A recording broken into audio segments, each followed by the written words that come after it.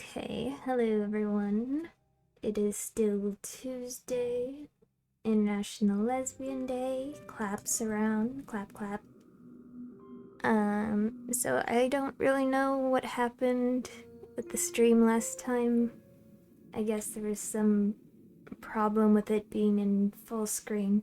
So I have it in a windowed format now. So hopefully, I don't know, that does something. So you can actually see what I'm playing now. Before I start, I want to go over the trigger warnings again, it does not feature any explicit textual or graphical depictions of blood or gore. However, it does mention the topics of drowning, being buried alive, cannibalism, bullying, and veiled mentions of homophobia, which might upset people. Reader discretion advised. So with the drowning, we did that with the mermaid last time. And I believe I'm going to the castle this time. So we're gonna either get eaten or buried alive. I don't know. Let's see. Let's find out what happens.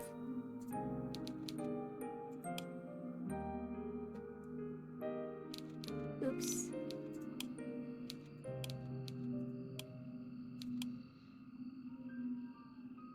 Did I load it? Oh man. Oh no. It's going wrong already.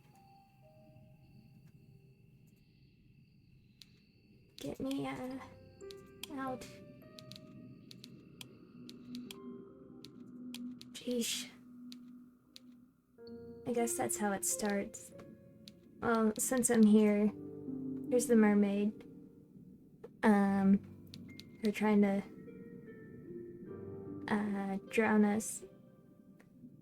So, basically, if you didn't, like, watch the last one,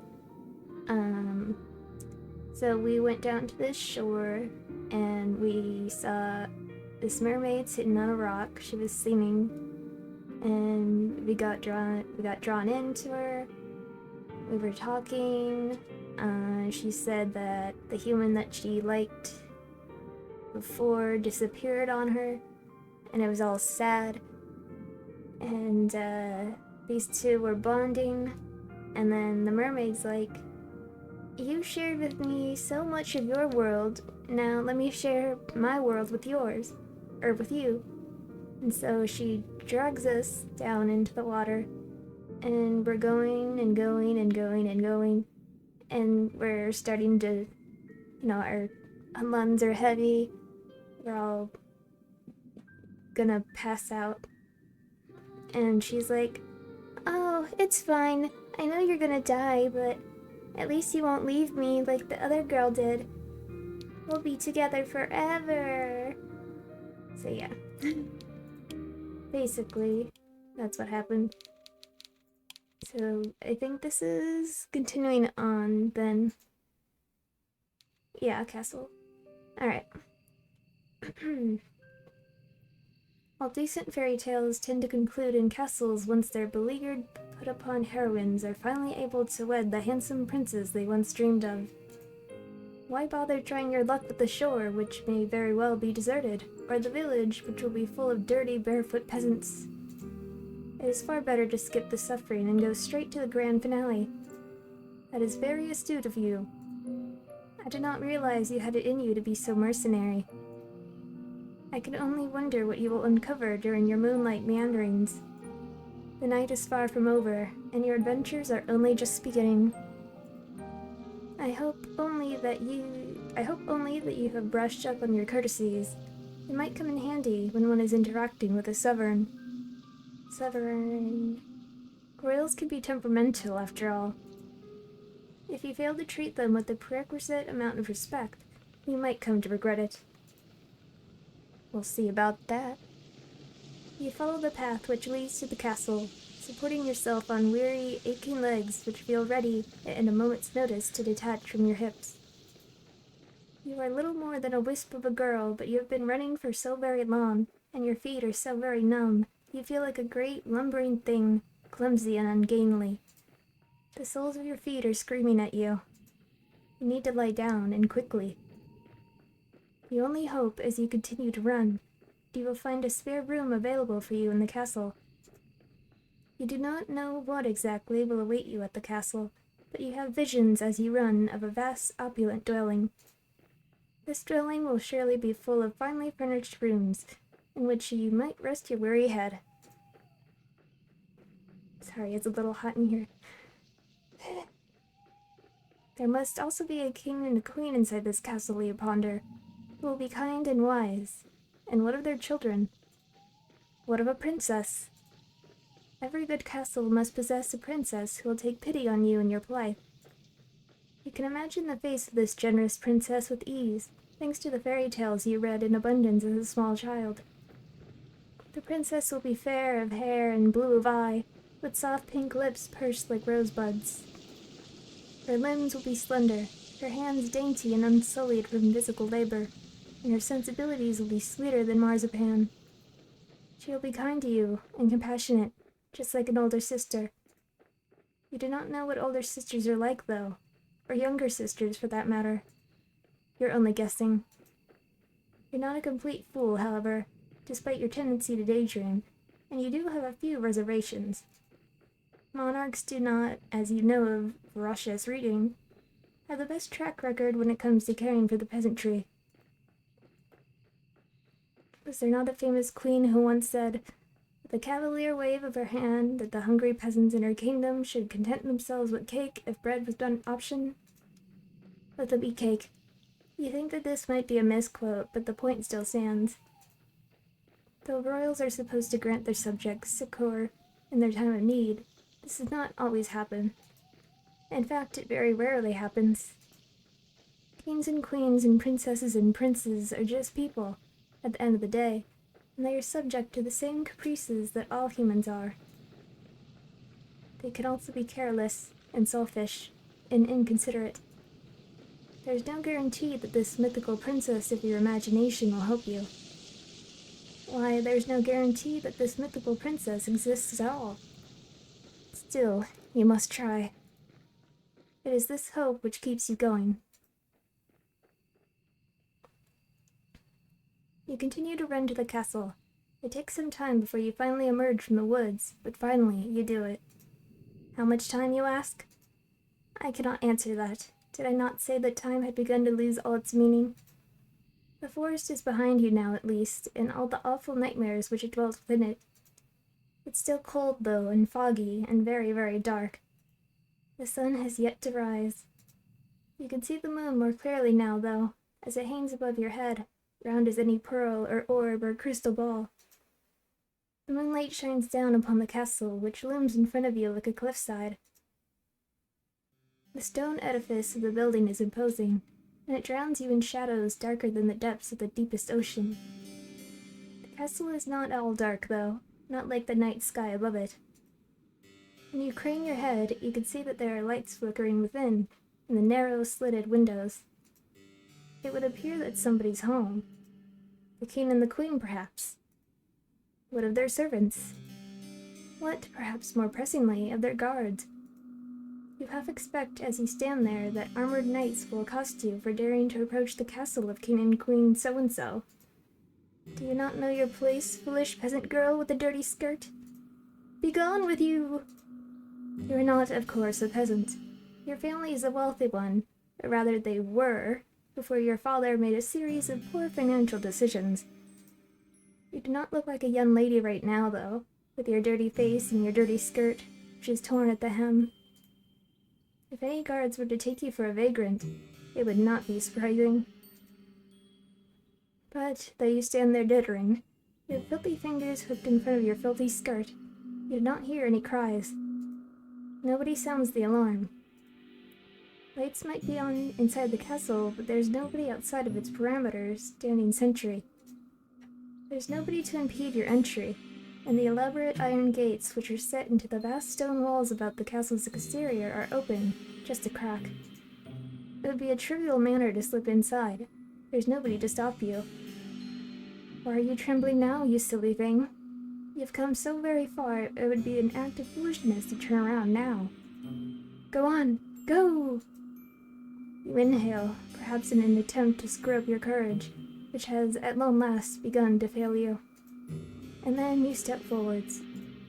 You slide between the wrought iron gates, as stealthy and as secretive as a thief, and cross the path which leads up to the tall, imposing structure. The domed doorway which leads into the castle itself, hewn from stone, is closed, but at a push of your palm it swings inwards. The door creaks alarmingly as it opens, the sound loud enough to split the silence like a thunderclap. You inhale at this and glance around, your eyes darting hither and thither. If there are any guards posted about the castle grounds, they should all be alerted by the sound. Will they come for you at long last? What will happen should they catch you? Will they throw you in the dungeons? That does not sound like a pleasant way to spend a night. At least you would have a roof over your head, though, and you would not have to keep walking. Your feet really do ache. You stand there for an indeterminable amount of time, your heart pounding a panicked, irregular rhythm in the base of your throat. But no matter how much time lapses, no guards come. God. Sorry, it's really hot. You're thankful for your luck, though it does make you wonder. Where is everybody? Why, it's almost as if all the people in the world have disappeared. Could you be the very last human left alive? You frown, then press your palm back against the door. Squeak. You push less cautiously this time, heedless of the loud sound which splits the silence. There is no point in worrying about the guards, not when they might very well be non-existent. Your entry to the castle secured, you then take a step forwards. The door swings shut behind you, and the resultant slam makes you jump. You did not expect it. Your heart knocks against your ribs, and with wild eyes you glance about. You're standing in a vast entrance hall made of stone which splits off into any number of passages. At the very end of the hall, meanwhile, there is a large, elaborate staircase, one which seems to extend to the heavens themselves. It's dark inside the hall, but there are numerous torches, set in sconces in the stone wall, which are aflame. They offer some relief from the shadows. You can hear the faint sound of the wind outdoors, as it moans against the castle's impervious walls, but you cannot hear any footsteps. You cannot hear any voices. You cannot, more importantly, hear any people. Maybe the castle's empty. If that's the case, though, then who lit these torches? It is a curious conundrum. You muster up what remains of your courage, then cry out, addressing the empty hall in timorous voice which fails to properly fill up the space. Hello, you say, your eyes wide. Is anybody there? Your voice echoes through the vast empty hall, but is met yet again with silence. You cannot say you're too surprised, but it is somewhat disappointing. Not one to be deterred, you try again, and again, your voice growing louder with each subsequent attempt. No matter how loud your voice, however, it fails to reach any ears. If anybody is here, they do not seem to be particularly sociable. That, or perhaps they simply cannot hear you. Could they be in another room? Yes, that must be it. You'll never find that pretty fairy tale princess of your imagination if you stand idle, you know. It's time to get to work. Put those legs of yours to good use. Okay. Not knowing what else to do, is there anything else you can do? You begin to explore. You examine the rooms first on the ground floor of the castle, which are of a similar scale to the impressive entrance hall, large and richly furnished, but utterly unoccupied. After some time of aimless meandering, encountering nobody save the ghosts of aeons past memorialized on portraits upon the walls. You muster the courage to ascend to the second floor. This floor, too, you examine, wandering through a seemingly endless series of hallways until, at long last, you find a door which is ajar. From between the crack in the door and the jamb, you can see flickering light. Irregular, yes, but it is light nonetheless. Could it be from a fireplace? That would suggest then that the room is occupied, unlike all the others. Perhaps the kindly princess you dreamed of will be awaiting you in this room. It is with a trembling hand that you press your palm against the door. You push it. Then you step inside the bedchamber which unveils itself to you. Shyly, you stand in the threshold of the chamber, much of your courage extinguished, and gasp. The bedroom itself is gorgeous. It's a chamber so luxuriant, not even the shadows can obscure the fine craft of the furniture within it, nor the rich patterns on the walls. It is the girl inhabiting the chamber, however, who truly takes your breath away. Hi. Sitting upon the velveteen sheets of the towering four-poster is a girl in a sumptuous red gown, who seems to be of a like age to you. You do not have a clear view of the girl's face. Her head is bowed, her gaze directed downwards at her lap. You can tell from her hair, however, and from her slender calves, which protrude from beneath the hem of her dress, that she is very pretty. Yeah, okay. Oh, I can tell you're beautiful by the way your calves look. The girl's hair is golden, just like freshly cut wheat, but it's the red of her dress which truly captures your attention. Honestly, I like the black more, and like these teeth-looking things. But yeah, the red is nice too, I guess. She's so striking you cannot look away from her. Now here's an ugly doll. What is this? The girl is not alone in her chamber either. She has a companion, though this companion is not half so endearing as she. In her lap, perched upon her velvet skirt, is a doll. The doll's hair, like that of her mistress's, is golden, though much of it is hidden beneath the bonnet.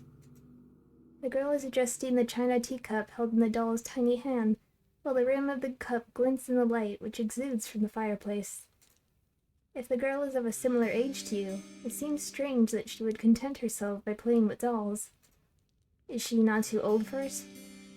This girl would be more at home, you decide, at a ball, or in an extravagant gown, speaking with wealthy noblemen, perhaps even princes. She should not be sitting in what you presume is her bedchamber, adjusting a teacup in a doll's hand. But you are not afforded much more time to stand there, marveling at the girl, because she turns. She raises her head. Then her eyes meet yours. You thought the girl pretty when you first observed her, sitting on the edge of her plush velveteen bed, examining her doll. Now she's looking at you, however, her face illuminated by the flames in their grate. You can see that you were mistaken. She's not just pretty. She's beautiful, so much so it's breathtaking. She looks as though she stepped out of the pages of a picture book. She's simply too perfect to belong to this world. Perhaps she's some kind of vision, a waking dream, a hallucination. But no, she's none of those things. The doll in her lap is a cold, hard thing made of porcelain, and is unflinchingly, reassuringly real. If she were a mirage, surely she would not be able to handle physical objects such as this. It is strange, though. The doll, though immaculately made, looks oddly imperfect when compared to the girl who's holding it. She's so startlingly beautiful, she even puts man-made representations of feminine charms to shame. The sight of her makes you feel rather weak. You always have had a fondness for fair maidens, haven't you? But rather hopeless when it comes to them, even worse than a knight-errant from a courtly legend. Your aesthetic appreciation is not particularly ladylike, but, well, not every day a girl encounters an elegant beauty like this, attired in red, illuminated by the firelight. I suppose I can forgive you for this rudeness, as too can the girl. She does not seem to be the type to hold a grudge. How should I make you sound? First, let me get some water.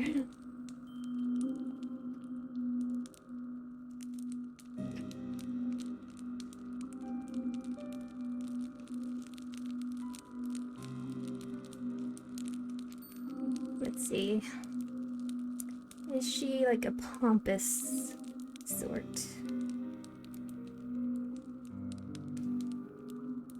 No, it seems like she's like a gremlin. Okay. Okay, here we go. Oh! The girl says in a voice that's surprisingly enough far less refined than her appearance. It is good to see you. I've been waiting. Has she? That's news to you. You blink, perplexed. A response from the tip of your tongue, but you're unable to expel it into the ether. Ether! The girl is setting her doll aside. Then she stands, the hem of her dress swishing about her legs. Nimbly, like a ballerina, she canvasses the space between you. Her room is so very large there is quite a lot of space, then takes your hands in her own. You must, the girl says, her eyes aglow with excitement, be my new lady's maid. It's been a while, but it's such a relief that you finally arrived. I knew that you would. You never leave me alone, not when you knew how long I was waiting. Oh, I'm so happy. The girl's good mood is contagious. So much so, you find yourself being swept away in it. You're tempted to accept any identity she might press upon you. You've never been a maid before, but you might not mind being this girl's maid. She does not seem like a poor mistress to serve, not if she's always this kind. You cannot mask the confusion, however, which flickers across your face.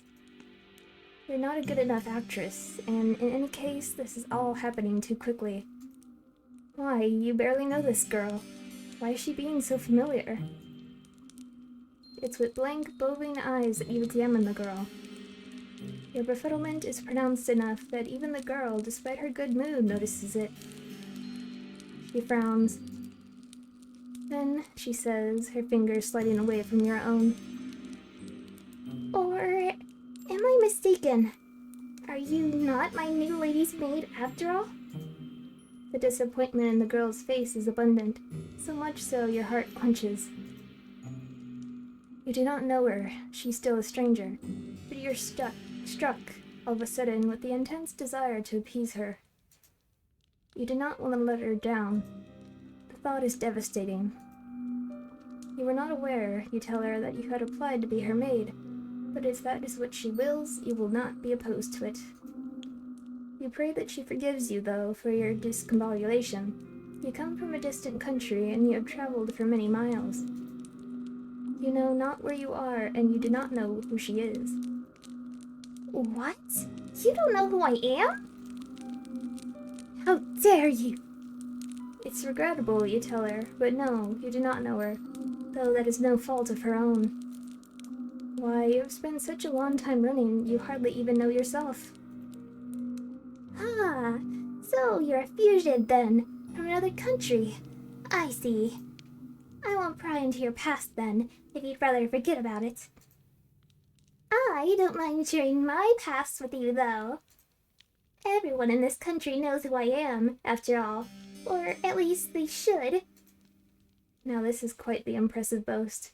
If it were to come from the lips of another, you would find it unpleasantly arrogant. You do not think, however, that this girl is trying to show off.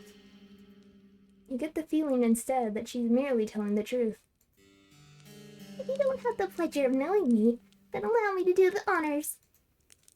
My father and my mother were the king and queen of this realm, and I'm his princess. I've lived in this castle all my life, so I don't know much about the outside world, but I know that other countries do exist out there. I presume it is from one of these foreign countries that you come from. It's very good to meet you. I've always wanted to talk to somebody from overseas. It feels like quite the opportunity. The girl giggles at this, and you smile in response. You tell her unthinkingly that it is your pleasure, really, to meet her, or at least you mean to. You only get halfway through this remark when the full gravity of what the girl has told you sinks in. You come to a stop. Then you stare. Did she just say she was a princess? That's what you're surprised. Yes, that's right. I'm a princess, and one day I'll be a queen after I've done a little bit of growing up. My ministers don't think I'm ready to run the country just yet, but I've been doing my best at my lessons. One day, I'm sure I'll be the best queen there ever was. So she really is a princess. That makes sense, you suppose, given she lives in a castle, but it comes as a surprise regardless. You hadn't known before you entered this chamber that you were trespassing on a lady of such great renown. Why, if she willed it, she could have you executed for your carelessness. An ugly red flush creeps up your face, a flush which is far more lurid than the princess's dress, as you look to your feet. Bashfully, you stammer out a new address, that you're very sorry for intruding upon her and you hope that she can forgive you. Oh, it's all right. Think nothing of it. I don't mind, really. We all make mistakes. And anyway, you weren't to know. You said you weren't from around here. You nod your head in silent affirmation. It isn't a complete lie. You really are not from this country. You're not from this world at all. How wonderful. I'll look forward to picking your brain later. All my servants come from the nearby village. Their tales are all the same, and so are their superstitions. I could do with a breath of fresh air.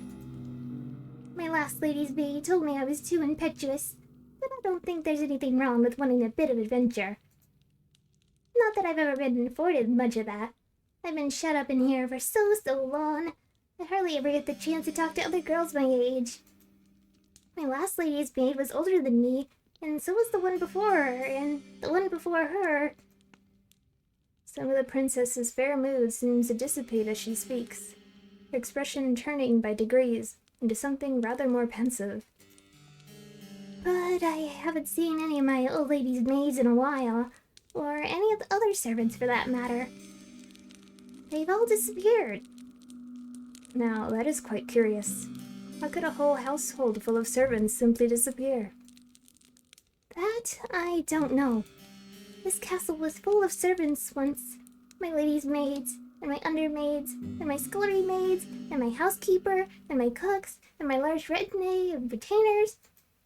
They're all gone now, though. I think my ministers must have sent them away. I don't know why they would have done that, though. They didn't explain it to me. But then again, they never explain anything to me. They still treat me like a little girl. It's so tiring. She said that her ministers sent her servants away. What of her parents, the king and the queen? Would they not be the ultimate authorities in the castle's hierarchy? They would, yes, if they were still alive, but they're not. They died a long time ago. I was raised for most of my life by my servants. Oh, you answer, and then you flush. You hadn't known. It's all right. You don't need to apologize. I'm just happy that I have you now. I was getting sick and tired of only having my dolls to speak to. They aren't the best conversational partners. You can imagine so, yes. You doubt any doll, even one made by a talented artisan, with an intelligent face indistinguishable from a human's, would be very good at answering back. Oh no, they aren't. They're hopeless at it, really. They're so stony-lipped. You have no idea how much of a relief it is to see you. This castle is so big, and without my servants it feels so very empty. I get so lonely here. Now that is an interesting turn of phrase. Like a game name. It catches inside your head like a burr. Have you heard it before? You don't have much time to ponder this, however, because the princess is speaking anew in that curiously conversational manner of hers which does not seem particularly princessy. Maybe she learnt how to speak from her servants. That would explain why her consonants are so unrefined. Oh, but listen to me. Yammering on again. It's a bad habit. I really must put a stop to it. You're probably tired, dear one, from your travels. Would you like me to show you to your room? Yes, the princess announces before you can say anything in reply. I think I'll do just that. I might show you a bit around the castle first, though. It's like a maze in here, and I wouldn't want you getting lost. You'll be staying here for quite some time after all. The princess then hastens to take you on a tour of her home. Fortunately, she does not show all the rooms in her abode, and neither does she offer overly long descriptions as to what the few rooms she does show you are used for. She does, however, pause by the kitchens, whereat she offers you some victuals. Once the growling in your belly has been satisfied, the princess then resumes her journey. She leads you down a dark, twisting hallway, and up a series of equally dark, twisting steps until she arrives at long last before a door. The princess pushes this door aside similarly, thus permitting you entrance to the small, humble bedchamber. This chamber is not half so opulent as the grand bedroom in which the princess resides, with its resplendent four-poster and its richly patterned wallpaper. This room's ceiling is not as high, and the singular bed shoved against the wall is thin and narrow. The walls are an unassuming beige, and the floor beneath your soles is of warped wood. There is a malodorous scent, too, which hangs in the air, one of disuse and general decay. You get the feeling that nobody has slept in this room for quite some time. It might explain why it feels so very cold in here. Though, if the princess's tour of her castle has taught you anything, it's that it is cold in every room in her abode. Now, here we are, the final stop of our tour. This will be your room, dear one. I hope it's to your liking. The princess, despite her exalted status, looks somewhat uneasy as she observes you, her eyes upturned like those of a royal dog's. Is she concerned about your reaction to this room? Perhaps she's afraid that you'll turn your nose up at her kindness. For Princess, she's awfully eager to please. This unexpected contrast between the princess's lofty title and her ingratiating attitude makes you smile.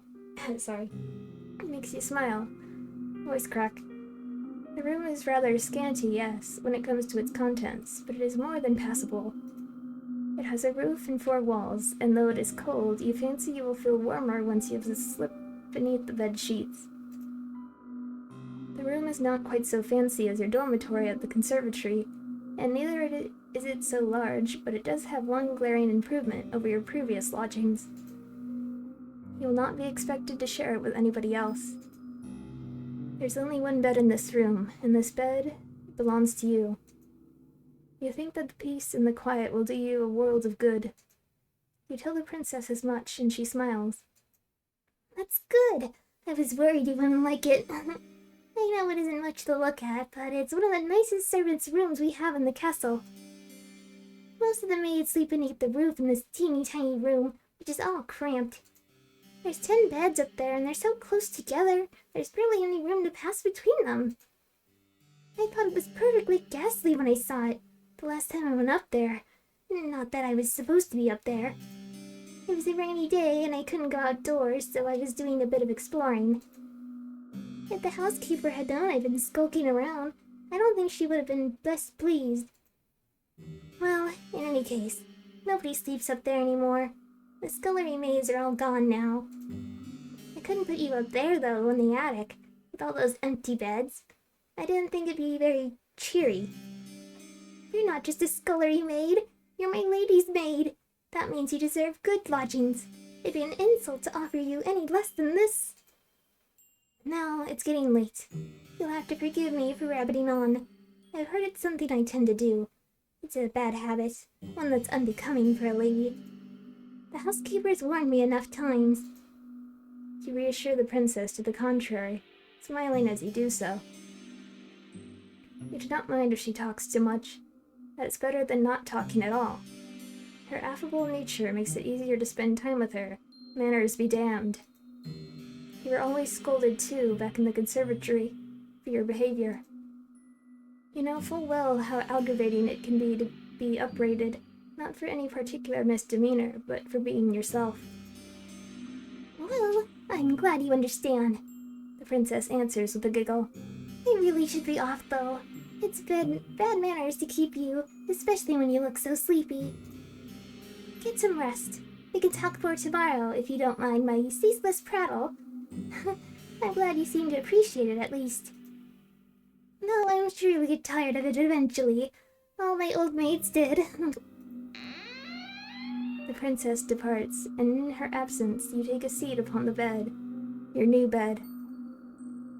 You cannot help but think this is all happening very quickly.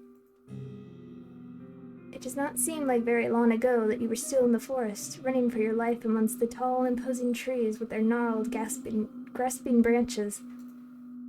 The forest might as well be a distant memory now, though. You're indoors, inside a castle no less, and you have been given a room in which to sleep and clothes that you might wear. It seems premature still to declare that you're out of the woods, in a metaphorical sense, I mean, but things could certainly be worse. You force yourself to stand on legs which feel too weary to support you, and change into the night clothes hanging in the wardrobe. The night clothes do not fit you perfectly, but you're too tired to care about that. You're too tired to care about much of anything.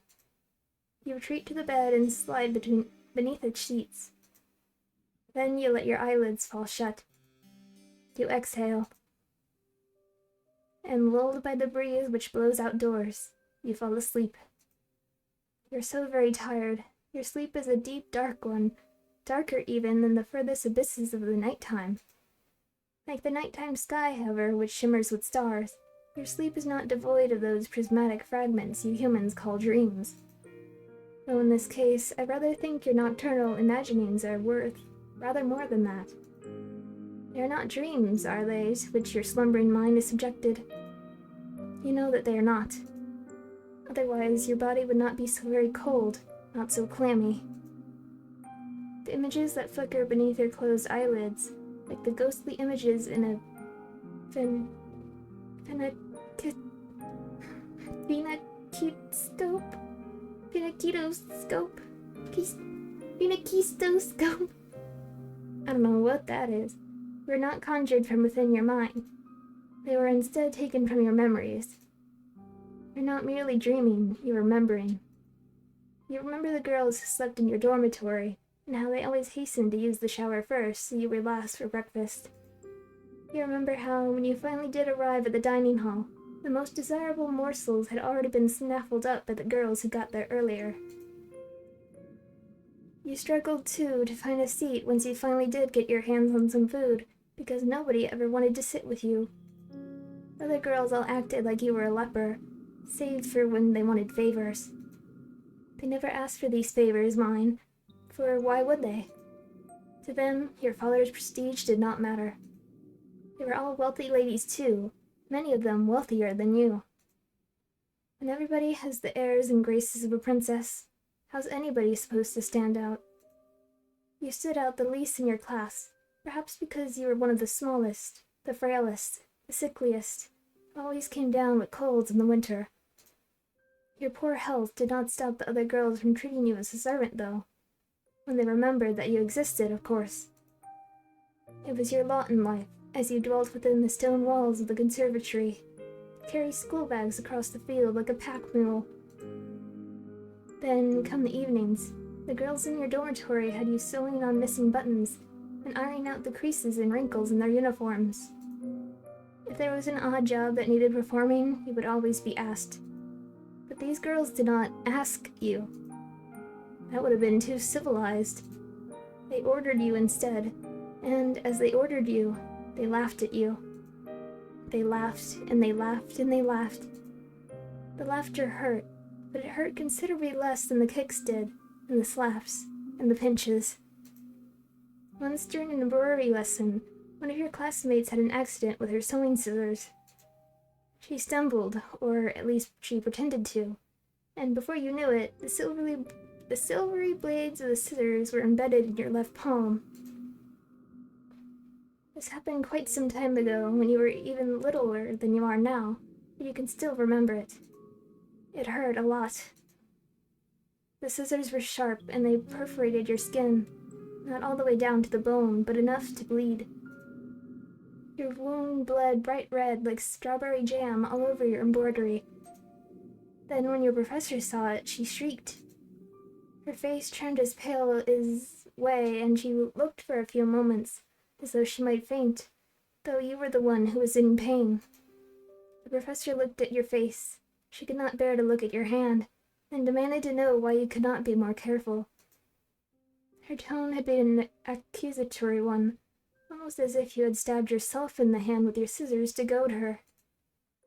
The pain in your hand hurt, but the giggles of your persecutors hurt all the more. You were never punished for that. Perhaps your professor did not care enough to punish them. Perhaps she, like everybody else, thought it was all your fault. The wound, when it was all said and done, was not too deep. You did not even need any stitches. It healed well enough in time on its own, though it still left a scar, a white raised thing like a crescent moon. You still have that scar. You do not know how much blood you lost. It seemed like a lot back in the classroom. You could smell it in the air, sharp as iron, but it could not have been that much, evidently. If your wound had been more serious, perhaps your professor might have cared. Perhaps your classmates, too, would have felt some modicum of guilt over what they did. But this seems very unlikely. You know that your blood meant nothing to your classmates. Why should it? If you meant next to nothing, then the blood in your veins was, if such a thing is possible, even more inconsequential. You feel disoriented when you awake at long last, the rising of the sun. You do not remember what you dreamt, but you do not think that your dreams were of a particularly pleasant nature. If they were, your heart would not be hammering so. Ill at ease, you glance around. You're lying in a narrow bed in an unremarkable room, one with dull beige walls and a warped wooden floor. Where exactly are you? This does not look like your dormitory in the conservatory, not unless it had shrunken threefold overnight. Your brow furrows as you attempt to recall the events of the night prior, until, with a gasp, it all clicks into place. You remember now. You're running through the woods, trying to escape from... You shudder. You do not want to think of what it was you were trying to escape from. You presume that you must have given your hunter the slip, though, because you're still in one piece, awake and alert enough to face the dawning of a new morning. You still have all your limbs, and your facial features appear to be in the correct configuration. This is more than enough to be getting along with. You look to the foot of your bed, then blink, bemused at your discovery. You can see, lying upon the sheets, a garment, 2 garments, actually, a black and white, folded into a neat white square. What could that be? A maid's outfit? If so, it would not be too surprising. You can now recall your visit with the princess the night prior, and her assertions that you must be her lady's maid. Well, if that is the role she wants you to assume, you have no qualms with it. It is far preferable to the other role you played last night, that of a startled quarry running from its pursuer. You press your fingers against the humble maid's attire. It feels surprisingly soft to the touch, not coarse like you expected. These clothes are rather fine. Did the princess put them there? If so, that is all the more reason to wear them. You are not churlish enough to deny her hospitality. You rise from your new bed, then undress yourself, unbuttoning the front of your plain white nightgown and setting it aside. This task accomplished, you then clad yourself in your new attire, black, white, and eminently sensible. You feel very far away from the girl that you once were. Your face might be the same as always, but something within you seems to have changed. You're no longer a student, not as long as you mean to reside within the princess's castle. You would far rather be her servant. Squeak. Assured of your newfound identity, retreat from your chamber and make your way to the mistress's bedroom. The castle is a large one with many, many rooms and many, many hallways to connect them. and for a brief while you find yourself horrendously lost. You cannot remember where the princess's bedroom is. You're beginning to feel rather disoriented when, to your relief, your eyes snag upon a stairwell which looks rather familiar. Could this be the way? You ascend the steps, your footfalls cushioned by the plush carpet which lines them, and find your way down the very same hall you traversed the night prior.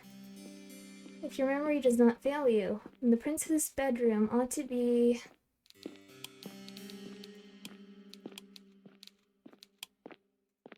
Yes, here it is. You rap upon the door but receive nothing in the way of a response. Is the princess still abed? You wonder briefly whether you oughtn't wait till she has risen from her own accord. But no. The sun is high in the sky. It would seem a shame to let the princess sleep through the day. You ought instead to rouse her. That seems like the sort of duty a lady's maid should attend to. You enter the princess's bedroom and glance about. Her room looks much the same as you remember it from the night prior, but the ceiling seems even higher when viewed in the wan morning's light. You can see, now that there are fewer shadows to impede your view, how very opulent your young mistress's abode is. Her armoire is large and imposing, as is the grate in which you'll be expected to keep a fire lit during the nights. The princess herself, meanwhile, is curled on her side beneath the sheets, looking rather less grandiose than her title would suggest. She's attired in a nightgown adorned with frills, and her hair is split across her pillow like spilled gold. In her slender arms, meanwhile, held to her chest, is a doll, the very same one she was costumed last night. You suppose this doll must be her favorite. Idly, you wonder what the doll's name is, but you do not suppose it matters all that much. It's time to wake your mistress. You call out to the princess, but she's largely unresponsive. Her eyelashes are still sewn tightly shut, and her lips pursed in slumber. You purse your lips too, and sigh. Well, nobody ever said your job would be easy. Once again, you call to the princess, and this time she replies. Her response is not a favorable one, however. She sighs, then turns away from you, her doll clutched to her chest. Just give me a little longer. The princess sounds so enfeebled, but you do not take pity on her. If you have learned anything from the conservatory, save for knowledge pertaining to the respiratory tracts of fish, it is one that must be cruel to be kind. You do not think that adage was practiced with any great success in the conservatory, but perhaps it will have more of an impact upon the princess. You tell her once again to wake up, more sternly this time. You will not let her sleep, for she has slept long enough already. It is very slovenly, really, to be abed at such an hour. Oh, Defeated, the princess sighs. all right. I can see that I can't twist you around my little finger. I'm up. You don't need to nag me. Once you have roused the princess from her bed, and you have put her doll to one side, you set upon her toilette. You aid the princess in the brushing of her hair, a chore to which she submits willingly, like a cat might allow its fur to be brushed. You allow yourself to ponder, as you run the bristles of the princess's brush through her hair, how wonderfully soft it feels against your skin. But a curious query from the princess, Are you all right, dear one? brings you back to your senses. You were rather lost in thought there. Look lively now. You wouldn't want the princess to catch wind of your salacious thoughts, would you? I thought that you had learnt your lesson about that already. Suitably chastened, you finish with the princess's hair, then set the brush aside. Now that the princess's tresses have been taken care of, you must start on her attire. The princess remains seated upon the edge of her bed, looking up at you askance. She does not ask you to avert your eyes, and nor does she make any motion of divesting herself of her nightgown. It really does seem as though she expects you to undertake this task on your own. Is that all right? You ask the princess as much. You would not wish to impinge upon her modesty, but she only laughs. Yes, that's alright. It's what you're supposed to do if you're my lady's maid. I'm used to being dressed and undressed. I'm not a bit squeamish about it. She might not be squeamish about it, but you are. You have never seen a naked woman before excepting yourself. Even then, however, you have always dressed and undressed fervently, not wanting to examine your body for longer than is strictly necessary. You have never much liked the way you look. You make a few more mumbled objections, but the princess sweeps them to one side easily. It's alright. I might be a princess, but we're both people underneath all of our clothes. I doubt we look much different. You're not sure about that. You have not yet seen the princess unadorned, but you already know, to look at her face, that you are different. She's much, much prettier than you are. But she's waiting, and you do not wish to keep her any longer. You steady your nerves. Then you reach out with trembling hands as you begin to undo the buttons which run down the front of the princess's nightgown. You work as quickly as you're able, which, given how badly your hands are shaking, is not very. You fumble with a couple of the buttons, flinching as you do so. The princess, however, seems blissfully unaware of what it is exactly you're doing, or not doing, for your fingers have begun to seize up, with the front of her nightgown. She's not even looking at you. Instead, her gaze is directed beyond your shoulder, to the windowsill and the sky beyond it. It isn't particularly sunny, but I don't think it's too cold outside. Going for a walk might not be a bad idea. What do you think, dear one? You think that you would like to finish undressing the princess as soon as possible, so you can make some progress undressing her again. The sight of all this exposed skin is bad for your heart. Fortunately, you're able to make quick work of the princess's nightgown despite your initial mishaps, spurred on perhaps by your anxiety. You bid the princess to stand, which she does, and neatly she steps out of her nightgown, her motions once again as graceful and as fluid as a dancer's. This task completed, you search hurriedly, worriedly, for the princess's red dress. Where is it? You cannot find it. Sweat begins to prickle on the back of your neck. Your palms, meanwhile, feel uncomfortably clammy. The moments pass awkwardly, uneasily as you search, the princess standing there all the while as naked as the day she was born. Why did you not find her day dress before you stripped her of her night one? What a fool you are! The princess, noting your panic, giggles, then says, Are you looking for my dress? Yes, you reply, your face flushed. That is what you were doing. I thought so. I did wonder before you started undressing me why you not ask where it was. Maybe it slipped your mind. It had slipped your mind, yes, to your shame. You were too busy trying not to fixate upon the princess's bared skin to think about how best to conceal it. My dress is in my armoire, the princess says, glancing over to the aforementioned piece of furniture. That armoire of hers is an intricately carved wooden structure, large enough, or so you estimate, to fit inside it enough dresses to attire a whole ballroom's worth of princesses. I'd like to wear the red one. It's my favorite. Would you be a dear and fetch it for me? I don't want to rush you, but it is rather cold in here, especially when I'm still naked. She raises a good point. You turn away from the princess and make your way to her armoire.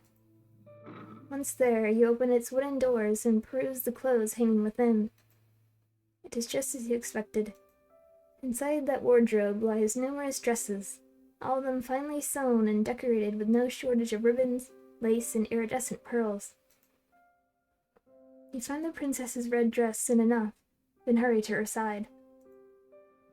With your spoils in hand, you hurry to dress her, concealing once again the princess's pale skin beneath layers upon layers of soft red velvet. She's easier to look at now, you think, with her skin concealed. It might have been the most nerve-wracking task you have ever had to accomplish, even more so than your perilous escape through the foggy forest. Why, it seems a small miracle you can still remember how to breathe. Ah, that's much better. Thank you, dear one, for your help. You've not been here for a full day, but I already wonder what I'll do without you. Shyly, you assure the princess that you did nothing really. Nothing beyond your job. You did not do anything incredible. And in any case, being complimented by someone so pretty is embarrassing. Don't be like that. I want to compliment you. Why shouldn't I when you've been so helpful? It'd be rude not to, and anyway, I think you're very pretty too. Oh my. Your face flushes from this, more deeply than ever before. You ought to count yourself lucky, really, with all this excessive blushing. The princess does not seem to possess any vampiristic tendencies. Maybe not yet. You're making yourself quite the easy target. Now, The princess declares. why don't we go for a walk? It's a nice enough day, and I get so very bored of being cooped up inside. You can't think of any particular objections to raise to this remark, and you think the princess might have a point. The castle, though expansive, is somewhat stifling. The walls are so very thick, they put you in mind of a crypt. With your acquiescence assured, the princess quits her chamber, her posture elegant and her gait unhurried. She seems not to walk as she navigates her way through the seemingly endless hallways of her home, but to float like a cloud. The hem of her dress swishes around her legs, and her hair shifts like a shroud. The castle's courtyard, meanwhile, is sadly lacking in comparison to the princess's beauty. The courtyard is fenced in by the castle's walls, which look, in the stark midday light, tall and imposing, faceless soldiers standing sentinel. Though the sun is out, it's not particularly bright, and neither is it particularly warm. The courtyard itself, meanwhile, is in a state of disarray. The flower beds are in shambles, all overgrown with weeds. It is all rather depressing. The princess's castle might be grand in scale, but the courtyard itself is simple, hemmed in to a claustrophobic degree like a coffin. The princess, however, seemed not to share your dolorous mood. She instead looks elated by her newfound surroundings, her smile unwavering. She gambols about like a lamb, flithering hither and thither as she examines the weed-infested flower beds. Her frolicking comes to a cease, however, by a bush, one is full of bright red roses. Oh, how very pretty! Do you not think they are gorgeous, dear one? The flowers are not too disappointing, you suppose. They make for a fine spectacle, in fact, a welcome splash of color when contrasted with the dullness and drabness which permeates the rest of the courtyard. Though the other flowers in their beds are wilted, withered things, it's not so for these roses. They are rich, bright red, just like blood, their heads so full that they seem almost to droop beneath the weight of their own engorged petals. They are pretty in a sense, but there's something unsettling about them too, something that is almost obscene. How did these roses become so very red? What has been sustaining them? Could it be possible that these roses have been draining the life from the other flowers which are struggling to grow within this garden? It is a fanciful thought, but... Oh, they are simply divine. Looking at these roses always lifts my spirits. They really are my most favorite flowers. I simply must pick some of them. Perhaps I could use them to decorate my bedchamber. It could use a bit of color. The princess reaches out so as to pluck one of the roses free from its resting place amongst its brethren. You watch her, your breath bated, anxious that this gesture might result in perforated flesh and bright red blood. But the princess is not as clumsy as you fear. Of course she's not. Who do you think she was, you? Rather than worrying about other people, it would be better served if you worried more about yourself. The princess holds her newly pilfered rose to her nose and inhales, her eyelids falling shut as the flower's sweet scent washes over her. A few moments of silence pass. Then the princess begins to toy with the petals which adorn the flower's crown. Now, let me see. I wonder what fate has in store for me. She loves me. The Princess plucks a petal from the flower's overburdened head. She loves me not. The princess continues with this childish incantation, all the while stripping her rose slowly and methodically of its petals. These petals flutter about the princess like bloody snow. The princess's voice, meanwhile, echoes throughout the courtyard, even more melodic than the strands of Pinola. She loves me. She loves me not. She loves me. She loves me not. The princess's fingers hover over the final petal which crowns her nearly denuded flower. Then with a triumphant smile she declares, She loves me! I knew it! You watch the princess, amused by her childish good cheer. The little mantra she had been reciting is one that you're familiar with. The girls of the conservatory were also engaged in this little game, the younger ones at least, who believed that a fairy tale prince would whisk them away. You might have participated in this game yourself when you were a child yourself, but you never pinned your hopes and dreams on a handsome prince. Your interest in princes has always been minimal. When it comes to fair princesses, though, well, that's a different matter altogether, isn't it? Pleasantly, you ask the princess whose love it is she wishes to court, a query which makes the princess giggle. Oh, dear one, who else would I be thinking of? Naturally, I was thinking of you. Naturally. She says it so easily, as though you ought to have suspected as much, and indeed, part of you did. You wanted to believe, yet part of you was afraid to.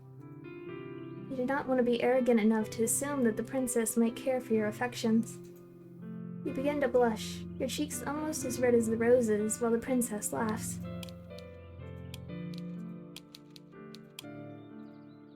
She laughs, and she laughs, and she laughs, her voice clear and sweet like a nightingale's song, as though you're the funniest thing she's ever seen.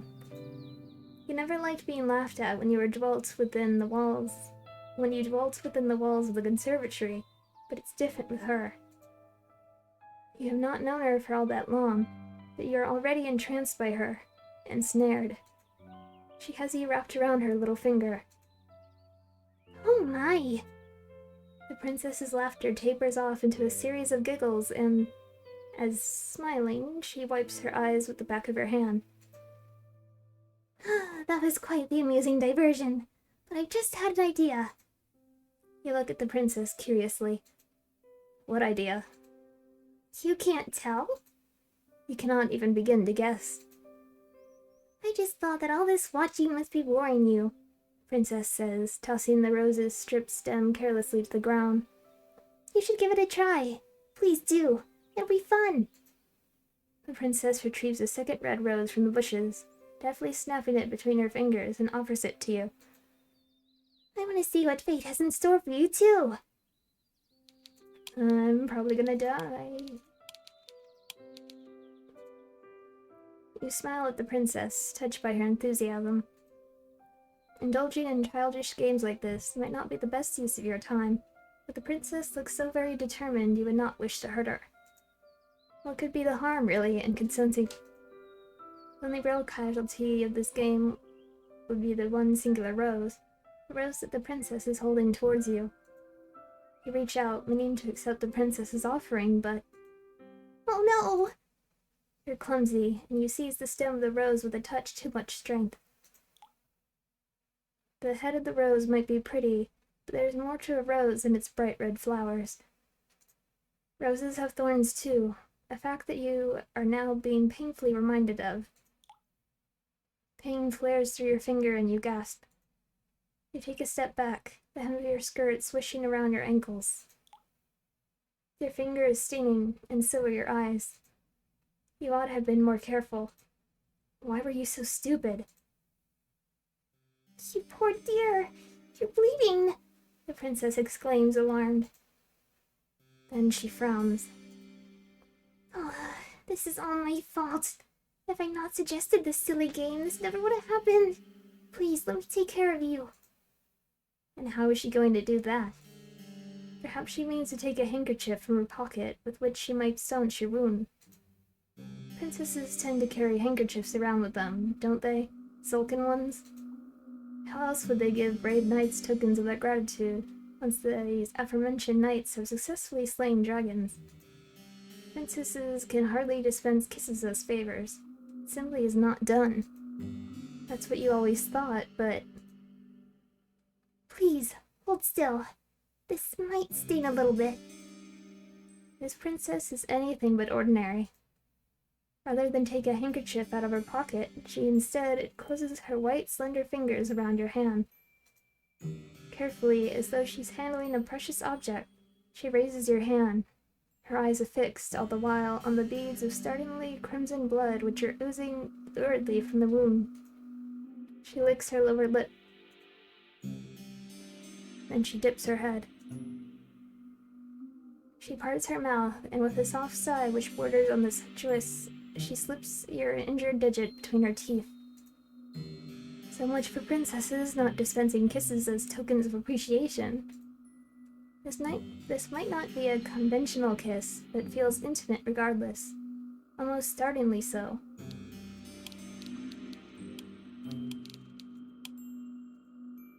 The princess's lips, which are as red as any rose, are enclosed around your index finger. You can feel the warmth of the princess's mouth about your skin and the wetness of it. These sensations make your whole body quake. You did not expect this. Tremulously, in a voice which wavers, you ask the princess what it is she's doing. Oh? The princess glances up at you, her mouth still enclosed around your finger. Didn't I tell you? I'm trying to stop the bleeding. Yes, you gathered as much, but... Is there a problem? I'm not making you uncomfortable, am I? It's not, you say, that she's making you uncomfortable per se, but this is rather awkward. You did not expect it, that's all. And is she not worried that this is unhygienic? Unhygienic? The princess blinks. She's the very picture of innocence, which is funny, really, given your fingers still nestled against her tongue. I don't know what you mean by that exactly, but I've heard this is the best way to take care of cuts. My nursemaid used to do this for me when I was a child. It's what you're supposed to do. And you ask, your voice catching in your throat, did her nursemaid keep staunching her wounds with her mouth when she grew older? Well, no, but my nursemaid was dismissed when I was 8 years old. That's the normal way of things.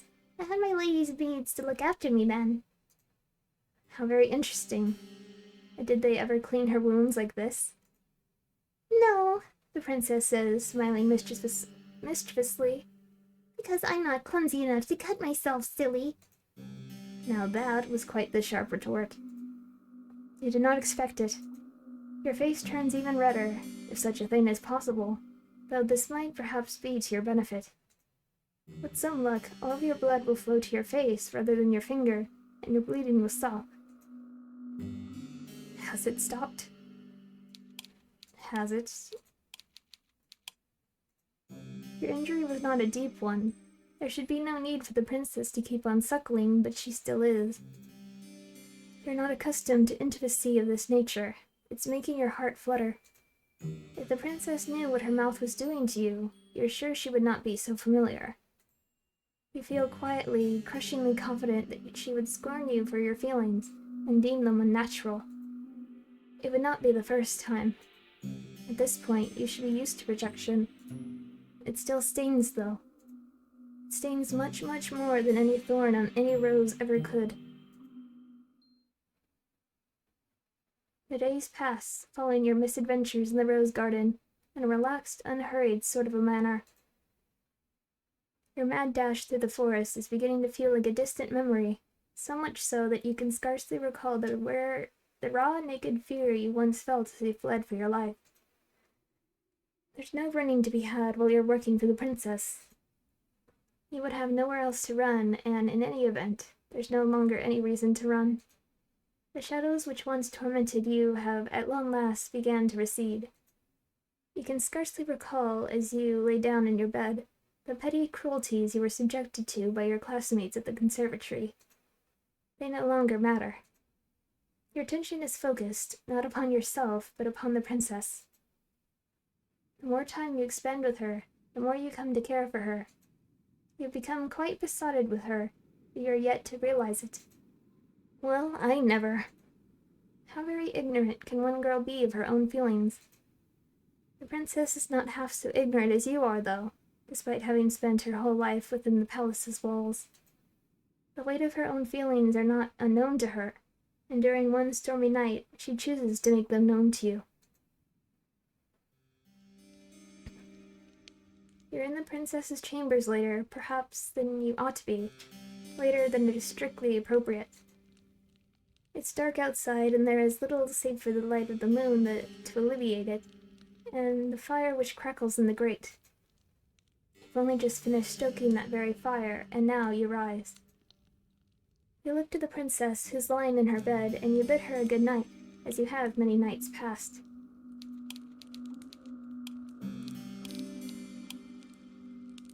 With a neat curtsy, you turn to leave, but the princess's plaintive voice gives you pause. Wait, dear one. Do not go. Not just yet. Perplexed, you pause and look back at the princess. Though she's smiling, her expression is unusually wan. Is she all right? Oh, I'm sure I'll be fine. It's just nights like this, which make me feel a little out of sorts. And what, you ask, does she mean by that? Only that it is very cold and very dark. And it's very windy besides. I'm afraid there'll be a storm later. It was awfully cloudy earlier when we went out for a walk. The princess is not mistaken about that. The sky when the pair of you promenaded about the gardens earlier was gray and steely, the wind bitingly cold. You can hear the wind rattling mournfully against the panes in the princess's bedchamber. The princess's castle is built of stone, and it is well fortified, but even with the fire, it is rather cold. You do not think of how much chillier by comparison it will be in your humble bedchamber, which is not fortunate enough to have its own fireplace. It might sound childish, but I've only found it hard to sleep on stormy nights like this. They make me feel uncomfortable. You look at the princess with no small degree of sympathy. No longer clad in her bright red dress, she looks oddly, uncommonly vulnerable. Will she really be all right, alone in her oversized bed, in her high-ceilinged bedchamber? You know it's silly of you to contemplate such a query. Why would she not be all right? There's nobody in the castle to hurt her, but still, you fret for her. As her lady's maid, it is your job to fret for her. You would never want your mistress to feel unhappy. You ask the princess what it is she would have you do, and the princess perks up at this, pleased, perhaps, that you are taking the initiative. I wouldn't like to take up too much of your time when it's so very late, but would you mind sitting with me a little while longer, and reading to me? Provided that you can, of course. That's a fair enough question, but your pride bristles regardless. Hastily, you reassure the princess that yes, of course you could read.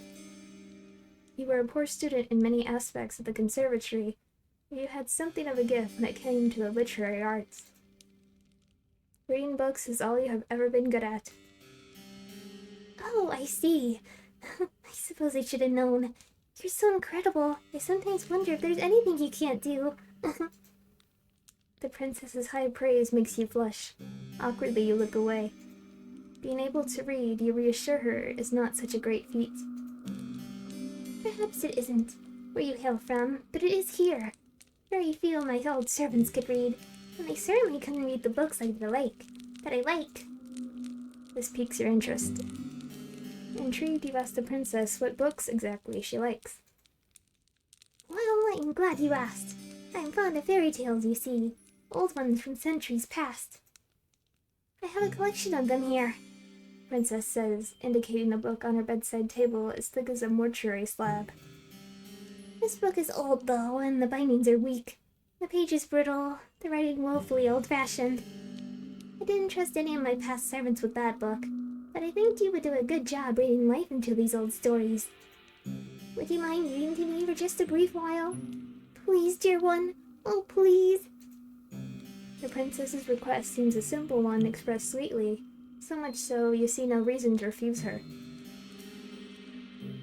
You take a seat beside the princess upon her luxurious bed, which sinks beneath your weight. Then you retrieve the leather-bound book which is resting upon her bedside table and spread it open. I don't know when the choice is gonna pop up. The pages of the book are very brittle, like the princess said, and the bindings of the book are loose. You can feel in the heft of the book's manifold pages the weight of the ages concealed within it. How old is this book? Perhaps it is as old as the castle in which it resides. It is with a quiet voice, hesitant at first, you begin to read to the princess, a tale of courtly love which culminates in a lavish wedding ceremony. All the while, as you read, the princess listens to you, enraptured, hanging her, so it seems, upon your every word. Once you reach the final phrase embossed upon the pages of this aged tome, and they lived happily ever after, the princess sighs as though this tale has touched her very soul. Would that there was a handsome prince to marry me, she says somberly. Or better yet, a beautiful princess. At this point, I think I would even settle for a lowly scullery maid. You blush at this idle remark and mumble softly that this would not be proper. The storm outside is still squalling, and you have never been one to raise your voice. You do not expect, therefore, that the princess will overhear you, but she does. She observes you, her head resting against her pillows, and says, And what would be the problem with that, huh?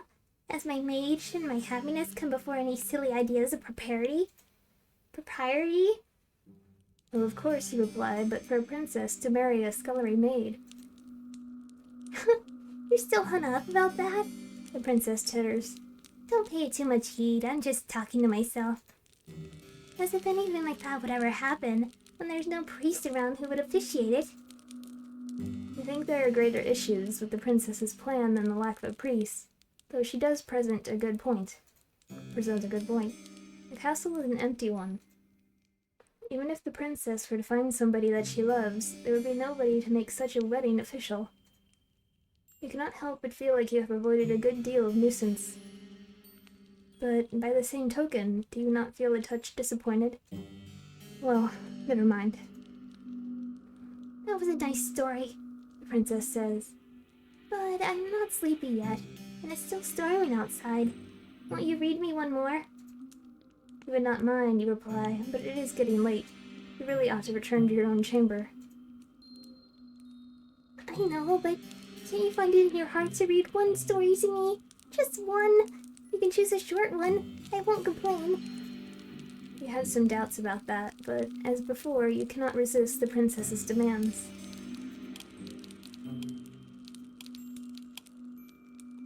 It is not, you think, because she is a princess, though that is, of course, a part of it, but because she is, well, radiant. You would not, you think, as you turn to the next story recounted in this compendium, want to upset her. You would rather cut out your own tongue. You read another story to the princess, which is of a similar vein to the last, impossible adventures culminating at their close in a happy marriage. This tale delights the princess just as much as the tale you read prior, and she begs for another, then another. One bedroom story soon becomes 5, and even then, when the candles which flicker on the princess's bedside are close to guttering out, the princess is not satisfied. Like a grasping, greedy child, she's never heard of moderation.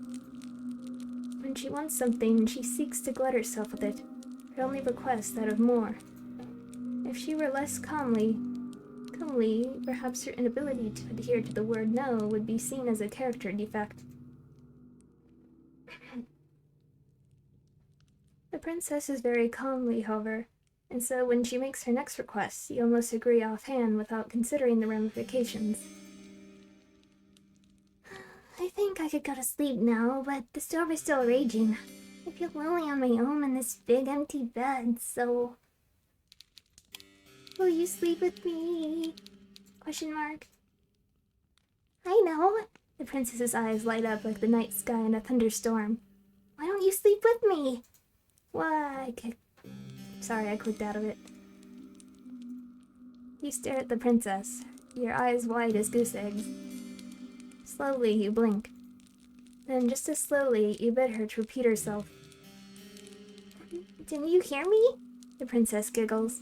Maybe you've been so busy cleaning up after me you've neglected to clean out your own ears. I said, dear one, would you like to sleep with me?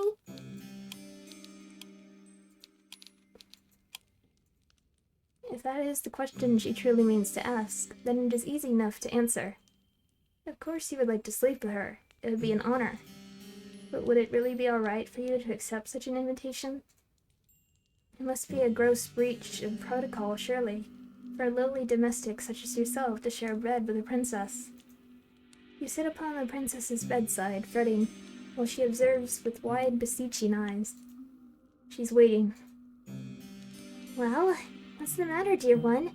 Why do you tarry so? Could it be... The princess's lower lip begins to tremble. Don't you want to lie with me after all? The sorrow present in the princess's voice and in her face makes you feel awfully guilty.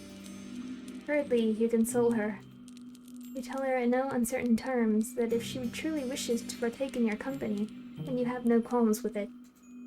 Why would you? Well then, don't just stand there dilly-dallying, silly. Come and join me. Come. And that is what you do, after returning briefly to your own chamber to change into your nightgown. Once dressed, you waste no time in returning to your impetuous princess's side. She's already lying in her glorious four-poster bed, awaiting your return as though you were a knight-errant gone away to slay some wicked dragon. The princess giggles when she sees you. In your haste to change, you have made a hash of the buttons, and she bids you to come closer. Let me fix that for you, silly. Oh no, you say. I couldn't possibly let you do that. I'm but a servant after all. Should it not be your job to dress her? Maybe so, the princess says, but I don't mind a bit of a role reversal. It makes things more fun. You try a few more refutations, but in vain. The princess similarly discards all of them. Quite at the princess's mercy, she might be even more stubborn than you are. You capitulate to her demands. You let the princess unbutton the front of your nightdress, then rebutton them so the fabric of your plain gown is drawn shut. Satisfied with her handiwork, she has very elegant hands. The princess draws back and pats the mattress beside her. Now come in. It must be horribly cold out there, but these sheets are warm.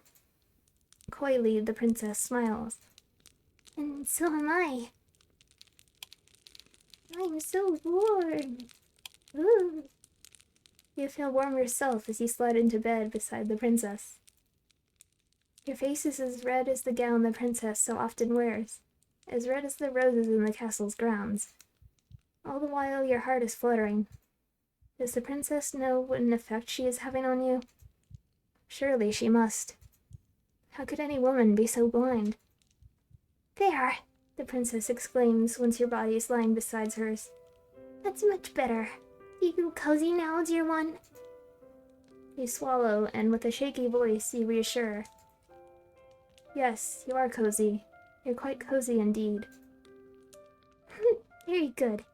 The storm might be raging outdoors, but it can't get us here.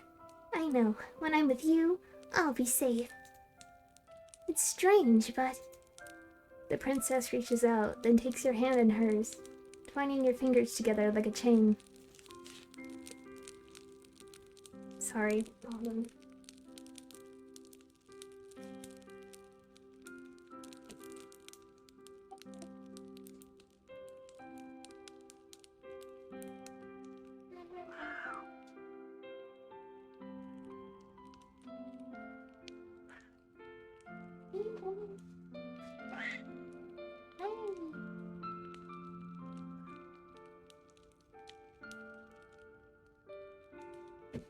Oops.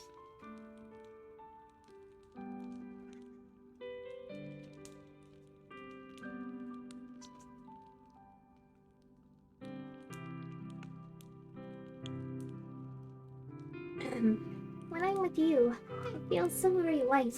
It's as though nothing in the world could hurt me. You make me feel safe, so I want to make you feel safe too. I'll take very good.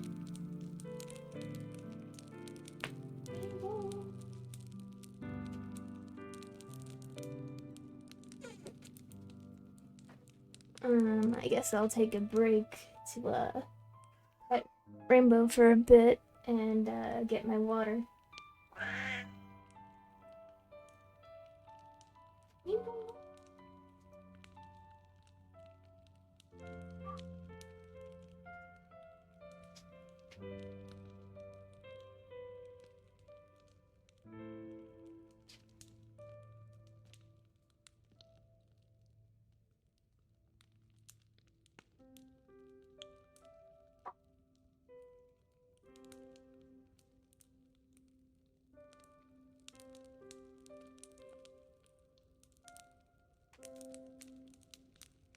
So, how's it going?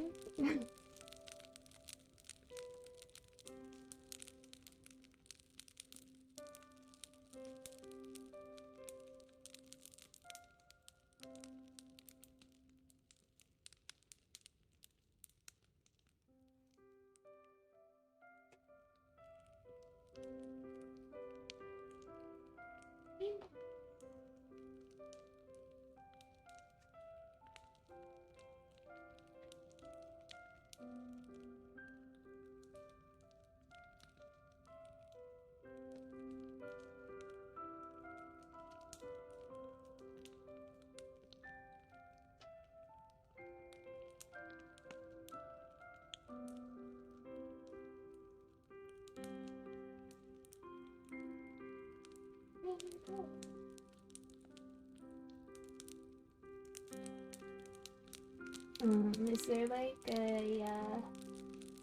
a log button? I don't really want to mess with it. Hold on. Okay. Rainbow.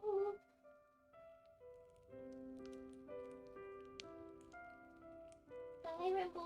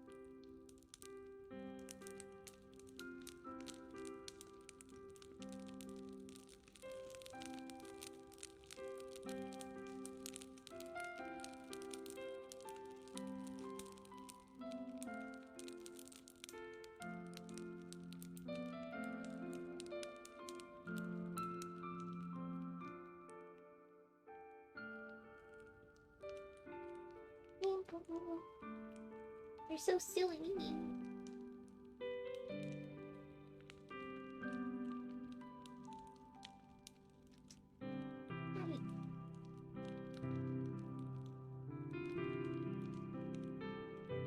Playing with my cat, ASMR.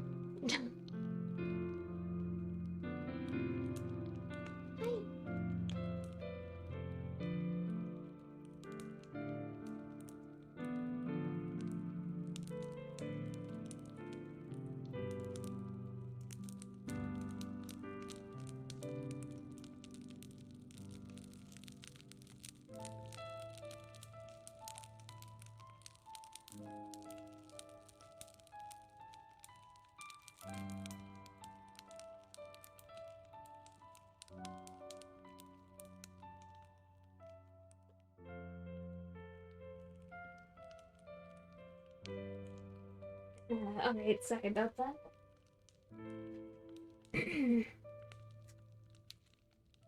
There!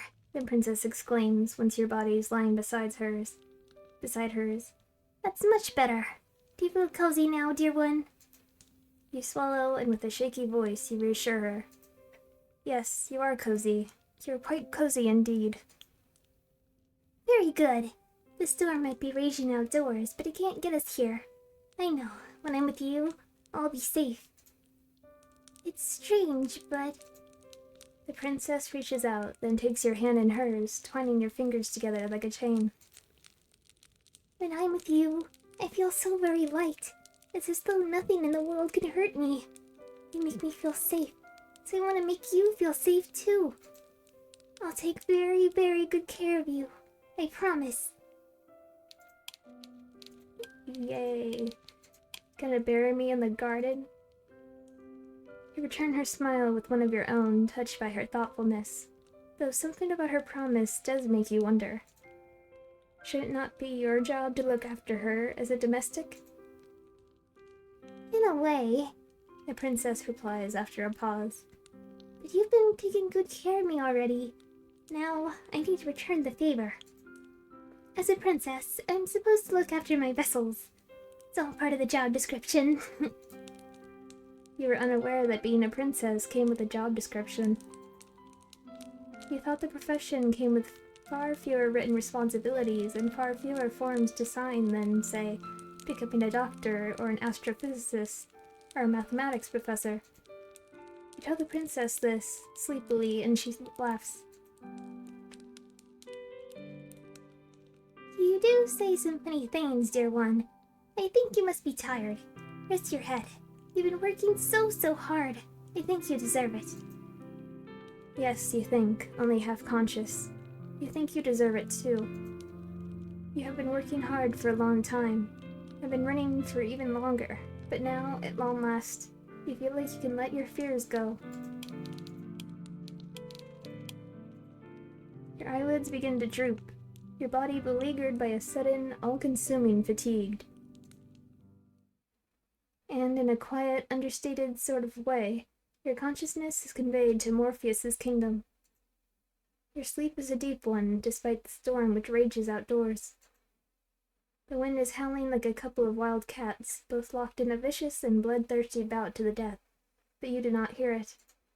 Swaddled by the warm blankets about you, and soothed by the princess's presence, you are immune from all the ills of the world. When you are with the princess, you feel safe, secure, and... yes, you even feel loved. It is a pity, then, that these feelings do not last for very long.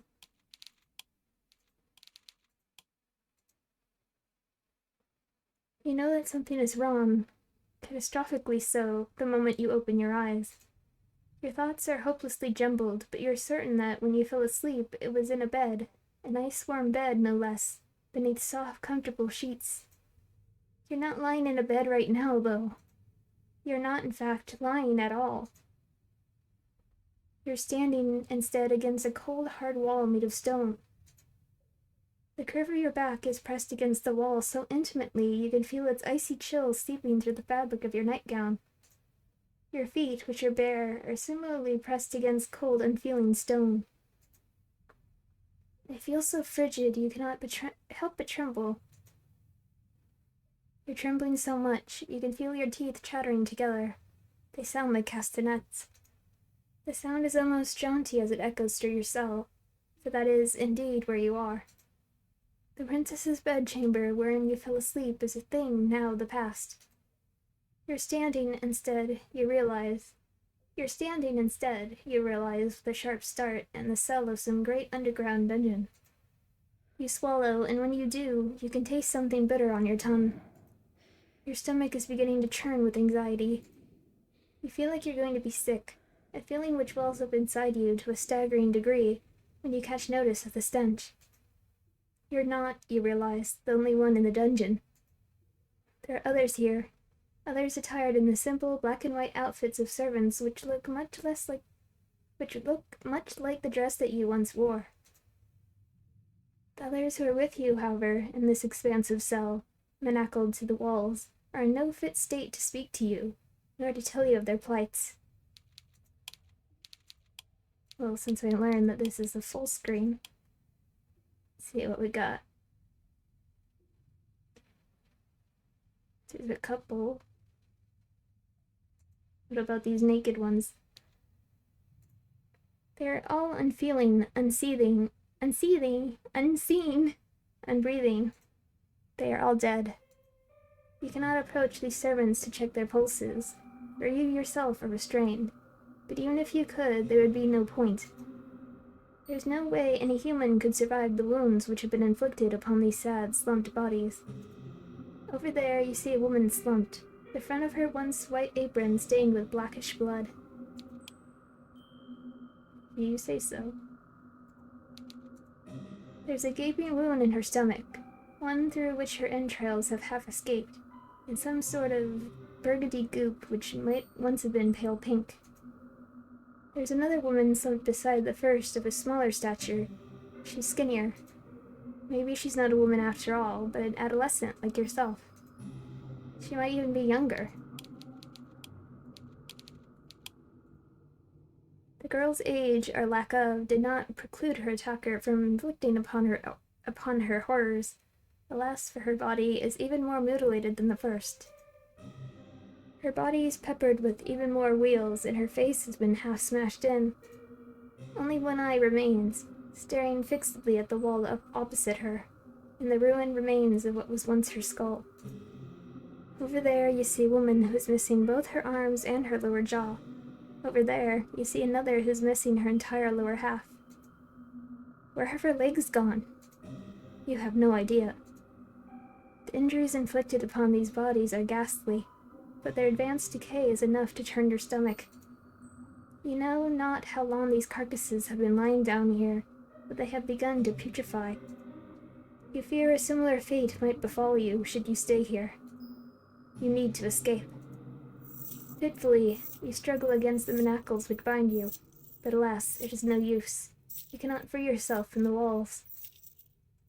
Your restraints are much too strong, and you are much too weak.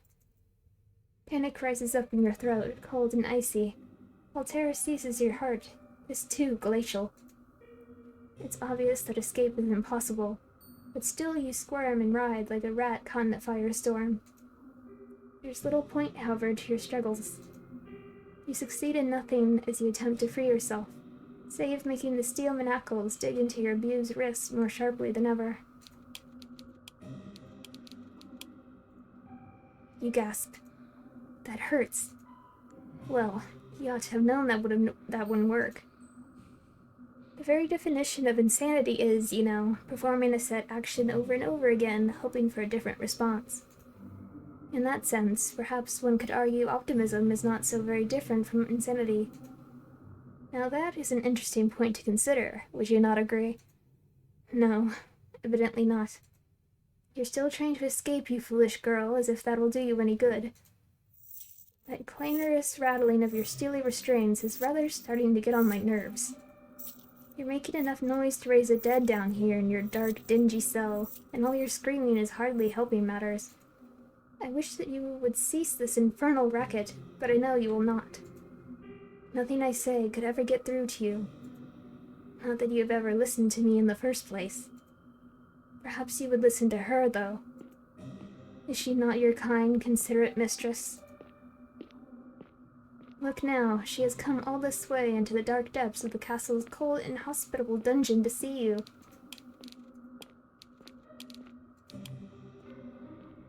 Is that not kind of her? Oh, dear one, The princess trills, entering the dungeon with a series of light, glittering steps. it would seem like you have finally awoken. How are you? Based on all that infernal racket you've been making, it would seem like you have no shortage of energy. Balefully, you turn your head so as to meet the eyes of the princess. She's standing but a few paces away, beneath the roughly hewn stone arch which bids one entry, but rarely ever an exit to the dungeons. The dungeons are dull and drab, but the princess is wearing her favorite red dress. It's so bright and brilliant that for a few moments it hurts you to look at her. Once the red of the princess's outfit made you think of romance. Now it makes you think of violence. You must forgive me for leaving you down here for so long. That was unfair of me. I did think of waiting here with you by your side until you awoke, but... Once again, the princess giggles. A light, airy giggle which does not at all suit the situation in which you found yourself. The dungeon is not a fit place, after all, for a princess. It's horribly cold here, and so very drab, and there's nowhere nice and soft to lay my head. I could have brought my pillows down from my bed, I suppose, and my blankets. But then they would have gotten dirty, and that would be a disaster. I need to be more careful. I won't have anybody left to clean up after my messes soon. Not when I've dispatched of you. Once again, the princess laughs. Her laughter is light and littling, like the chiming of a silvery bell, but it does little to alleviate your concern. If anything, it makes you feel even more alarmed. Did she say she meant to dispatch of you? Yes, that's right. Could you not tell? I thought you might have figured that out already after waking up in a dungeon, silly. Still smiling, the princess takes another step towards you. Would that you could, you would cringe away from her, but you cannot. You are completely powerless. The princess reaches out and places a hand upon your cheek.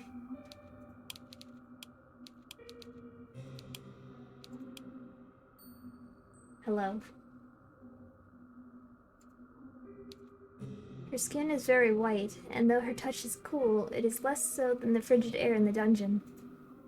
Though your body is aching, the princess's touch is gentle, and you find yourself leaning into it subconsciously. You wish she would keep holding you. You wish she would keep touching you. You luxuriate in her kindness as best you can. But though the princess's caresses are tender, your circumstances rather undermine them. How can you relax like this? Ah, you're such a good girl, the princess says in a cajoling sort of voice, as one might address a cat. You've been so lovely to me while we've been together. I really could have asked for a better servant. I feel as though I've been spoiled. Why then, you ask her, is she doing this? Improbable though it sounds, she must be the one who chained you up. There's nobody else in the castle who could have committed such a feat. Everyone else is dead. Why, yes, how very astute of you. I was the one who orchestrated all this naturally. Naturally, she says, as though her betrayal is a matter of course. Naturally. Why, you ask, is this so natural to her? What does she mean to do with you? Oh, only what I've done to all my other servants. I've experience of this sort of thing, so please don't worry. I'll take good care of you. And by take good care of, she means... Naturally, I'll kill you. There it is again, that word, which seems grossly inappropriate given all which has transpired. Naturally. There's nothing natural about this. Do you not think so? The princess examines you, her expression ponderous. It's natural to me, even if it isn't natural to other people. This just feels right. Imprisoning her servants in the dungeon and letting them die? Yes, exactly. There's a bit more to do it. There's a bit more to do it than that, though. Of course there is. I like you, dear one, the princess says in a voice which sounds uncommonly serious. You've been good to me, like I said, and kind. For that, I'll be eternally appreciative. You've been so good to me, in fact, that simply being with you is not enough. Not anymore. Your company can no longer content me. I'm a greedy, selfish girl, you see.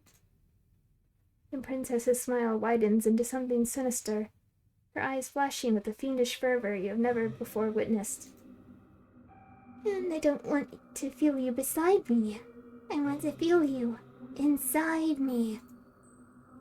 Well, of all the things your charming captive could have said, you did not expect that. The princess, perhaps noticing your confusion, begins to giggle, a giggle even lighter than Moraine, and just as airy.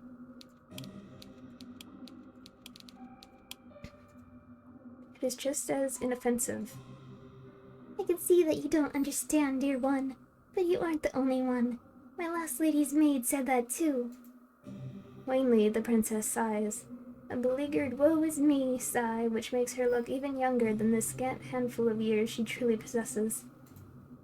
And the one before that, and the one before that, and the one before that. I thought that you, at least, might be able to appreciate my point of view, but perhaps not. I don't think it should be too complicated to grasp, really. And maybe my way of looking at the world is a little bit unique.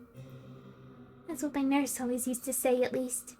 And she still had the breath to speak, of course. You look at the princess. Well, where else is there for you to look, really? Your eyes affixed to her face. She's still smiling, but there's something sinister about her smile. Perhaps, in your anxious state, you're only imagining that there's something sinister about her smile. It's easy to see things which do not really exist when your surroundings are festooned in shadows.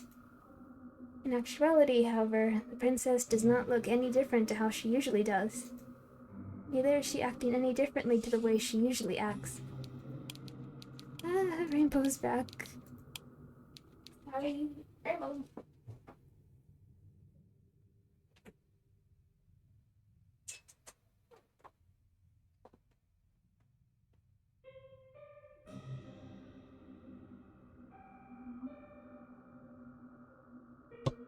Jeez, I'm sorry. I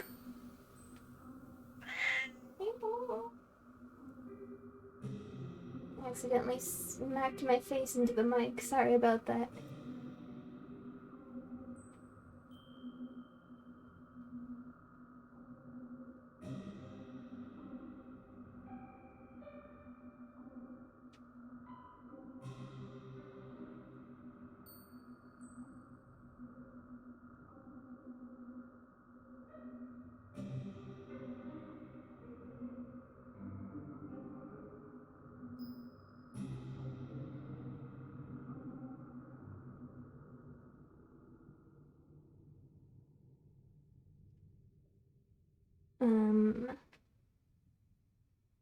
So I feel bad listening to her, like, scratching the door because she wants in. But she just, like, came in and then immediately went out. So, I don't want to keep getting up just to, let her in and out, in and out. Anyway, where am I? Neither is she acting any differently to the way she usually acts.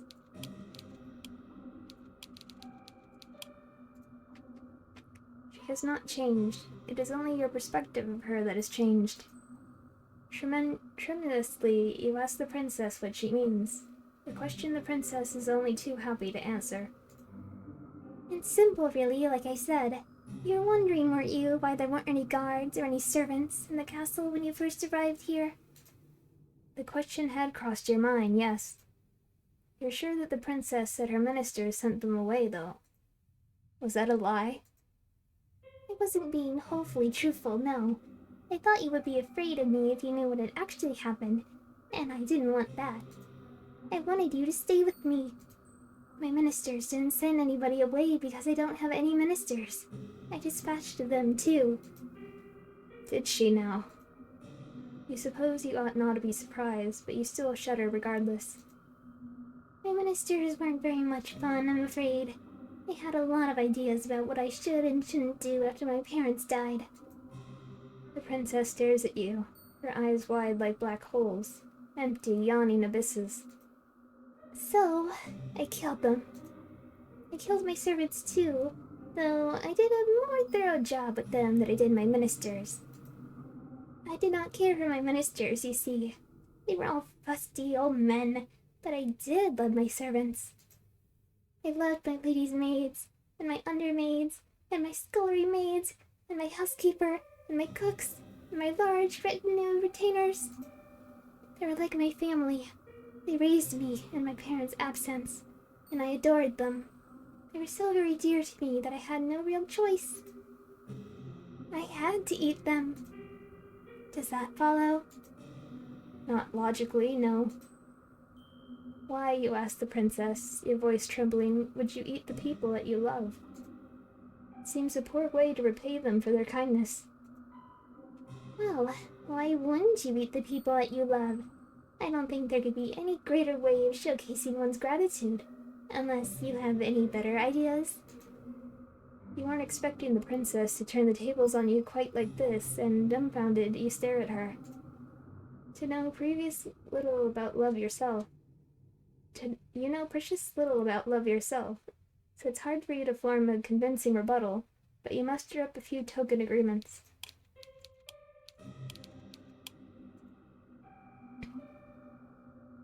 You tell the princess that eating people isn't very nice, and neither is it strictly legal.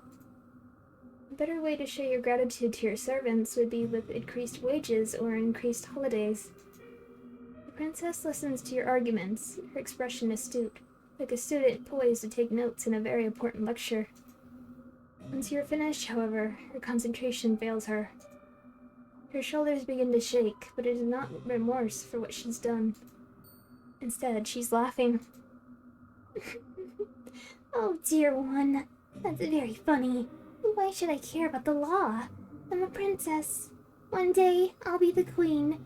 I am the law.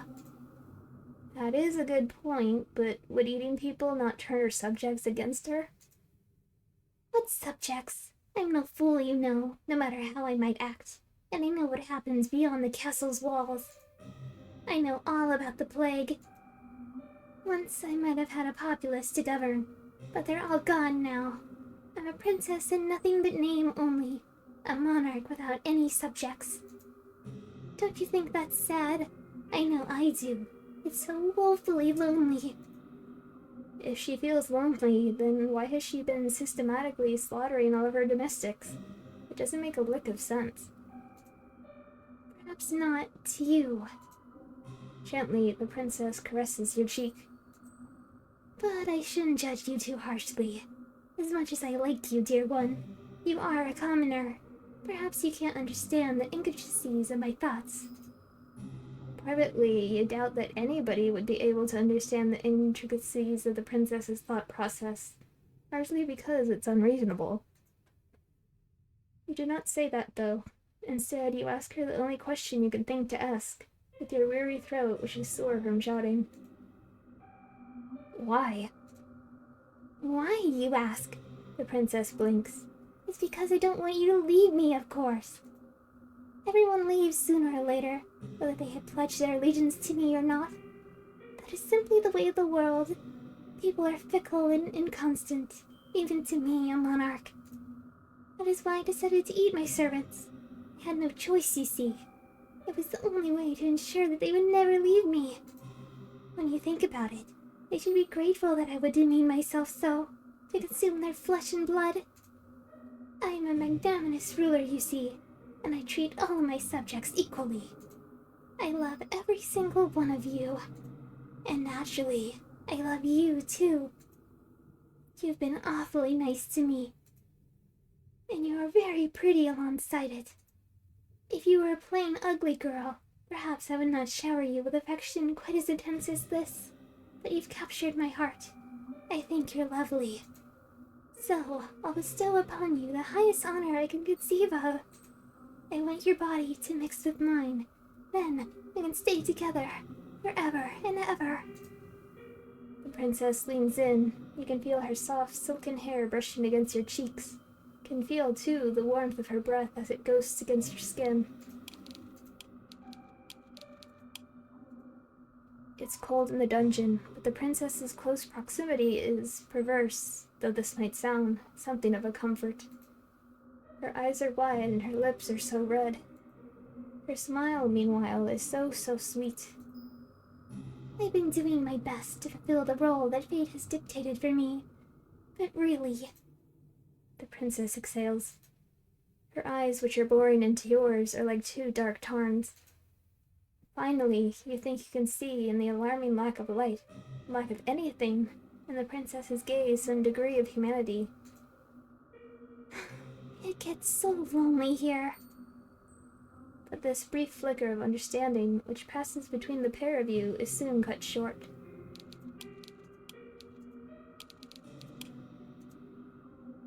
The princess dips her head.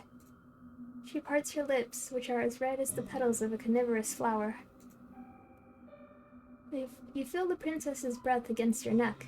It's warm in the icy chill of the dungeons, and you shudder from it. For a few moments, you think that this overture of the princesses could be romantic in a way, but this too comes to a swift, merciless close. The princess's mouth is on your neck. The princess's teeth, sharp as needles, are in your flesh. The princess is draining your blood. She is sipping on it in great, greedy goblets, like a hungry animal, one who can not truly comprehend the harm it is causing. Even as the princess sups from you, her arms twined around your waist, you find you cannot hate her. She is far too unworldly. You're sure, as your consciousness begins to fade, that the princess was being sincere when she spoke of her love for her past servants. This is simply the way the princess expresses this great love of hers, a love which is so very abundant it borders upon the monstrous. It is a love you never thought that you would ever experience. This love of the princesses eclipses anything you have ever known before. It eclipses sanity. It eclipses reason. It eclipses all notions you might once have had of right or wrong. The princess, as you know full well, does not care about such concepts. You have always possessed a stubborn core, nestled beneath your weak-willed exterior, but the princess is even stubborner than you are. In the face of her love, you have met your match. The princess draws back. Desperately you gasp for air, but she does not give you any quarter. As before, she dips her head, her red lips redder still, with your blood, and splits apart her jaw. Her teeth, which are impossibly, inhumanly sharp, glint wickedly like knives. Then she tears out your throat. The front of your nightgown was white once. Now it is red. There's so much blood, you can smell it when you inhale, sharper than metal. It is so potent, you can taste it on your tongue. You try to inhale, but this task proves to be beyond you. What with the twin perforations that have ruptured your skin. Your attempted breaths, when they escape your lips, sound like sad, sorry wheezes. Your whole body, meanwhile, feels as though it's on fire. You make for quite the sorry sight indeed. But you'll forgive me if my sympathy is limited. You did bring this upon yourself, you know. You reap what you sow, and in your case, you made a series of bad decisions which led to your untimely demise. Now, what do you want to do? Will you accept this fate of yours and rest in peace, or will you try to fight against it?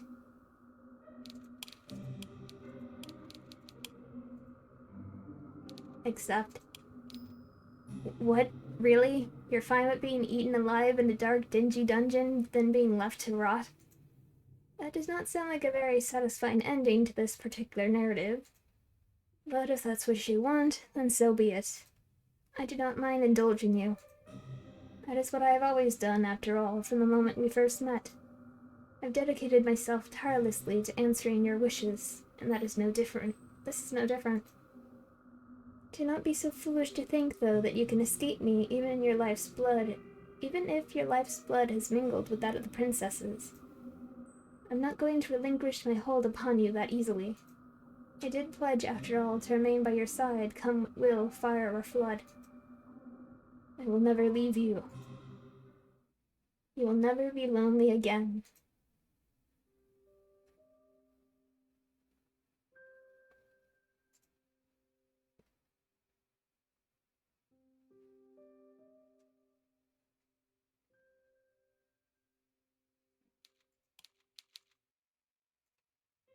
Right. That is a good answer.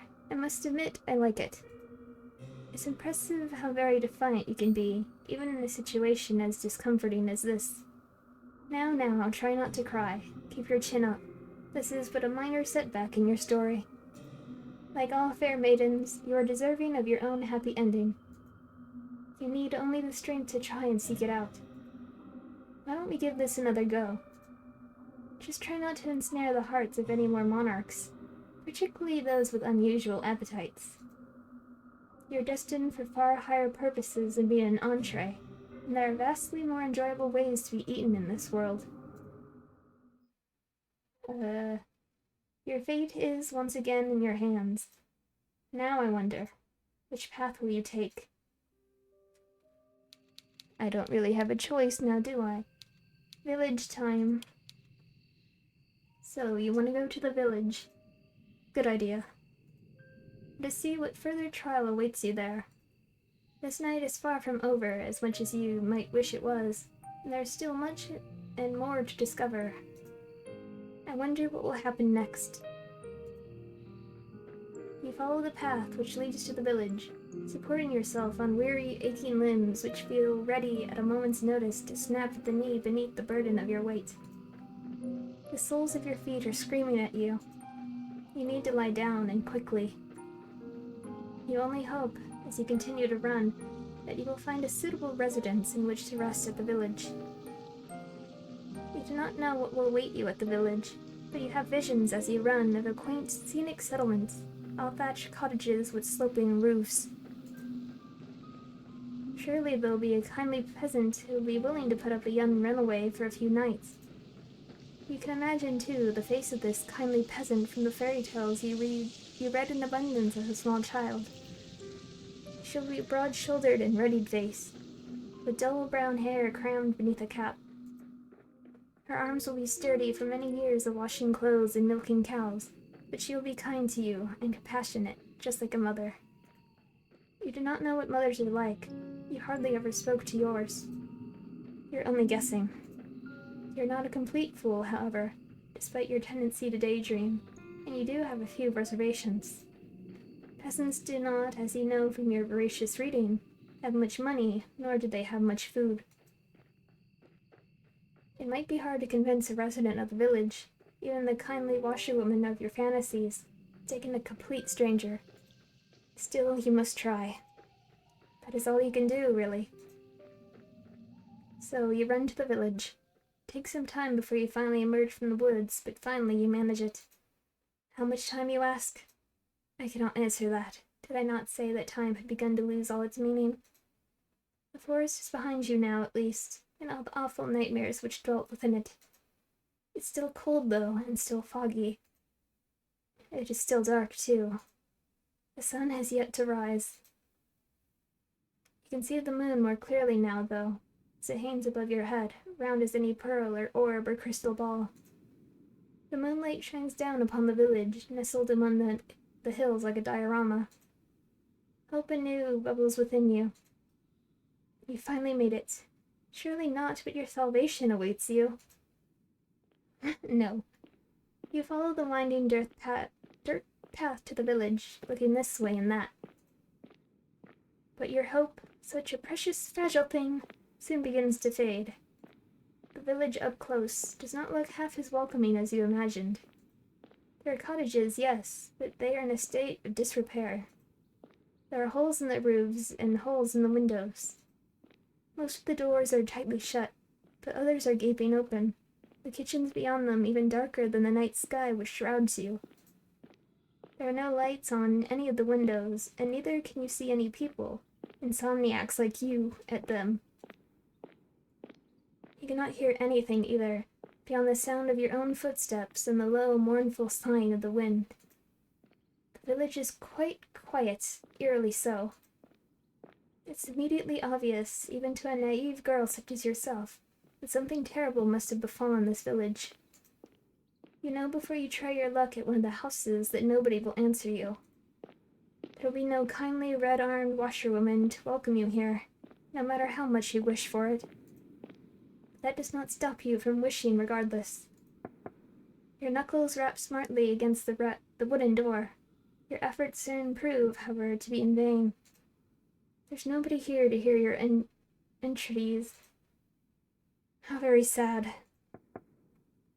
You try another door, then another, but the result is the same regardless of how many doors you rap upon. Nobody answers you. How could they? There's nobody there. Once again, you have found yourself all alone. At least you found some dwellings in which you can rest your weary head. Will you utilize one of these cottages for your purposes? Nobody's here, you might as well. But no, an abandoned cottage is not what you're looking for. You would far rather have companionship, would you not? Bravely you swallow your tears. You wipe your eyes with the back of your arm in a well-practiced motion, then inhale. You square your shoulders, and you keep on going. Surely the village cannot be completely deserted. There must be one person here, at the very least, who can help you. That's what you're thinking as you resume your search. You flit from cottage to cottage with precious little to show for your determination, until you make yet another discovery. This village, with its squat thatched cottages bathed in the moon's glow, has a church. Well, of course it has a church. The villagers who once dwelt here were not godless heathens, not that their fate did them all that much good in the end. Still, the sight of the church soothes your overtaxed heart. You're so focused on your fantasies of a kindly washerwoman taking you in, you do not pause to entertain the fancy of a kindly nun doing much the same. All hope is not lost. You approach the church, which seems to tower over you despite it being so humble. The church is a small one, but it is stout and sturdy. It must be, for it has withstood centuries, ever standing sentinel on this hill like a relic from a bygone era. The church does not have any stained glass windows, but it does not need them. Even without more luxurious trappings, the church still exudes an aura of dignified solemnity. The stone building is fringed by a sizable graveyard, one which occupies the rest of the hilltop, and some of its sloping sides. The graves which have been planted by generations of wardens are hewn from a similar stone to that which the church's walls are made of. Some of the gravestones are shaped like lozenges, while others are shaped like crosses. A handful of headstones are even shaped like angels, though these are few and far between. There are very few people in a village such as this one who can afford such luxurious final resting places. You look at the tombstones with an almost childlike curiosity, forgetting in your examination of the visceral, heart-rending fear which gripped you as you ran through the forest. You're out of the woods now, and you have subconsciously already begun to relax. You try to read the names hewn into the myriad tombstones, but it is dark and you're tired, and some of the graves are very, very old indeed. You strain your eyes, but you do not have much luck in this endeavor. Oh well. Such superfluous details are not important. You eventually tire of examining the graves and turn. This graveyard is an expansive one, unusually so, given the village itself is so small. How could it boast so many corpses? And there is much to explore. You walk about the perimeter of the church, casting your gaze first here, then there, then everywhere, consumed as you are by your immense, all-encompassing curiosity. And as you do, you see her. She looks like an ordinary girl, small and scrawny, just like yourself, but she's much, much more than her unremarkable appearance might suggest. For some moments you observe her, hiding, all the while in the shadow cast by the church, like a furtive lizard clinging against a rocky edifice to shroud itself in the sun. There's no sunlight here, though. There's only the night sky and the stars and the moon. Beneath the moon's light, a silvery implement the girl is clutching shimmers. It takes you a few moments to see what it is that the girl is clutching in her hands.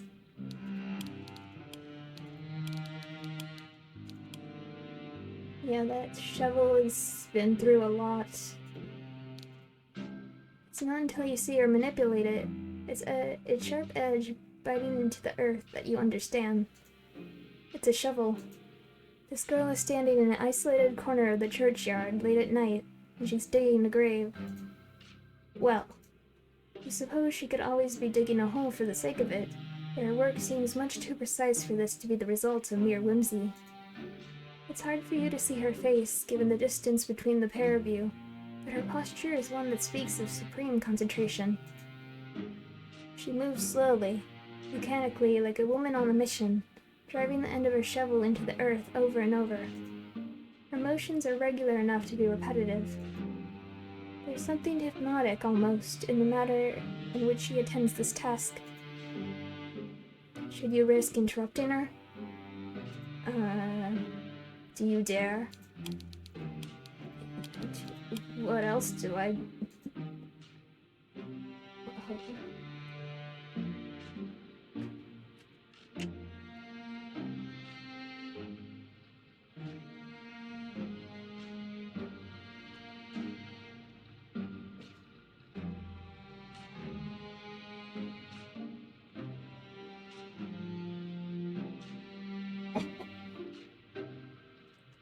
You get the feeling that she would not appreciate it. The shovel in her hands, meanwhile, is rather hefty. If she wished it, she could cause you no small amount of damage with it. Cold anxiety makes your skin prickle. Should probably keep this water open. But knowing me, how clumsy I am, I'm gonna spill it all over myself.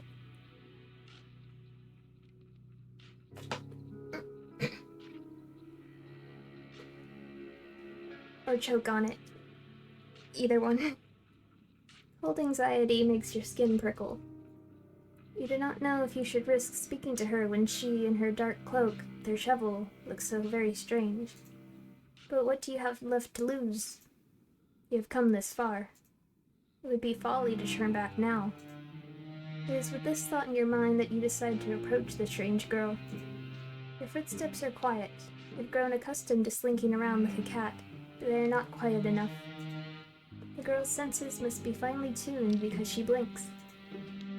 Then she turns. Your eyes meet, and once they do, you feel your breath catch in your throat. You did not have a clear view of the girl before, concealed as you were in the shadows, but now she's looking at you. You can tell that she's pretty. Her skin is very smooth, and her hair, though obscured by a dark hood, is very fair. Her eyes, meanwhile, are clear, cold blue like ice. Those eyes of hers, which are large with unease, are fringed with very long, fair eyelashes. She looks as though she has stepped out of the pages of a picture book.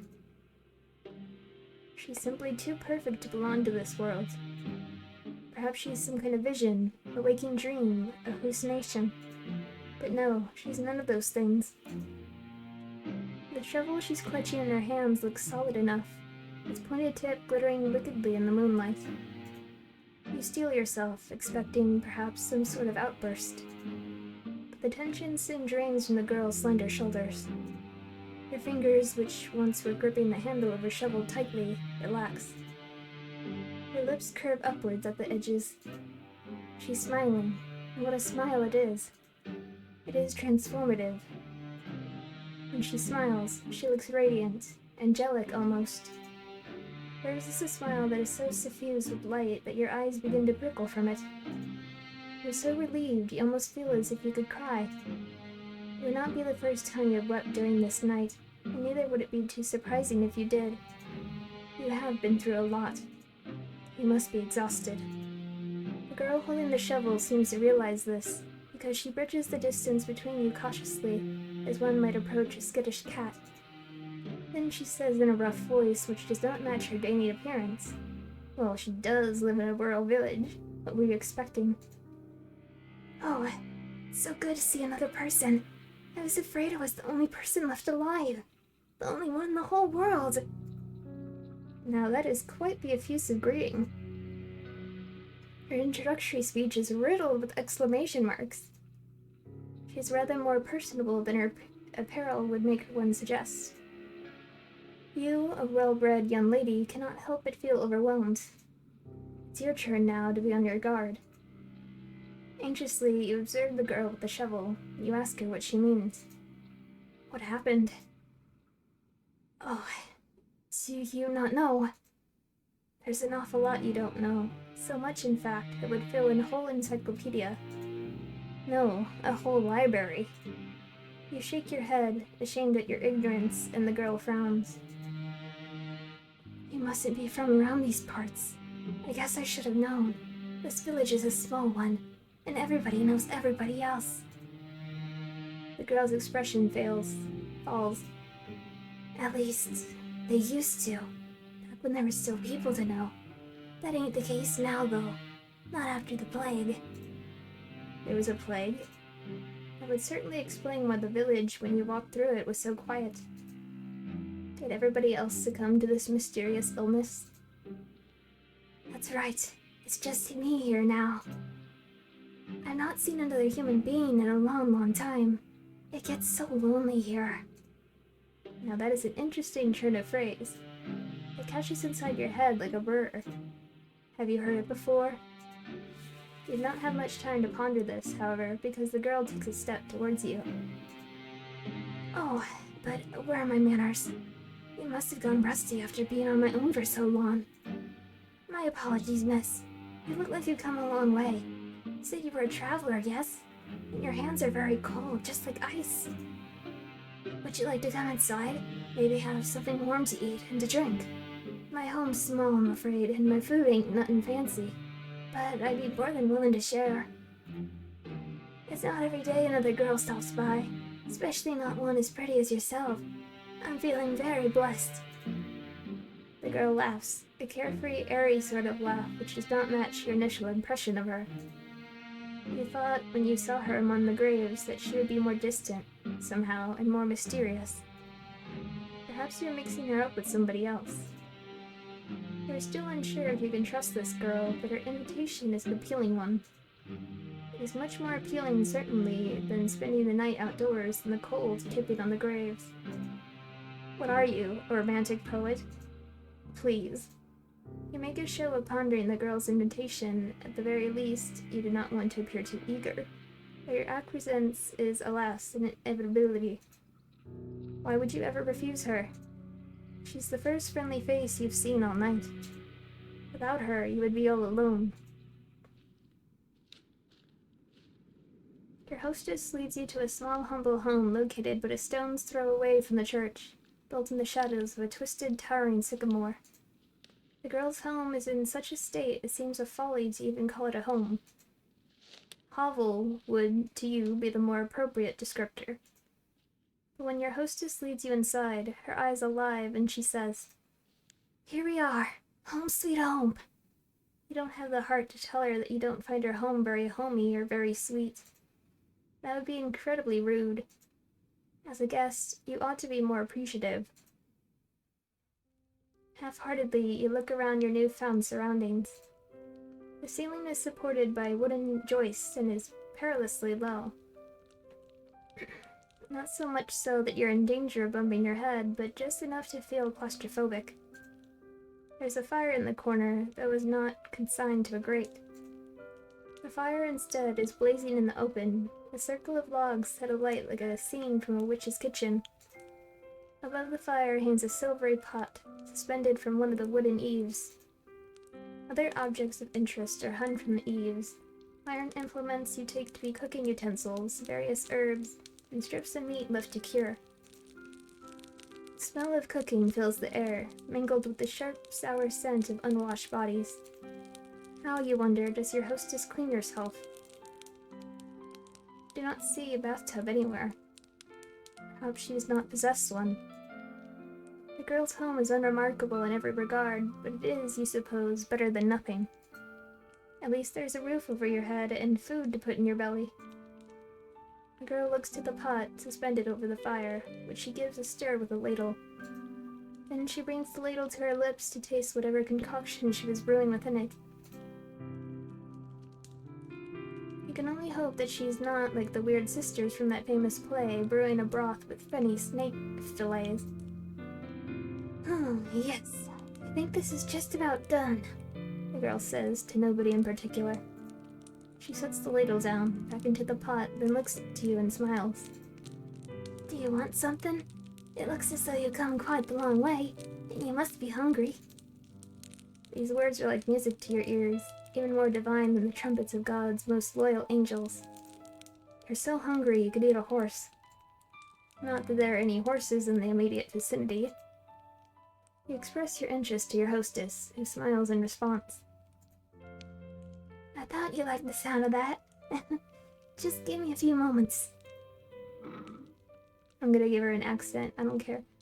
Your hostess retrieves 2 earthenware bowls from a cupboard with rickety hinges, into which she pours 2 hefty helpings of whatever it is she's cooking. This she serves with bread, which is so hefty it could be used as a murder weapon. Death by bread. It's not much, I'm afraid. It's only soup and bread. It should take the edge off your appetite, though. You thank your hostess for her hospitality, your stomach rumbling all the while. The soup does not look like anything you would typically consume, but the soup's poor presentation does not dissuade you.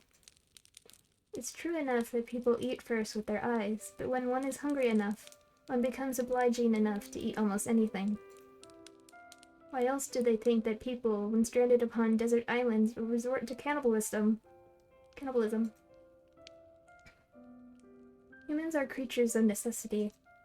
You like to wrap yourselves up in pretensions, but in actuality, you are not much better than animals. You're so hungry, your stomach is achingly empty, that you certainly descend upon your food like an animal. Your teeth glint, your incisors gleam, and soon you have consumed all that your hostess has offered you. Your hostess watches while you eat, and she giggles once you have finished. Did you enjoy that? Oh. You catch your hostess's gaze, suddenly abashed. You're so hungry you fail to account for her judgment. Now you have some food in your belly, though, and you have been suitably warmed. Your old self-consciousness is returning. Did you not make a fool out of yourself? You demur shyly, looking at your lap, fearful all the while of what your hostess might think of you. You do not want her to take against you. Fortunately for you, however, and for your fragile ego, your hostess is not the judgmental sort. She's not like the girls you grew up with. She's not like other girls. Well, I'm glad you enjoyed it. It's nice to see my food being appreciated so heartily. I know I'm not the best, but I've been practicing for a long while. I used to cook for my father all the time, you see. This remark catches your attention. Quizzically, you look at your hostess, your bashment over your animalistic eating habits suspended. What happened to her father? It seems a grim thing to contemplate after having eaten, but... Didn't your hostess mention something about a plague? Yes, your hostess says, her voice soft now and serious. That's right, there was a plague. And what of the villagers? What of her father? They're all gone now. Gone? Yes, you see. Your hostess rearranges herself upon her chair, one slender leg folded over the other. Then she begins her tale in earnest. My family has a history. We lived here for centuries, by the church, so as we can tend to the graveyard. Ah, so this abode is centuries old then. It would certainly explain the dirt. My father used to prepare bodies for burial back when he was alive. He built the coffins, and he dug the graves, and he lowered the coffins into the dirt. I know it might sound like an awful job, but somebody's got to do it. No sense averting our eyes from death, not when it happens to the best of us. It's a noble profession, one that's been handed down in our family for generations. My father's father was a grave digger, so was my father's father's father, and my father's father's father's father. Digging graves is in our blood. It's who we are. My.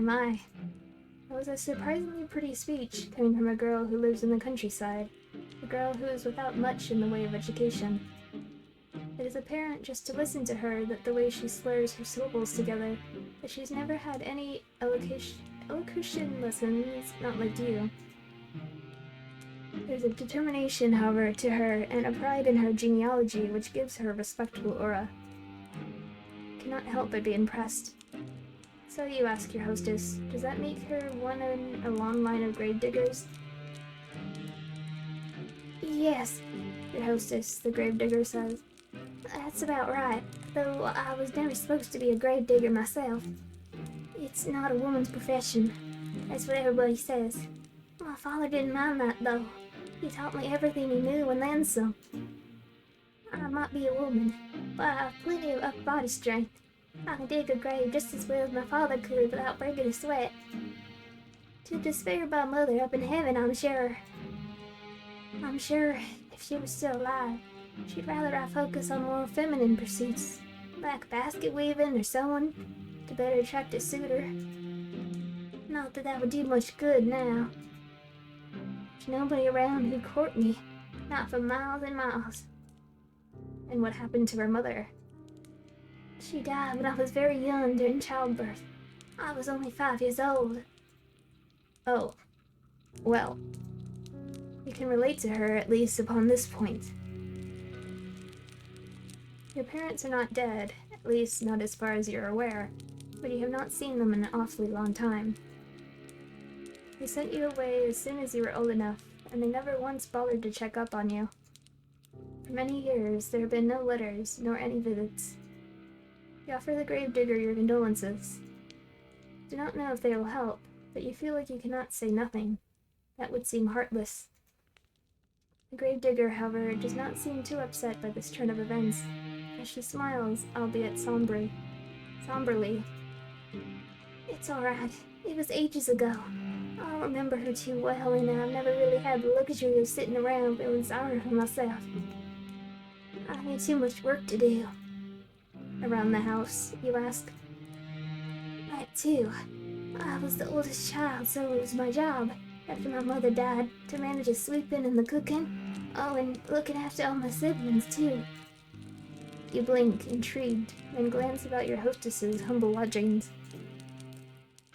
You do not see any siblings in the immediate vicinity. Where could they be? The gravedigger must have noticed your roving eyes. You're not being exactly subtle, because she shakes her head. I had siblings. 2 younger brothers. They're both gone now. Oh, you should have known. You apologize to the gravedigger for your lack of tact, but she does not seem upset by this faux pas. Don't apologize. It's not your fault. My brothers weren't long with this world anyway. The youngest, he died when he was still a babe, and the oldest, he died before he reached double digits. I was upset about it at the time, of course, but I've come to terms with it. Life's a fleeting thing in this wicked old world. That's something you learn in this trade. Digging graves, I mean. I've dug graves for the elderly and the infirm, but I've also dug graves for young babes still in their swaddling clothes. That's the nature of death. It comes for all of us at the end, no matter how old we are, no matter how much money we have, no matter how good or bad we've been. It's the great equalizer. Or so I've heard. A chill creeps down your spine as you listen to your hostess's speech.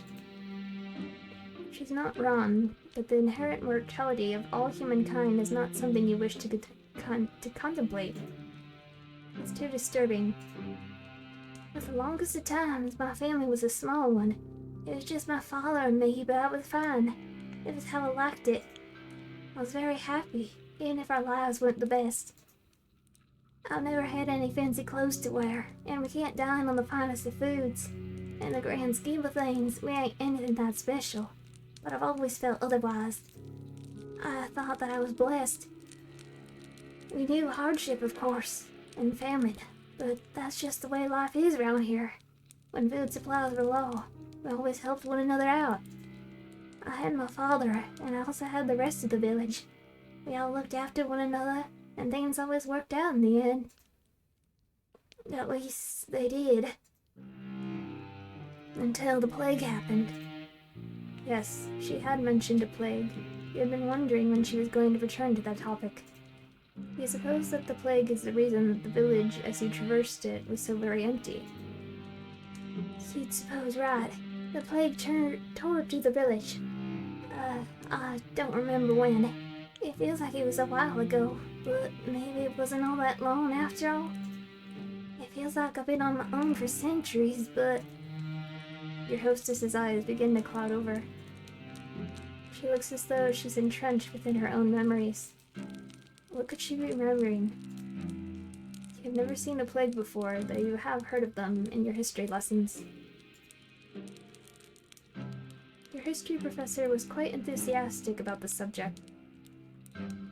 The professor really likes death, huh? She talked about piles of dead bodies stacked up on the streets and stacked up in the wooden carts come to take them away with no shortage of aplomb. She was a strange woman, your history professor. The plague came on very suddenly. There was no warning. One day everyone was fine, and the next, they were all dead. It is with no small amount of anxiety that you eyed the gravedigger. Then you ask worriedly, surely they could not all have died. Is that not an exaggeration? Oh, if only. I wish I was exaggerating, but it's the truth, honest to God. The people in the village died one after the other, just like that. I saw what the plague does to people firsthand. My father was one of the first people who caught it. I think one of the bodies which came through that we buried must have had it. Not that I know for certain. I'm just guessing, still. My father didn't have an easy time of it. His skin turned all gray and clammy, and he complained of a horrible fever. There were night sweats and stomach cramps. And then, there were the boils. The boils? Pustules. They were the size of eggs and they were full of pus. When they burst, it stunk. The whole house was full of it. The stink of death. The wise woman of the village came to see if she could be of any use, but it was no good. My father was too far gone already. She took one look at him, lying on his deathbed, and she shook her head. She said she didn't want to get any closer. I can't say I blame her. It was a ghastly sight. I didn't appreciate it at the time, though. It felt like she was turning her back on us. I wished her ill, I remember that, after she left. Until a few days passed, and she fell sick too. Then I felt bad for cursing her. I couldn't help but worry if it was all my fault. It's silly, I know, but... The gravedigger closes her eyes. She seems to squeeze her lids together until her lashes melt like flecks of fallen snow. Her shoulders, which are very slender, are shaking. She looks as though she might, at any moment, fall apart. It wasn't long after that the rest of the village fell ill. They all had the same symptoms as my father. The clammy skin and the fever and the boils. The boils grew, then they burst, and then they died in screaming, stinking agony. My father died too, only 3 days after he fell ill. But I think even that was 3 days too many. I didn't want my father to die, of course. I did everything I could to help him, but it was all pointless. None of my herbal salves have any impact. I couldn't make a blind bit of difference. All I did was stand about his bedside telling him it'd be alright, till his eyes sank into his skull like two black stones and his mouth dried out.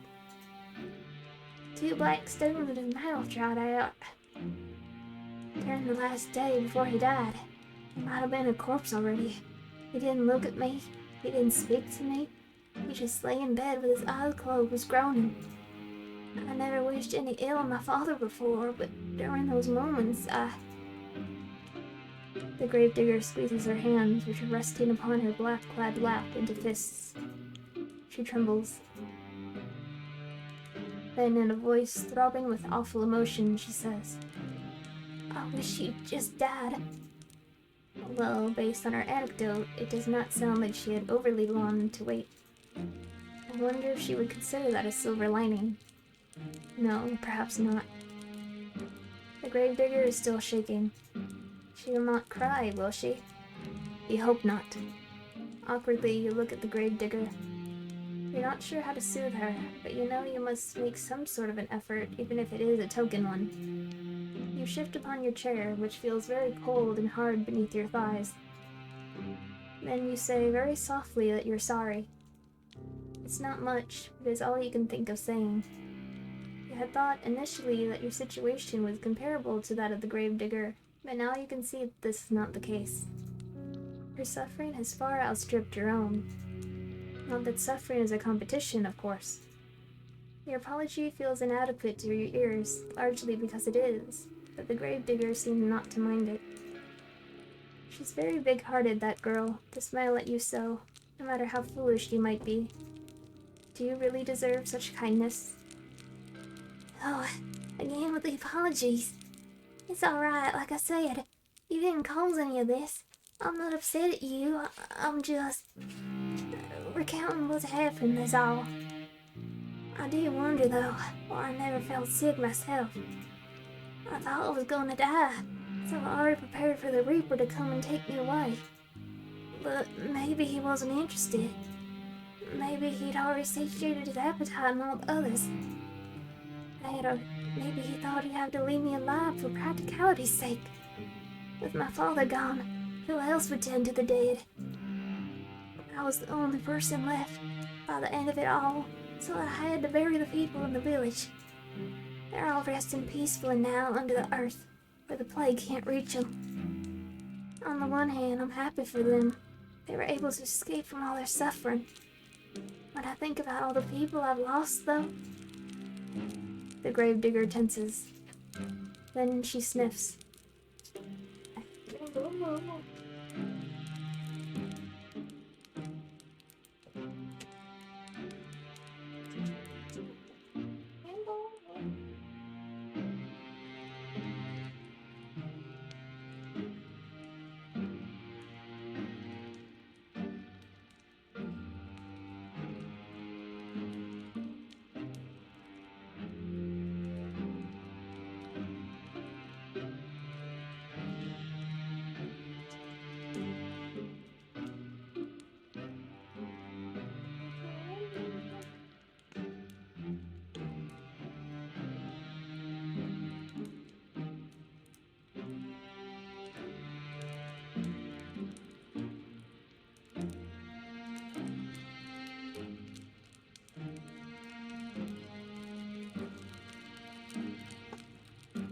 Just saying hi.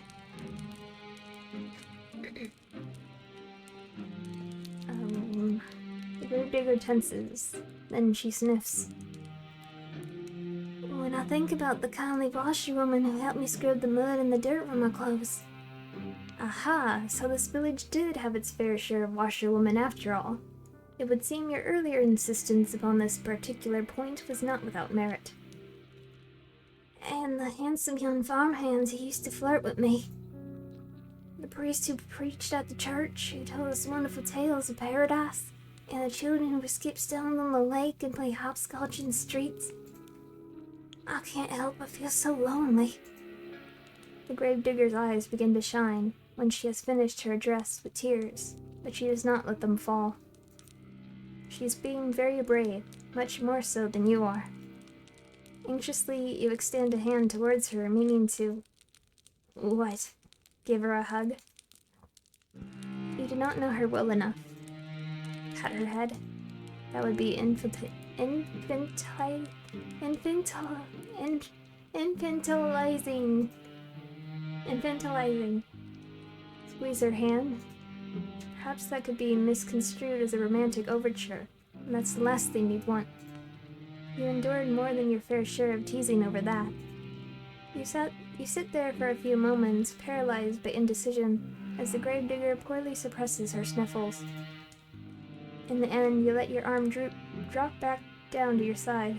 Your hand rests upon your lap, as useful as damp kindling. Do not know what to do with it. You do know that you ought to say something, though, to show that you heard her plight and that you care. You do not know what this something should be, however. No words could ever console the gravedigger. They would never be enough. You can offer some balm, however, to the bereaved, and so, after a pause just long enough to be awkward, you offer your condolences. What else could you say?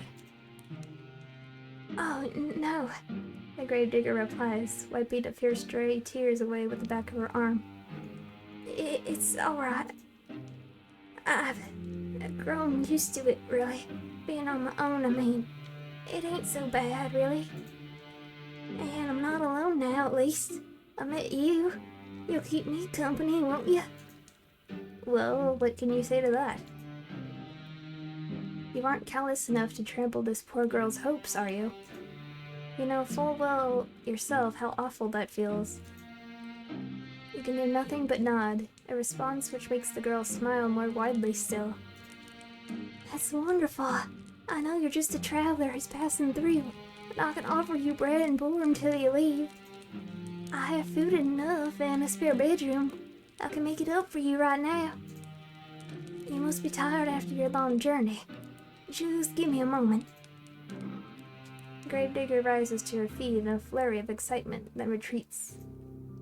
You watch as she departs, a little too eager to please, and frown.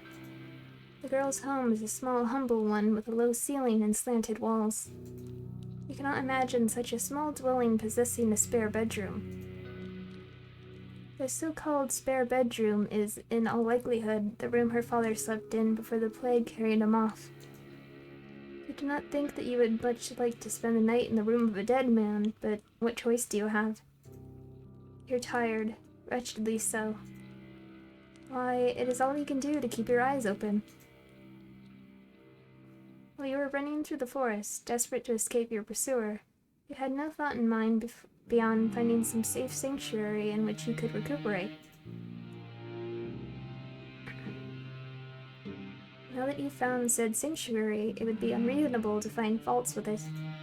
You ought to learn to be more thankful for what you have. There are many, many people in the world with less. You rise and follow the gravedigger, when she has finished her preparations to her so-called spare bedroom, which is every bit as cramped as you feared it would be. At least there's a bed, which comes as something of a relief.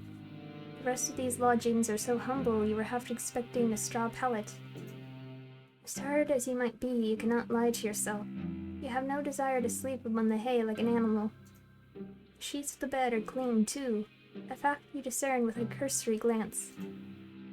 So you will not be expected to sleep upon the sweat-soaked linen of a plague-ridden man after all. This really is your lucky day. I got you this, too, the gravedigger says, somewhat shyly, as she hands you a folded gown. To sleep in. I thought it might come in handy. Your clothes are, a little shabby. She can say that again.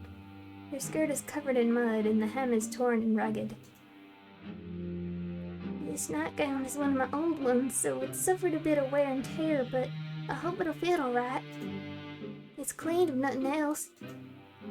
You accept the nightgown from your benefactress with words of thanks. You want to sound appropriately appreciative, but you cannot mask your fatigue. Weariness overcomes you, and you yawn, a fact the gravedigger does not fail to notice. Oh, begging your pardon, I don't want to keep you. I'll be making myself scarce. If you need anything, though, don't hesitate to ask. I'd be happy to help. The gravedigger bows her head to you like a drudge, then hurries off, closing the door behind her with a thud. Tired though you are, you soon find that you rather miss your hostess's company. In the face of her good-natured smiles, you could almost forget all the hardships you have hitherto endured. In her absence, however, your lodgings feel almost unbearably cold and inhospitable. You suppress a shudder, then unclothe yourself. You work as quickly as you're able, but your fingers are cold, and they fumble with the buttons of your blouse. It takes you more time than you would like to complete this endeavor, but you soon have your shirt and your skirt dispensed with. You're too tired to fold them neatly, so you don't bother to fold them at all. Instead, you cast them carelessly upon the floor, as defiant as a sulky child, then pull on your new nightgown. Your hostess's earlier warnings were apt enough. It is quite worn, but it fits well enough. It is more comfortable, at least, than your old uniform. You have endured worse. Newly dressed and ready for bed, you loosen your hair from your braids and settle down among the sheets. It is with a sigh you extinguish the weakly flickering candlelight which burns on your bedside, and with another sigh that you lay your head down upon the pillow. Though physically exhausted, you have to wonder whether you will be able to sleep at all. You can recall your previous dash through the forest in such vivid detail your heart is still pounding. That fear has yet to leave you. Perhaps it will never leave you. Your terror was such, it almost feels as though it has suffused itself into your bones, into your very being. But your exhaustion is greater than your worldly anxieties, and soon it claims you. Your eyelids fall shut, and your breathing inevitably begins to even out. It's not long until you're spiraling through a dark, deep abyss, lost in Morpheus's kingdom. But your sleep, despite your wearied state, is not as restorative as you'd hoped. Your imagination has always been overactive, even at the conservatory. You are frequently beset by dreams of the most vivid nature. The dreams that you have this night, lying beneath unfamiliar sheets upon an unfamiliar bed, are no less intense than usual. In your dreams, you're back at the conservatory, the place where this adventure of yours began. You're wearing the crisp white blouse you once discarded, and your gray, unremarkable skirt.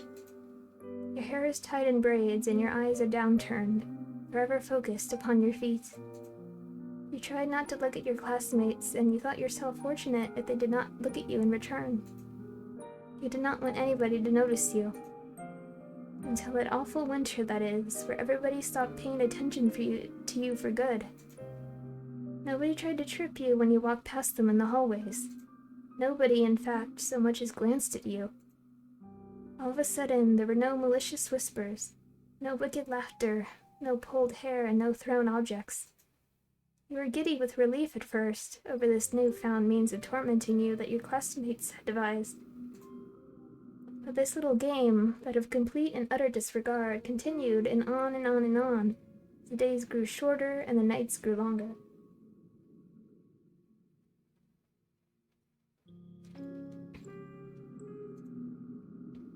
As the time passed, you began to fret as to the state of your own corporeality. Could anybody still see you? Did you even exist at all? Then, at long last, you found it, quite by accident, the source of all your woes. One of the girls had erected it in the forest, through which you were sometimes bidden to jog for PE class, beneath the shade cast by an old oak tree.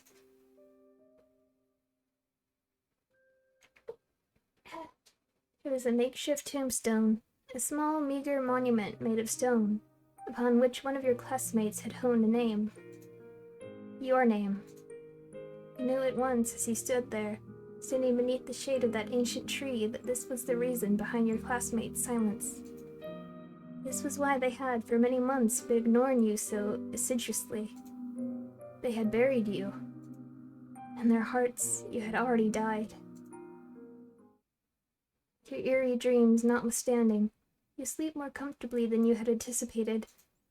When you awake the following morning to the sweet chirping of birdsong, you feel well rested, albeit woozy.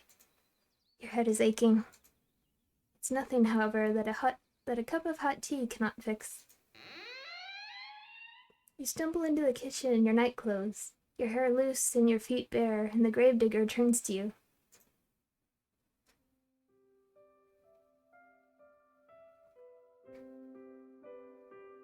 She looks to your face, which is pasty, and your under eyes, which are dark, and exclaims in a manner of one accustomed to solving problems, and complaining about them.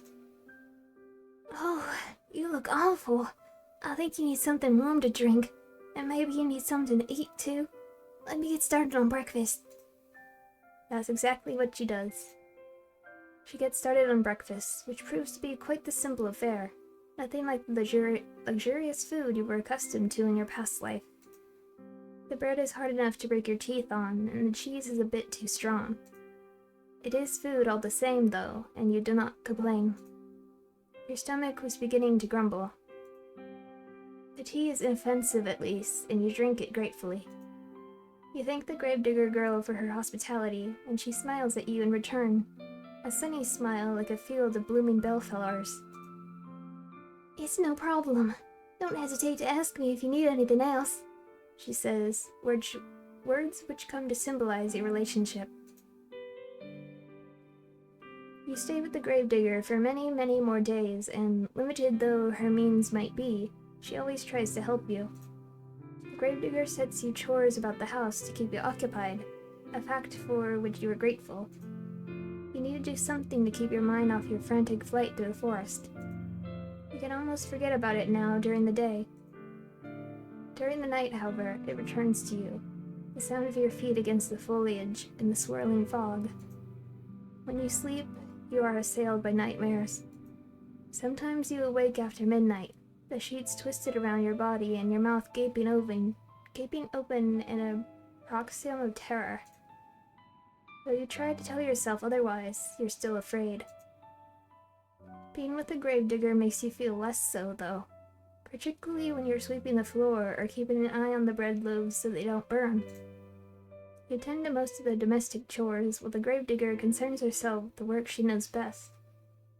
That is, digging graves.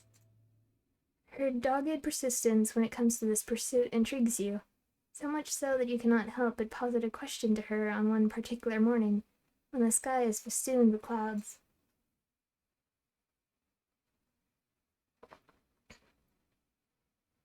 Why, you ask her, perhaps a touch insensitively, do you continue to dig graves? There's nobody left, after all, to dig them for. You've always been practical, and you cannot see the point in it. What's the point in it? The gravedigger ponders while holding her precious shovel to her chest. Fortunately, she does not seem upset by your question, despite its bluntness. You should count yourself lucky her temperament is so very placid. Placid. I don't suppose there's any point to it, really, the gravedigger eventually says with a small smile. I know it doesn't have any practical purpose, but... well... digging graves is what my father did. He showed me how to do it so I could continue his legacy. My father wanted to keep our family tradition going. And I suppose I want to do the same. That's all there is to it, really. That's all, is it? You think you can understand that? Though your companion's actions might appear to be illogical, there's a kernel of reason nestles amongst them. She does not dig graves out of any sense of purpose. She does it instead out of sentiment. Besides, I have to do something to keep myself busy, don't I? If I spent my days idling on my own, I think I'd go mad. The gravedigger laughs at this, as though the prospect of her own madness is amusing. Her laugh, despite her slender stature, is not particularly delicate. It reminds you, perhaps unkindly, of the brain of a horse. Oh, how dare you! You are ashamed of thinking such a thing, though, and your face flushes with the guilt of it. We cannot all be well-bred young ladies, you know. Still, the laughter of the gravedigger, as it echoes through the gray, gloomy sky, is strangely desperate. It sounds forced. Her smile, too, is a touch unnatural, the rictus grin of a corpse. You find, despite your attempts to return her laughter with a polite giggle, that you cannot. You cannot help but pity her. You retreat indoors briefly after your talk with the gravedigger, and set about some simple chores. The gravedigger trusts you well enough to manage sweeping the floor, a task which does not take particularly long, and the preparing of meals, a task which takes slightly longer. It's not until much later, however, once the sun has already sunk beneath the horizon and the moon is high in the sky, that the gravedigger returns from the outdoors. She's windswept after many hours spent exposed to the elements. There's dirt caked beneath her fingernails. The gravedigger removes her cloak, which she hangs by the door, then looks to the pot suspended over the fire, a fire which you stoked with your own fair hands. The scent of cooking food, that of garlic and onions, fills the air, suffusing the interior of the kitchen in a homey aroma which makes your stomach rumble. Taking stock of this, the gravedigger smiles at you, a toothy smile which, despite her status as a lowly peasant, is surprisingly clean and bright and white. Thank you so much, dear one. There's nothing like returning home after a hard day's work to find dinner already prepared. Now, let me give a test. Gravedigger digs a spoon into the soup and brings it to her lips. She blows upon it. Then she places the spoon into her mouth, the wooden utensil clacking against her teeth. You observed this with a touch of anxiety. Will she like the food which you have prepared for her? You've cooked for her before in the past, and she was always very complimentary of your efforts. Cooking is not your forte, however. You never had to concern yourself with it, really, growing up in relative comfort as you did. You think that you enjoy this rural, rustic mode of existence more than you did any of the privileges of your past life. At least now, with the Gravedigger, you have a steadfast friend, a staunch ally. When you're with her, you're not alone, and that is worth its weight in gold. Mmm, the Gravedigger exclaims after drawing the soup from her lips, her smile a big, guileless one. It's delicious! Your face flushes at this compliment. You're unaccustomed to receiving them, and it makes you feel good. Shyly, you ask the Gravedigger if she truly means that, a query which makes the Gravedigger smile. Of course I mean it. You become quite good at cooking, really. That's a relief. You're not very good at all of this cooking malarkey in the beginning. You did not know how to handle a knife, nor how to peel a vegetable, and you cut yourself more than once. You bled into the soup on several occasions, but never once did you throw the sullied soup out. Huh? The Gravedigger lives a humble existence, and she cannot afford to waste her precious ingredient. Oh no. Your soups during your stay have all been seasoned with the slightest hint of iron. Today's soup, however, is a marked step above all the rest. You did not cut yourself with a knife even once. Maybe your companion's compliments are not empty fluff. Maybe you really are improving. This soup should be ready to serve. I have some bread too, so we can eat it with. But, I should brew some tea too. Let me. Ah, yes, the tea. You knew that you were forgetting something.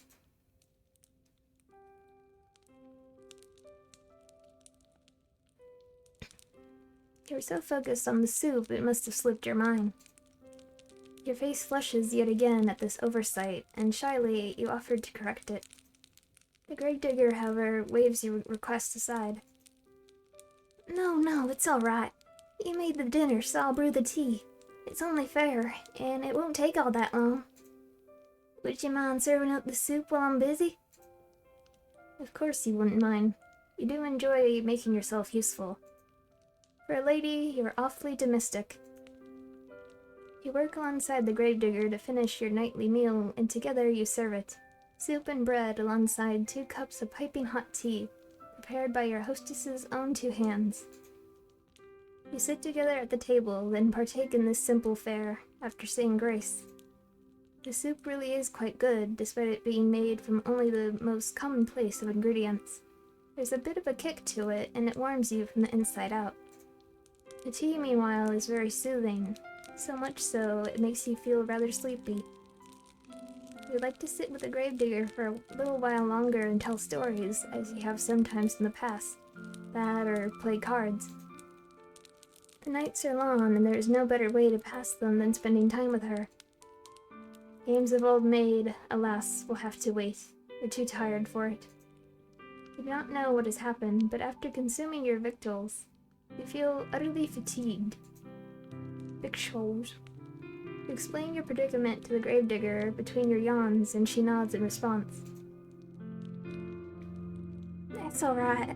You don't need to stay up with me. If you ain't up to it. You should head off to bed and rest that pretty head of yours. You do not think that you're particularly pretty. You presume that the Gravedigger is just regurgitating a phrase to you. She does not truly mean it. How could she? She's far prettier than you are. You thank the Gravedigger for her understanding, then rise from the table. You retreat to the spare bedroom on trembling legs, and change out of your clothes.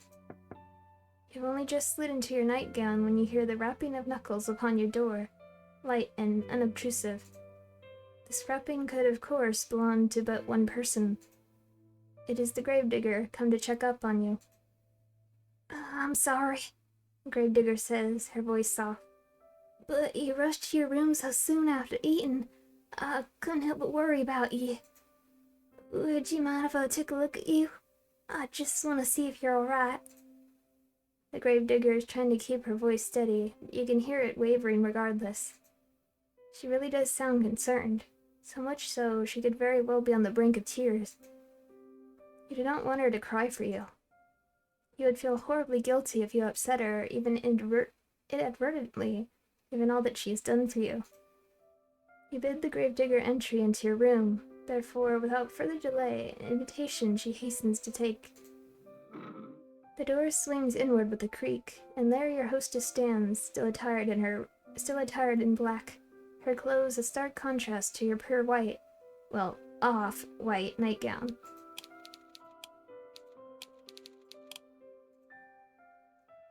The gravedigger looks at you, seated in bed with your hair freed from your usual braids, and exhales. Is that relief, you wonder, playing about her face? But why? What was she expecting to see exactly before entering your bedchamber? Thank you for letting me in, the gravedigger says, toying with her fingers. How do you feel? Not too terrible, you reassure. There are no particular problems with your health. You just feel tired. Are you sure you're not sick? Your face does look a bit pale. That'd be nothing out of the norm. You are always pale. True. Now, is there anything I can do for you? Would you like something warm to drink, or maybe a hot brick to place in your bed? It should keep you warm.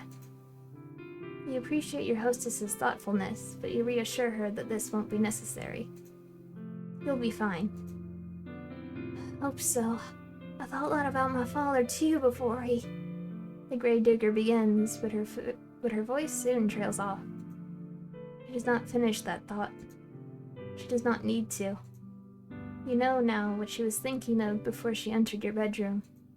Cold, clammy skin. A sweating brow. Rank, oozing pustules. You think upon these symptoms, which are eerily similar to those recounted during the Great Plague which once beset your own country, and you shudder. If you don't want anything, then I'll be on my way, the gravedigger says. But before that... Before that? This was just a fancy on my part, but I was wondering... Would you mind if I brushed your hair for a little while?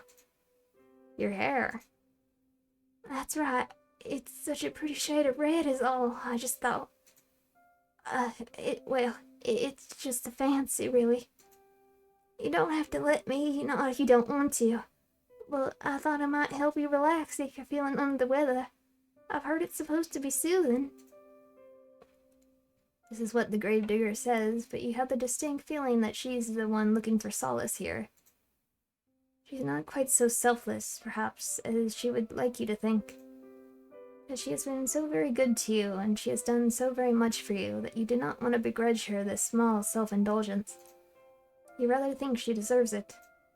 You agree, therefore, to her request, and upon doing so, you are certain that you have made the right choice. Your hostess's face lights up immediately, in a manner which makes you blush. Oh, thank you. It'd be my honor. Now, let me fetch my brush. The gravedigger retreats from your room in a hurry, returns soon thereafter, holding in her right hand the promised brush.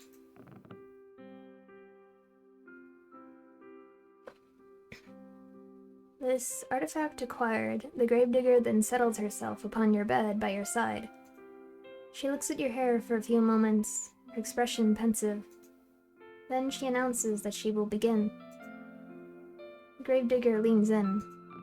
The wooden frame of the bed creaks under her weight, a creak which melds with the sighing of the breeze outdoors. You can feel the bristles of the brush running through your hair. It's soothing enough, so much so it makes you shiver.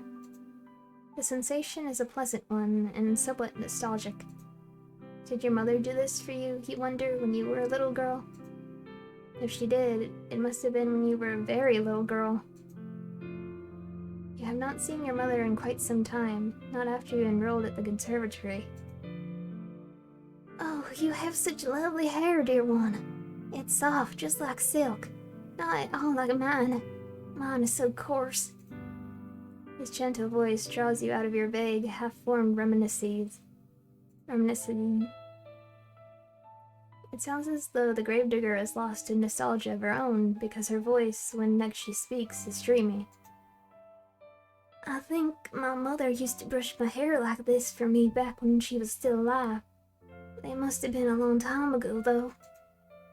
It's funny, you think, as the bristles of the brush continue to slide through your tresses, that you and the gravedigger should both be reminiscing, in tandem, about your respective mothers. Perhaps there's something maternal in the act of brushing one's hair which is wont to summoning forth such images. I would not know, personally. I can't remember my own mother at all.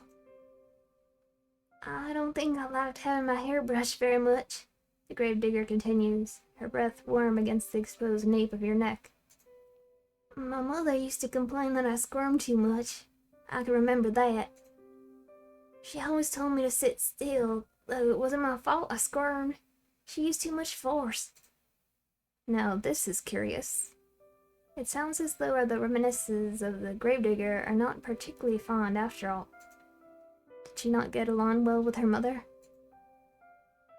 I can't rightly say, the gravedigger replies in a somber sort of voice. I was young, like I said, when she died. I really don't remember her too well. But I don't think she ever had much time for me. She was too busy with all the cooking and the cleaning. Oh, and looking after my baby brothers. But she had time enough, despite that, to brush your hair. She did what she felt she had to make me look presentable. Not that it really worked. I wasn't like the other girls in the village, you see, who like to sit indoors with their mothers and sew. I always loved the outdoors.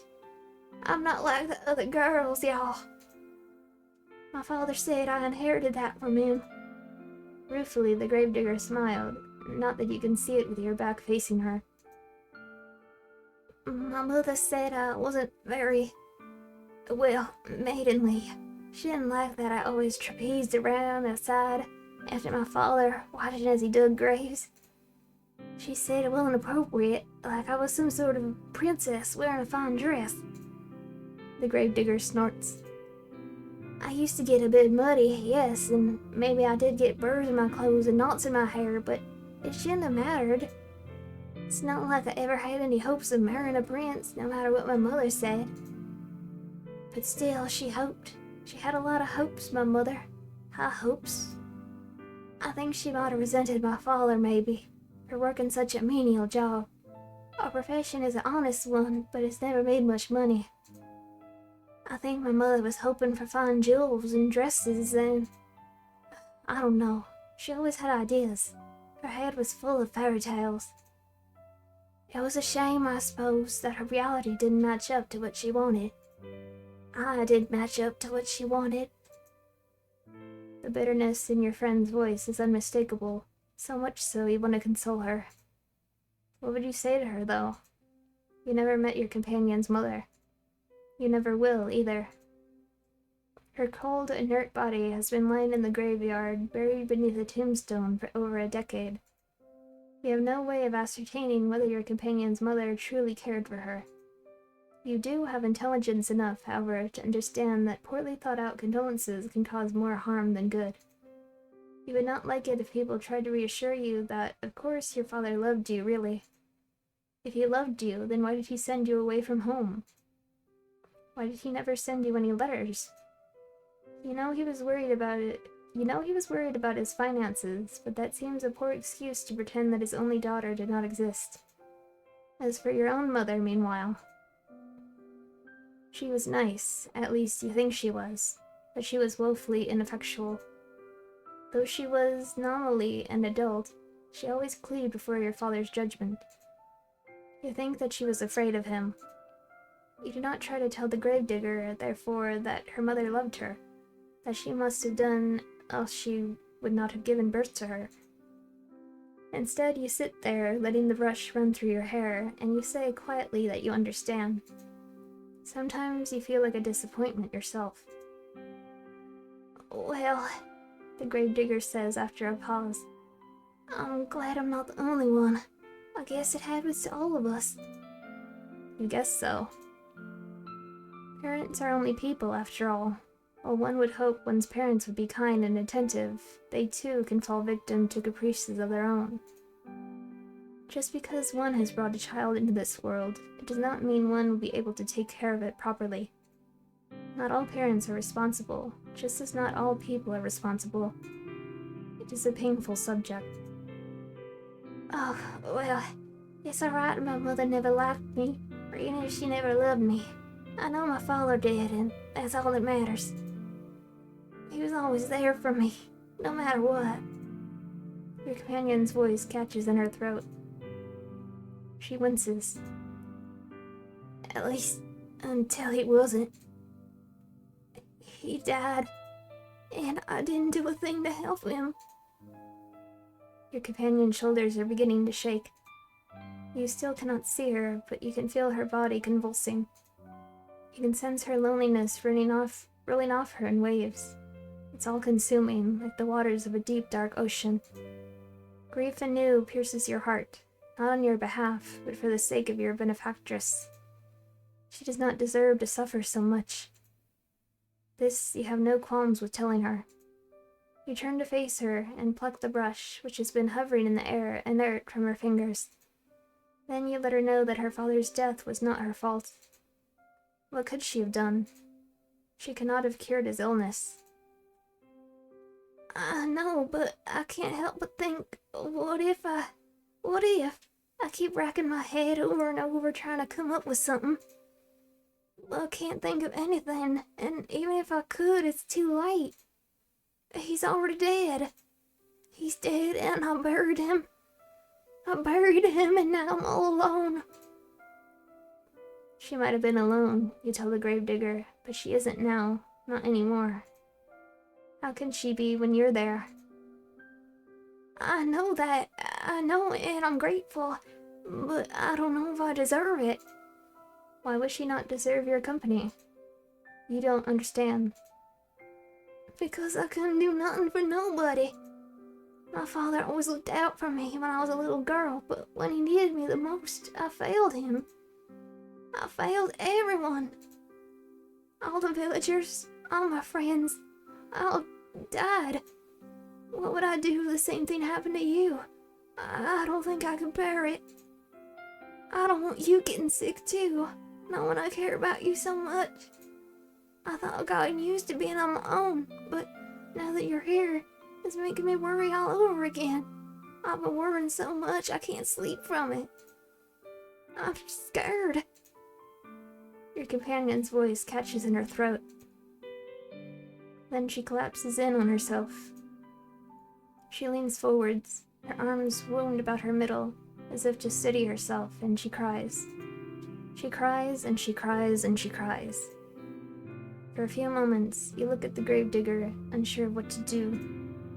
Her pale face, streaked with silvery tears, seems to flicker in the candlelight.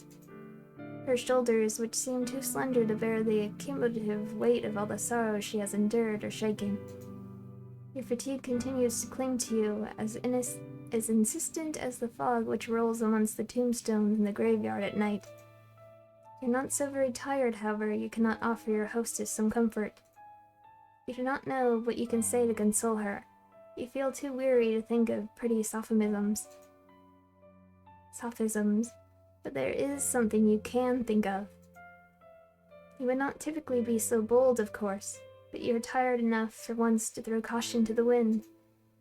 That and the tears of the gravedigger are awfully arresting. You open your arms, and before the gravedigger can pass comment, you pull her to your chest.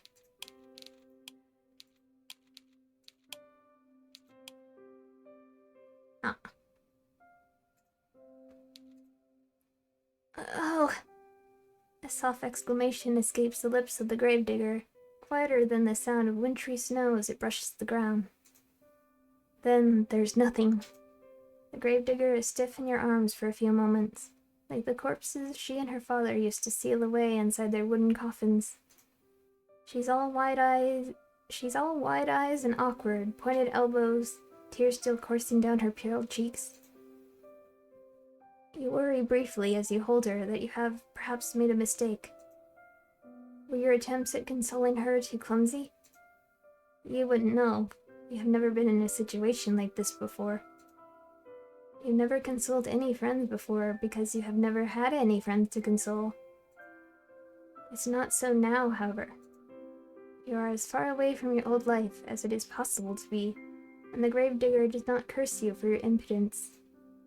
Neither does she try to squirm away from you. Instead, she sits there, still as a statue, cradled in your arms. I'm very sorry to show you something so embarrassing. It's just, I get so lonely sometimes. Until at long last, with a breathy sob, she lets the full weight of her body fall against yours. You run your hands against your sobbing companion's shoulder blades and her back, and gently you soothe her. You tell her that she does not need to apologize. There's no shame in crying. You hug her for many, many minutes while she sobs against your chest, wetting the front of your nightgown. No further words passed between you that night, but they did not need to.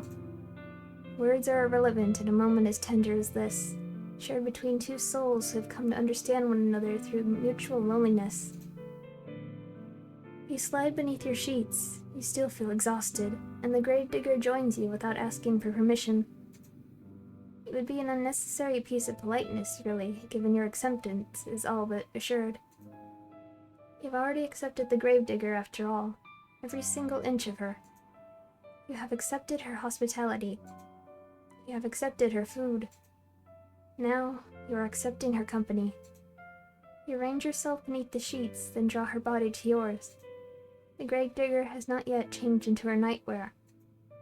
Her clothes will be horribly rumpled when she wakes come the following morning, her head resting against your chest. But tomorrow has ceased to matter. It no longer exists. There's no concept of time between the two of you, no thought of the day which will dawn once this night inevitably ends. Instead, there is only the warmth shared between you, and the wetness on the cheeks of the gravedigger. There's the sound, irregular now, and less intense than before, of your companion's muted, muffled sobs. There's this gentle, tender moment snatched in the midst of a deep, dark night, which can never be replaced. Your eyelids feel heavy, as though weighted down with stones. They droop inexorably downwards, pulling you, like a drowning maiden, into the dark, impenetrable abyss of slumber. You yawn. Then you fall asleep, cozied up beside the gravedigger like two cats in a basket. You sleep and you sleep and you sleep, more deeply than you have allowed yourself in quite some time. But when you awake, you find that you are no longer in the bed upon which you slept in, shrouded by sheets.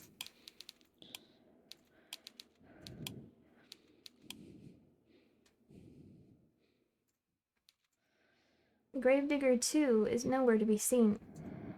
Instead, you are quite alone, lying by yourself in the dark.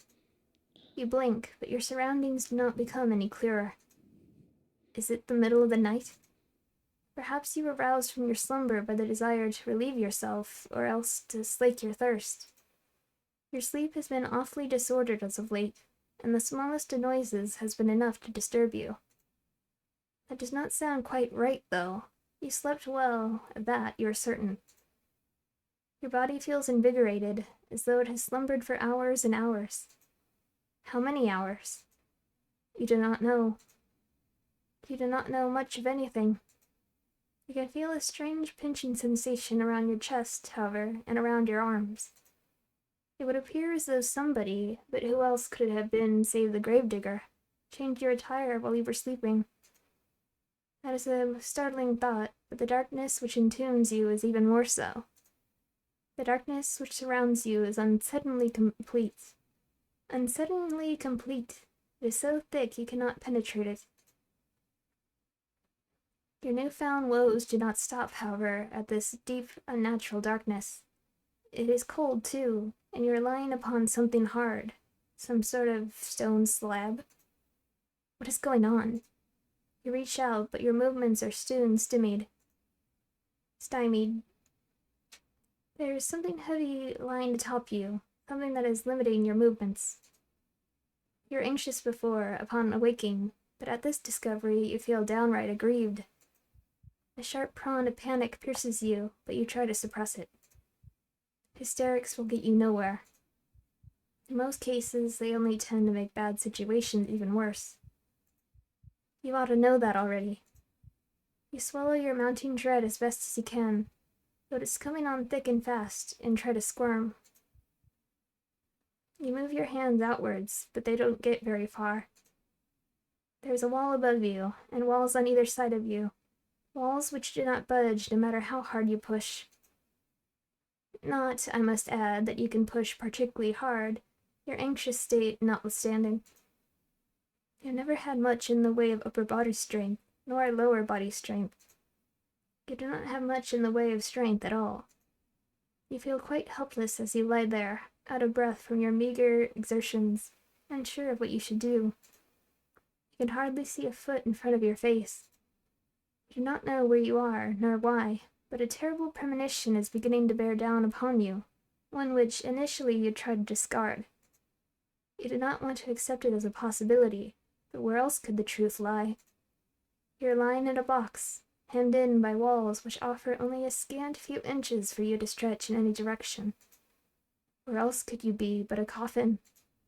The moment you allow yourself to ponder this awful reality is the moment you hear it, the irregular sound of drumming. It is as though somebody, though they must be a very large somebody, is tapping their fingertips upon the lid of your coffin. That, or it is raining. It is not the fingers of a giantess, though, which is disturbing you, nor is it falling rain. It's dirt. This sound continues on, as though it is drilling its way inside your skull.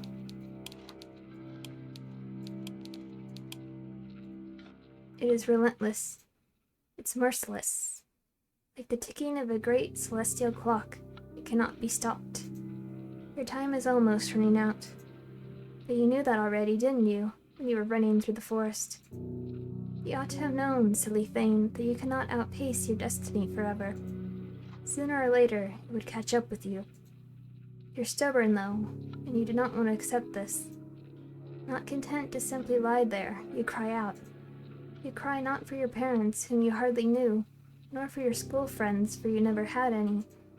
Instead, you cry out for your new companion, the girl with whom you've been living with, and with whom you shared one precious, cherished moment. You cry out for the gravedigger. Surely this is some manner of mistake. When she realizes that you are in fact entombed in one of the coffins she's currently filling, for who else would be moving the dirt above you, she will cease her operations at once. She will pull you out of the darkness, back into the world of the living, and then she will hold you close. She will embrace you. She cannot mean to cause you any harm, not when she was so good to you, and so kind. Why would she bury you? You cry to her so loudly you fear your vocal cords might tear, all while beating against the roof of your compact prison. You cry desperately, helplessly, and to your relief your cries do not fall upon deaf ears. The sound of the falling soil stops, albeit briefly. Then you hear a voice.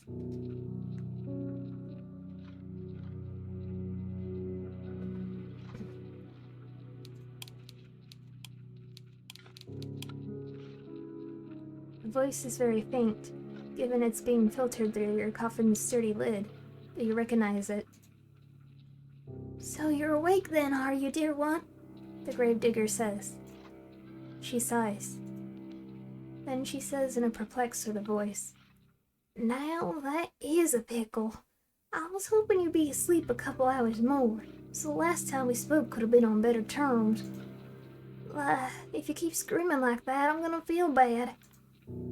Your companion's words, though distant, are unmistakable. You're so tense you're attuned to every single syllable, and each of them makes you gasp. Was this not a mistake, then? Does she truly mean to bury you alive? You posit this question to the gravedigger as best you can, trying to keep the tremors from your voice as you do. Perhaps you think, in your optimism, that if you do not let her know how afraid you are, she will reward you for your bravery and let you go. If this is what you're hoping, though, it is in vain. That's right. You really do catch on quick. so it would appear she really has committed to the task of burying you. What an unfortunate turn of events. Why, though? Why would she do such a thing? You thought that she was your friend. We are friends, The gravedigger says, her voice still worryingly offhand, worryingly empty. I'm very fond of you. There's nobody dearer to me than you. I've had a really good time with you these last... how long's it been again? I don't remember. Neither do you. Well, if this little detail has slipped both of your minds, it can't be all that important. You have other things to worry about. If you really are friends, you say to the gravedigger, then what does she hope to gain by burying you? You don't understand, but you understand her reply even less. Well, here's the thing, the gravedigger says in a reasonable sort of voice, as though burying someone alive could ever be thought of as a reasonable action. I've been digging graves for a long time, see? You cannot see. It is too dark, but you affirm that you do all the same. Well, I was digging all these graves, but I've not had anybody to put them in. Not for ages. It was rather sad. You think you know where this train of logic, twisted though it is, might be going, so you don't interrupt her. You know no good will come from it. All you can do for the present is lie there and listen. I was thinking I never found another person to bury in this godforsaken village. Not after the plague messed everything up. I was getting desperate. Until you came along, that is. Now that I have somebody I can bury, I'm not gonna let the opportunity pass me by. I'm sorry, but this is just part of my job. It's what my father taught me to do. It's all I know how to do. I buried my mother, and I buried my father. I buried all my friends. Now, I'm gonna bury you too. It is sound logic, in a sense, as the daughter of a gravedigger. Digging graves is her job, but something about it rankles you. If only you could put your finger on it. Ah, yes. There is a bit of a flaw with her reasoning, is there not?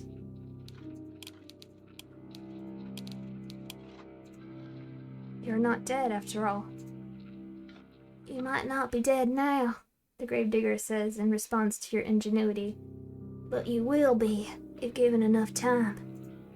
I mean, everybody else I've ever known's died. Who's to say you won't be next?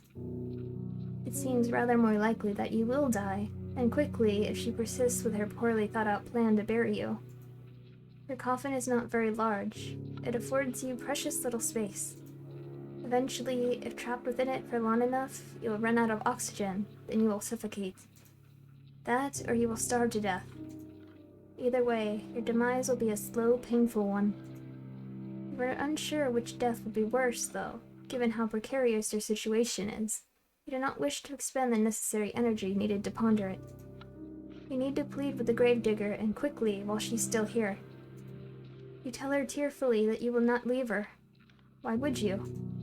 You try to sound as convincing as your disordered nerves will allow, but the gravedigger remains unmoved.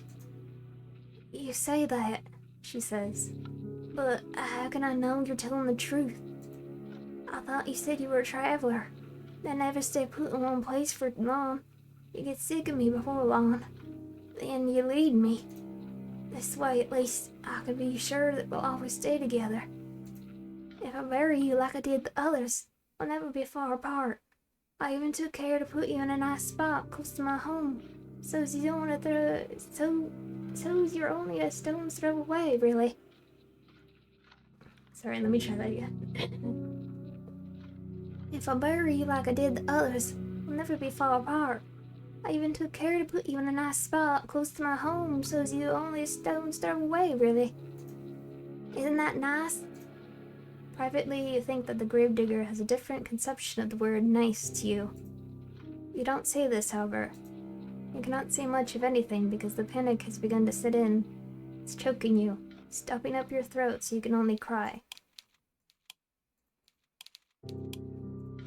You scream.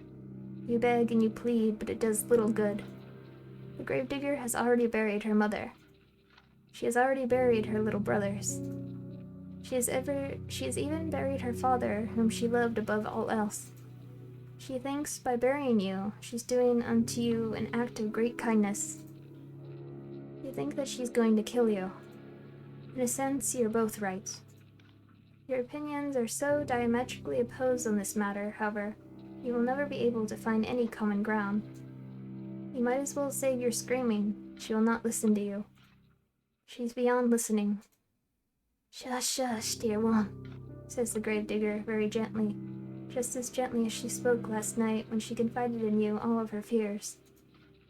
It won't be so bad, really. Nothing'll be able to hurt you down there. It'll be just like going to sleep for a really, really long time. You can rest, and while you rest, I'll tend to you. I'll plant flowers on your grave. You like that, won't you? This way, we can always be together. And I'll never be lonely again. While the gravedigger speaks, she begins to pile even more soil onto the roof of your coffin. The sound of dirt on top of you, on your arms, your legs, and your head, conceals your companion's final words. You cannot hear her. You cannot hear anything beyond the sounds of the dirt, and the scrapings of the shovel, and your own desperate, frantic screams. You scream and you scream and you scream without cease, until your throat feels hoarse, but your efforts are in vain.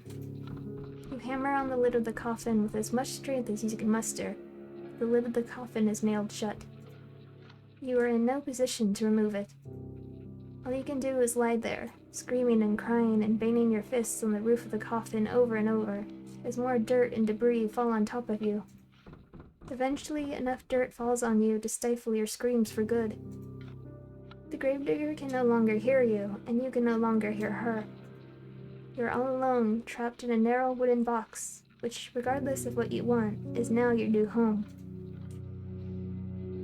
You can smell the soil in the backs of your nostrils when you inhale. It is so potent you can taste it on your tongue. You can taste the eventual, inevitable decay of your own body. You will remain trapped here underground forever and ever. Or, to use less melodramatic terms, until the last of your energy escapes you and you succumb to your own slow suffocation. It isn't a very pleasant way to go. But you'll forgive me if my sympathy is limited. You did bring this upon yourself, you know. You reap what you sow, and in your case, you made a series of bad decisions which led to your untimely demise. Now, what do you want to do? Will you accept this fate of yours and rest in peace, or will you try to fight against it? Accept. Very well then, enjoy your eternal slumber. I suppose this is good night for now, but it is not goodbye. You cannot escape from me, even if you are buried deep beneath the earth. Where there's a will, there's a way. And even if the whole world has forsaken you, I never will. I will never leave you. You will never be lonely again.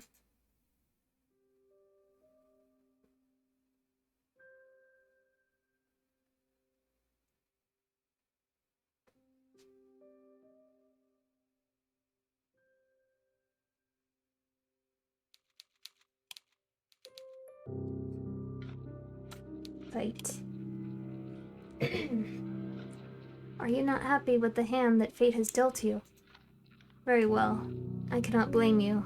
It is quite a grim ending. I would not wish it upon my worst enemy, and you are rather dearer to me than that. Now, why don't we give this another go? Just try not to be buried alive this time. I can only endure so much of your screaming. Your fate is once again in your hands.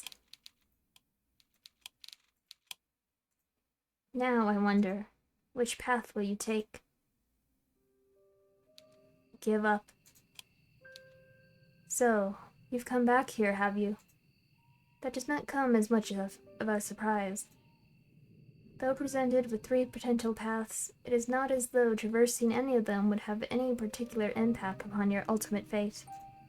In the end, you were always destined to return here. Did you really think you had a choice? How hopelessly naive of you. I thought you were smarter than that. Your breath, which once escaped your lips in sharp, ragged gasps, is now on the verge of petering out altogether. Your lungs feel deflated, as though they have been punctured. Your blood is rushing through your temples in a heady, overwhelming surge. Your stomach, meanwhile, has twisted itself up in knots. Your body feels heavy, your legs in particular. They no longer wish to obey you. You take a stumbling step forwards, and your foot gets caught in a tree root. You're certain that you passed this root once already, and that you sidestepped it. But perhaps your memory is beginning to fail you, just like the rest of your body. You gasp, surprise, and pitch forwards, dull and senseless like a sack full of potatoes.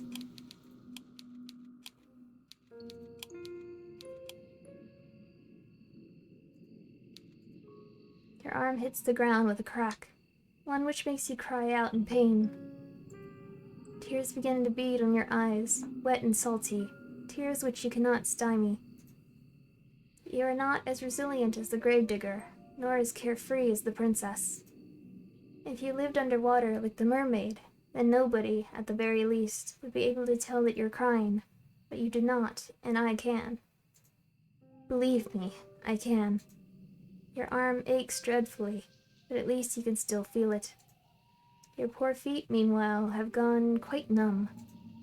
You would try to stand had you the energy, but you know, as you sit there, dazed, that this would be a futile effort. You cannot stand, not any longer. It hurts too much. You really have been through a lot tonight, haven't you? I fear I have not been very kind to you, but you ought to be accustomed to hardship. Why, then, are you crying? You've always been a crybaby.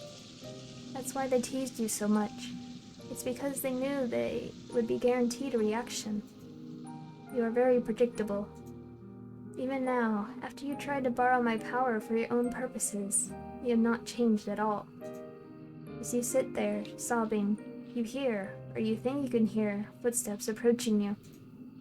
There to your right is the snapping of a twig, to your left, the telltale rustle of leaves. Your every sense feels razor sharp, honed to a knife's point by anxiety. You're so panicked, you feel as though you're going to be sick. If you want to vomit, then why not? There's no shame in it. There's nobody here to judge you, nobody but me. I've always been here, you know. I will always be here, no matter how fast you try to run or how far. Did you really think you could escape me? Poor sweet child. Poor little fool. I did tell you, did I not? A contract with the witch is binding. No amount of physical distance between the both of us could ever sever it. I told you I would never let you be lonely, and I meant it. But I have had rather enough of these little games. It's time for me to collect my collateral. A soft gasp escapes your throat as you feel arms wind their way about your back.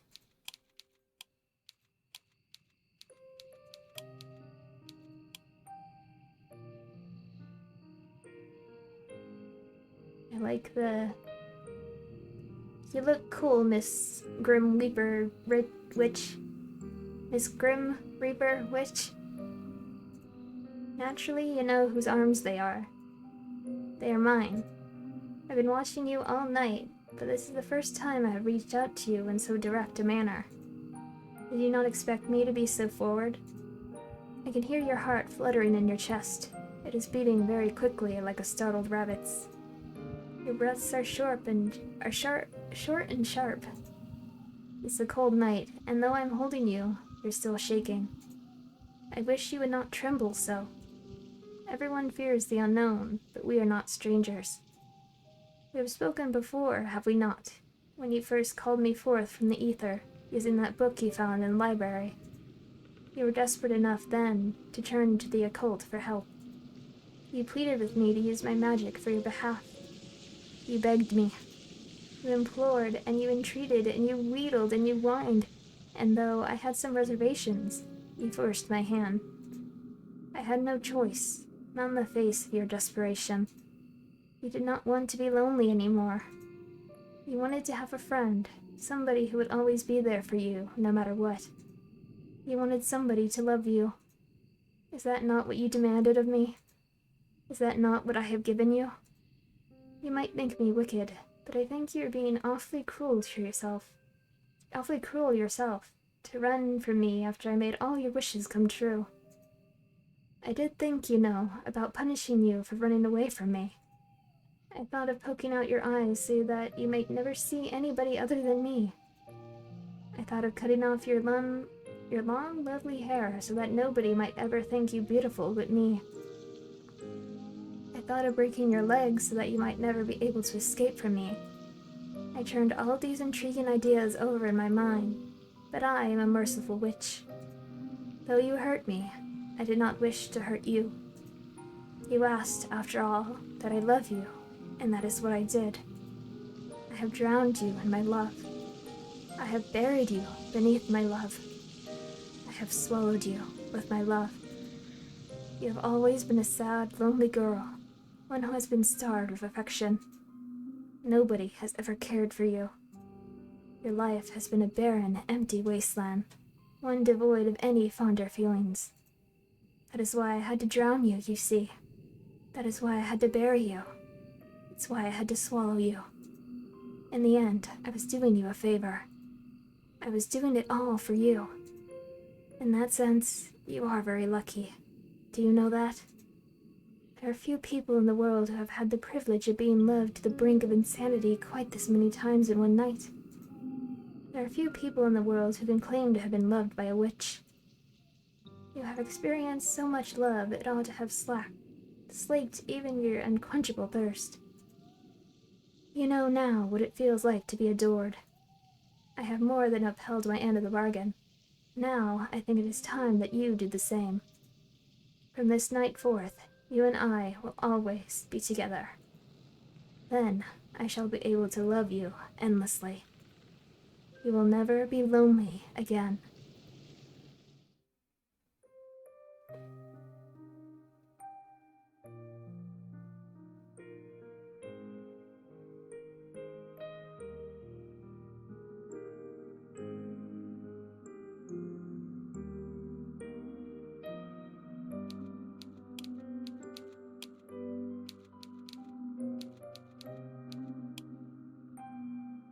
What's this?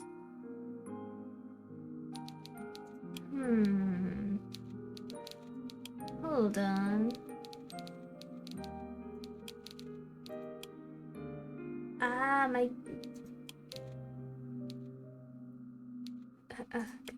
let's see what this does. Running through a forest. This shouldn't come as a surprise to you. You've been here before, haven't you? Beginning to feel like you've been running for a long, long time, but the sun, despite the overwhelming weariness which assails your legs, has yet to rise. Why, I wonder, could that be? You are sure as you run that you have seen this all already. You have seen the fractal pattern of the moon's milky glow as it spills on the uneven forest floor, and the trees which jut out of the earth like eerie monuments to a foreign god. You have seen wicked brambles which sought to ensnare you, and I might add, succeeded, and tree roots hooked like the choppy fingers of witches far older than I which sought to trip you. You have cut your feet. You have torn your skirt. You have taken numerous paths, yet they all ended in failure. Once you had hope. Now it is gone. You have already given in to me. So why are you still running? Silly girl, did you really think you could escape from me after all I have subjected you to already? There's no use trying to escape from my embrace, and if I may be so bold, I'm hurt that you would even attempt it. Were you not happy with me? I was happy with you. But no matter. You are a stubborn little chit, and perhaps you think that things will be different this time around. That's why you began to run. I can see, despite the fear in your eyes, that your resolve has not burnt out. Not just yet. A spark of it still remains, a spark that I mean to extinguish for good. It's pointless, you know, trying to escape from a witch's curse in this forest of phantasmagoria, constructed from my own powers. I'm a creator goddess. Mother Earth, if you will. It does not matter how quickly you run, trampling the taro grass and the loose leaves and ugly spotted mushrooms underfoot. I still have you right where I want you, in the palm of my hand. I will not let you get away that easily. But, very well. If you insist on playing this little game, then I will indulge you. I will play along. We could do this all over again. Now, where were we? Oh yes. You're still running through a forest. It is late at night, and the sky is as black as pitch. There's nothing to light your way save for the moon's milky glow, but its rays cannot reach you, not properly. Trees which surround you, jutting out of the earth like eerie monuments to a foreign god, are blotting out most of the light. You cannot see where you're going. Even if you had commenced your flight at a more sensible hour, though with the light of the sun to aid you, it would be of little use. You do not know where you're going. You have no map, no route, no plan. You're running like a frightened animal, anxious and nervy, with no destination in mind, none beyond the almost overwhelming impetus to escape. Impetus, whatever. You cannot let yourself be caught, though it is too late, I suppose, for that. You have no choice, therefore, to keep going on and on and on, though your feet are screaming at you for mercy. You run and you run and you run until at long last you reach a fork in the road. There are 3 paths. Forward, you count the path you came. Not to back. You put all that effort, after all, into running forwards, not just once, but twice. I doubt you mean to confront me. How can you, when you're so very afraid? I can hear your teeth chattering, you know. I can see your legs trembling. Your fear rolls off you in waves, more potent than any perfume. Your anxiety is truly staggering. It's a wonder, really, how you were able to keep putting one foot in front of the other. You'll keep putting your feet in front of the other, though, no matter which decision you make. You will not turn back. How could you? You're far too cowardly. Now, the 3 paths are signposted, as well you know, which would be a strange sight, given you're so deep in the forest. But you ought to be used to strange sights by now. It's dark, but it doesn't matter. You have seen this signpost before, and you know full well where each path will lead you. I would say that your fate is in your hands, but you and I both know that's incorrect. Your fate is, and always has been, mine to manipulate. Must we really go through this rigmarole again? You won't discover anything new, you know. The mermaid, the gravedigger, and the princess will not deviate from the scripts which have already been prepared for them. I did not, in all honesty, think to furnish any further responses for them. I did not think you would be seeing them again. But no matter. If this is what you want, I shall provide it for you. Go ahead. Throw your life away, again and again and again. Be drowned by love. Be buried by love. Be consumed by love. Then when you've had enough and you can no longer stand, submit yourself once again to my embrace. And let yourself experience the love as precious few humans have ever before had the misfortune of experiencing.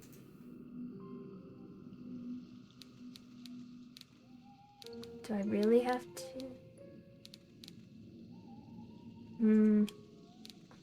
So you want to go to the shore. Good idea, what you would discover there.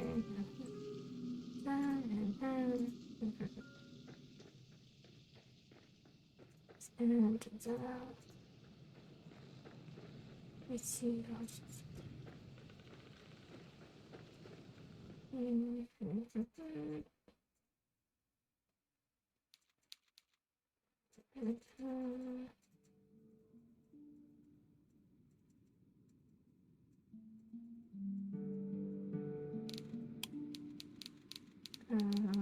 Skip red text.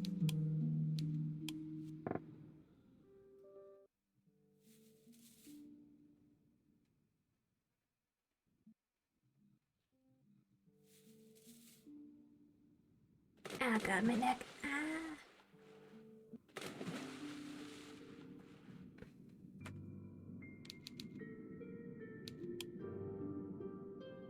Still wish to soldier on. That's remarkable, given this is the second time you've been pulled beneath the ocean's surface. I would have thought that you would want to give up by now. But no matter. You really are stubborn. I cannot promise a better fate than this awaits you, regardless of what you might choose, but I am willing to indulge you.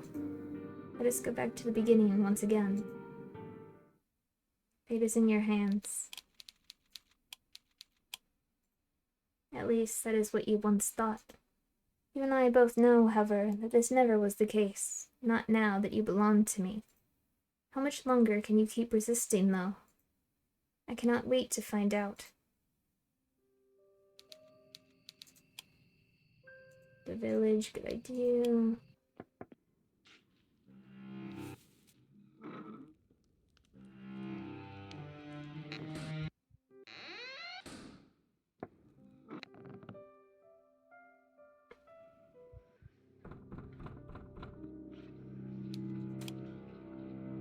My, this is certainly unexpected. I rather thought, after everything you've been subjected to, you would no longer wish to continue this farce. I was fully prepared for you to forfeit yourself, at long last, by loving embrace. I'm ready to embrace you, should you so desire it, and cradle you within my unassailable affection. But it seems you're not ready to submit, not quite yet. Being buried alive twice over has not been enough to diminish your determination. You still wish to fight against me, as if you had any hope of succeeding. Your efforts are all futile. Do you not know that? I'm far, far stronger than a skinny human like yourself could ever even begin to contemplate. You would be better served if you gave in. But perhaps I have not loved you effusively enough, not just yet. If you are to learn anything, I must first beat it into your thick skull of yours. Will you listen to me then? I only want what is best for you, you know. Hurting you hurts me too. But if that is what you want, so be it. Let us go back to the beginning once again. Your fate is in your hands. So at least that's what you might think. Stick along with me, continue. It will not work. But it should be entertaining, if nothing else. Castle.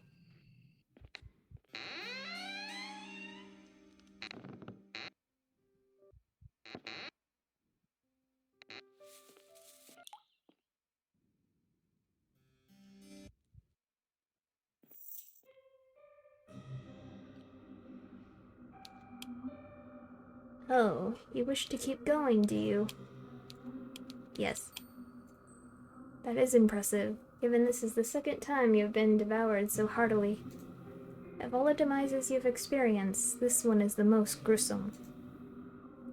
If you had tired of these repetitions, I would understand. I'm not the wicked witch you might think I am, and I would be willing to show you mercy should you want it. But I can tell that you do not want it. Goodness me, you are stubborn. Why, I ask, do you continue to fight? There's no escape for you, you know.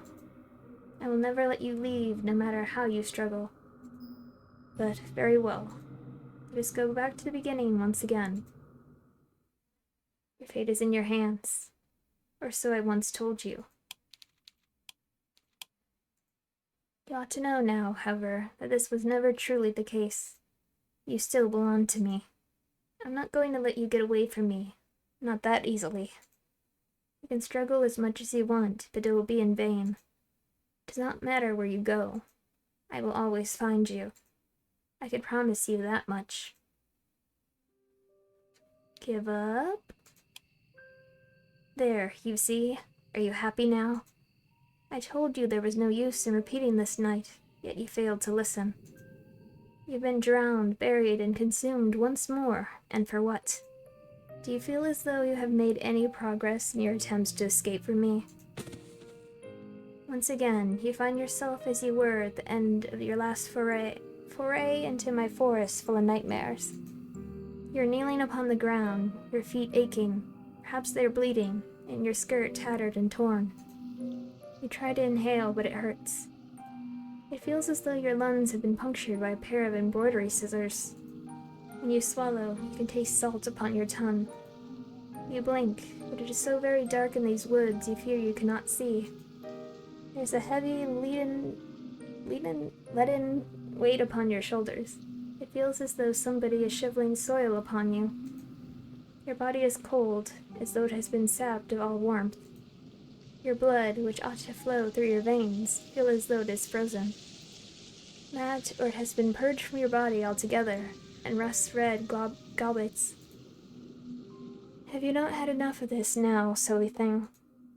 I'm saying this for your sake, you know, just as much as I am mine. Though I might have trapped you hence, I did it only because I care for you.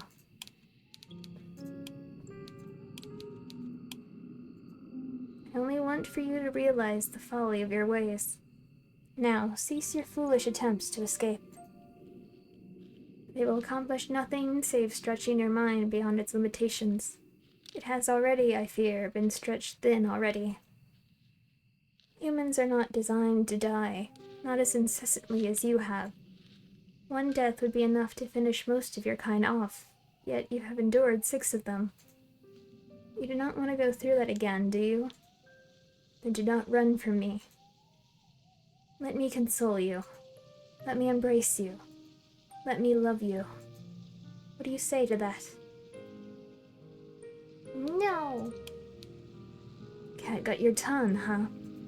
Well, no matter. You'll not need your tongue to speak while we're together. It's an unnecessary appendage, however much you might wish, one day to whisper sweet nothings to me. I'm an all-powerful witch after all, and I can hear all of your thoughts. I know what you're thinking. Do you? Yes, that is right. Silence is golden, as they say. You do not need to speak. You do not need to blink. You do not even need to breathe. Now that you're finally mine, I will cut off your tongue, and I will pluck out your pretty little eyes, and I will... No! I beg your pardon? What was that, dear one?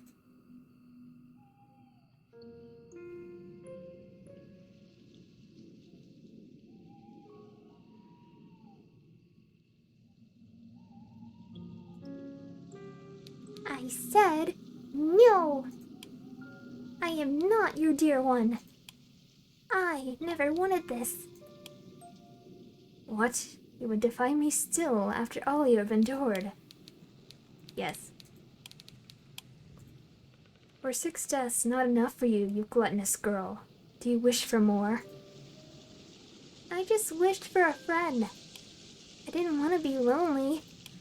But you ensnared me. You tricked me. Well, I never. What bold accusations. They are not true, though, you know. They are bald-faced lies. I did nothing of the sort. My name might begin in a similar fashion, but I am no Mistopheles. Mr. Mistopheles. I was very upfront when first we met. I said if you wished to make a contract with me, it would cost you. It is your own fault that you did not listen. You accepted my terms, and now you're paying the price. Now, if you will come with me, my dear.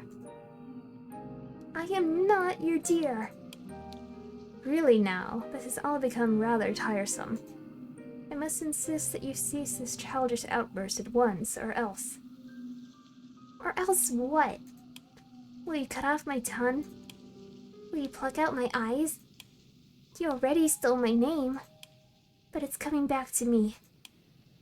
What? No, that should be impossible. You gave your name to me. You gave your soul to me. You pledged your heart and your body to me, and now... And now, I want them back. I'm tired of these games, too. Medea. You remember my name? I do now. You're called Medea, and I... No, stop it.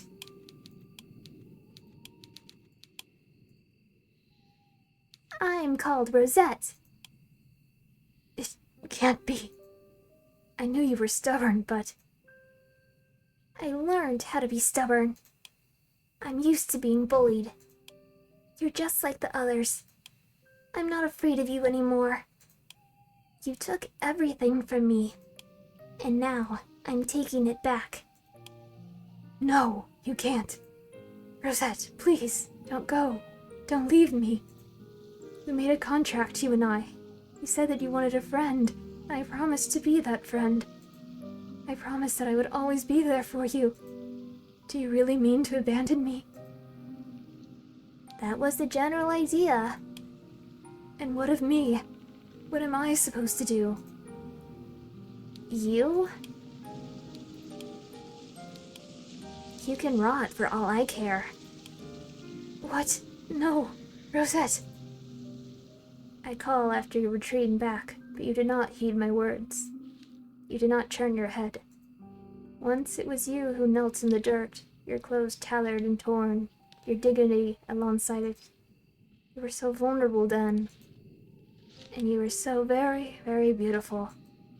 In a perverse way, however, I think you might look even more beautiful now that you're walking away from me. Is that a thing you humans say, is it not? You never realize just how much you value something until you no longer have it. It does not hold true in my case, however. I knew you were a precious find when first you summoned me. Your fiery determination, even in the face of extreme hardship, endeared you to me. I thought you very noble, really, how you had survived for so long in an environment which was so very hostile. For a human, I thought you remarkable.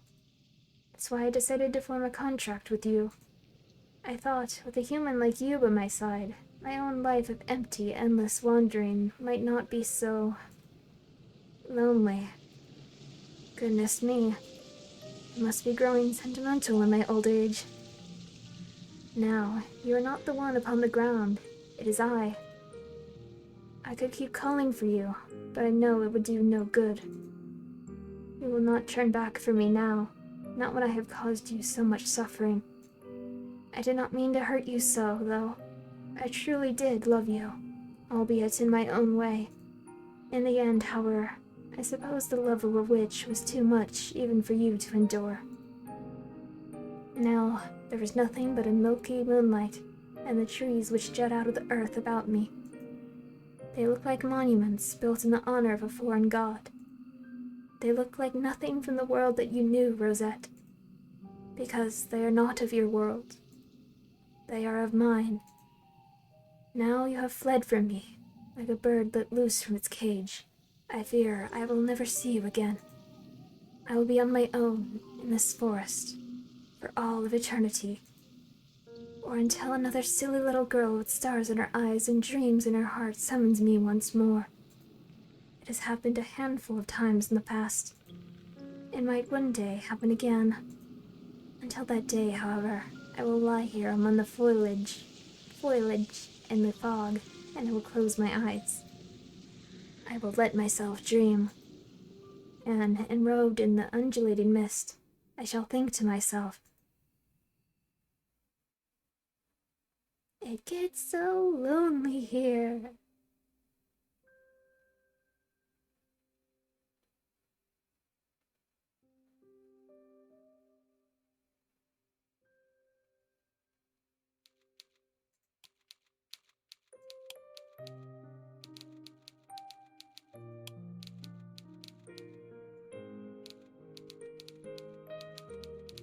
Seems like that's everything.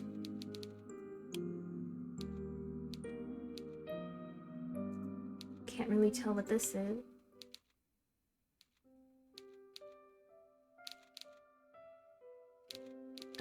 Anyway. Hello everyone, this is Ebby again, and now it's time for the second lot. Whoops. Yeah. It's time for the second lot of author's notes. Yay! Although, now that I think about it, it's entirely possible that you might have missed the first lot of author's notes if you didn't check. Yeah, whoops. Sorry, Ebby. It's entirely possible you might have missed the first lot of author's notes if you didn't check. In that case, this would be your first lot of author's notes instead. In any case, initially as I was planning out It Gets So Lonely Here, I didn't intend for there to be more to the story after the first playthrough. I was going to end the story after the witch Medea ensnares a despairing Rosette in her grasp. But when I was coding the VN together, I thought it might be cool to do a New Game Plus situation, where starting the game for a second time gives you a slightly different outcome. I've done this in one of my earlier VNs, Empty Horizons. So it's not exactly new territory. I had fun implementing an alternate storyline in Empty Horizons. However, so I thought I might as well do it here. So, for the second playthrough, I thought it would feel narratively satisfying to give the reader, though Rosette isn't really aligned to the reader. She has a personality of her own, an opportunity to get the better of the second-person narrator who's been watching them die over and over again. Initially, I thought of making the confrontation between Rosette and Medea more humorous in tone, with Rosette snapping after being subjected to so much drama. I was thinking of having full-on comedy music playing in the scene where Rosette shouts at Medea, "Stop calling me my dear one! I do have a name, you know." But I eventually decided I could make the confrontation more striking if I made it more dramatic instead. The core of my original idea still remains, however, even though the confrontation is more serious. Rosette still calls Medea out for being horrible to her, declares that she's sick of being toyed with, and storms off to go and get bullied some more in the real world, presumably. Well, it's perhaps better than being drowned, buried alive, or eaten. I wanted the confrontation to pack a bit of a punch, and to feel less ethereal and unformed than the rest of the story. So I decided to commit here and actually give the two lead characters names. Medea is a pretty straightforward name for a creepy witch, if you know your Greek mythology, but there's also an antagonistic character in Tanithles the Silver Metal Lover called Medea, who has a twin brother called Jason, haha, which might have influenced my decision. As for Rosette, she actually gets her name from Desade's infamous 120 Days of Sodom. 120 Days is a horrible story, really, that I wouldn't recommend to anybody, but some of the names in it are very pretty, at least. 120 Days has a Columbi, Hicanth, and Hebe, which are all names nice enough that I'd like to use them myself in other projects. These names, however, are associated with child characters who have been kidnapped for nefarious purposes. Their real names stripped from them by their wicked new masters in a further display of control. And child characters with aesthetic names in 120 Days aren't afforded bodily autonomy, and they're even robbed of their identities. I suppose you could say it's ironic I'd use such a name for It Gets So Lonely Here. Sleed, when proclaiming her name at the end of the story, is what allows her to escape from her captor. But I mostly chose the name because I think it's pretty, and I've been wanting to use it for a while. The mechanics of Rosette's showdown with Medea were inspired, meanwhile, by the popular mobile game Fate Grand Order. In FGO, the player, assumed the role of a silent lead, which never speaks in the story save for the odd choice option which pops up in the story. Choices which, for the most part, only offer very slight alterations in the script. The main character in FGO never gets any dialogue directly attributed to them outside of these choices.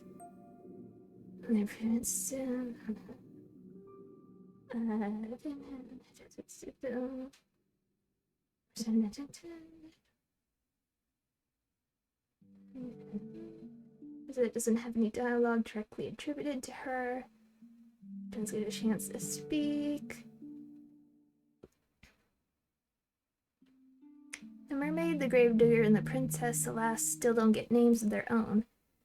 They're consigned to their roles as fairy tale representatives, rather than fleshed out characters, so they're a little more enigmatic than both Rosette and Medea. I'd imagine these girls as fabrications created by Medea in any event, who only exist to torment Rosette.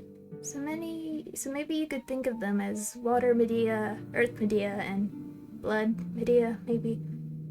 It wasn't a direct inspiration, but I also feel like there's some Higurashi vibes. Thinking when I wrote the final confrontation, Satoko, Rika, maybe Burn Castle, things really intentional. That should wrap up the notes of this VN for real this time. Once again, I hope you enjoyed your time spent with it. I had a lot of fun putting it together, though I think I enjoy it more because of the mechanics. The story itself, a bit of a departure. It's fun trying to get the code to work exactly noted. And if you're all worried about Medea, who's been left on her own in the woods, you can go and check back up on her. You wouldn't want her to be lonely now, would you? Doing that will reset all of your data, though, so don't go making contracts without witches willy-nilly. Your actions do have consequences. Well, now I'm curious to what the first notes say.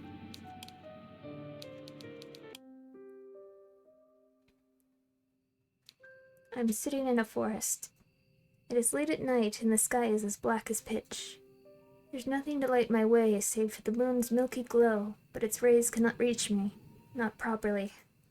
The trees which surround me, jutting out of the earth like eerie monuments to a foreign god, are blotting out most of the light. If I were running, I would not be able to see where I was going. But such concerns are trivial to me. There's nowhere, after all, for me to run to. I'm all alone. You have abandoned me. You made a contract with me once, when you wished for a friend. It was a contract I swore I would fulfill upon my good name. But you betrayed me. Oh, Rosette, why did you have to go? My days were intolerably dull and tedious without you to amuse me. Your company slaked my boredom nicely. And now that you're gone, the boredom has returned fourfold. It is so consuming, I fear I might go mad from it, if I had not, granted, gone mad already. If only there was another mortal out there, one who might keep me company. If only. Oh? Perhaps I spoke too soon. It would seem that another has intruded upon my moonlit solitude after all, far more quickly than I was expecting. How very fortuitous. Well met, stranger.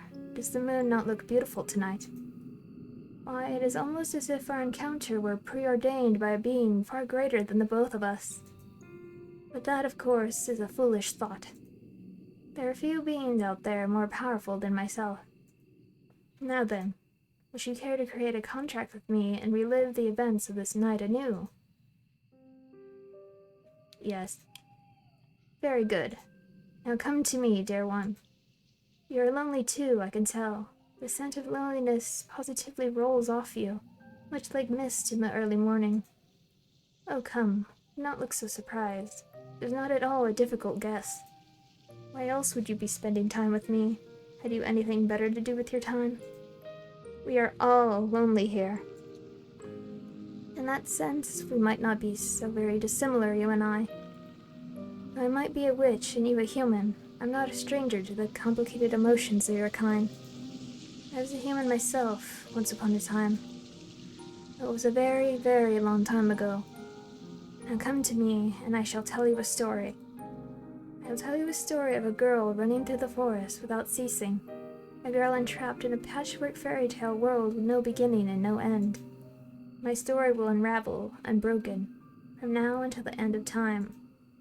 And if you allow yourself to be submerged within it, you never need be lonely again.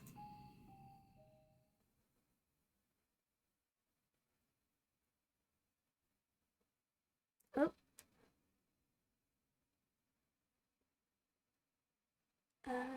Dun.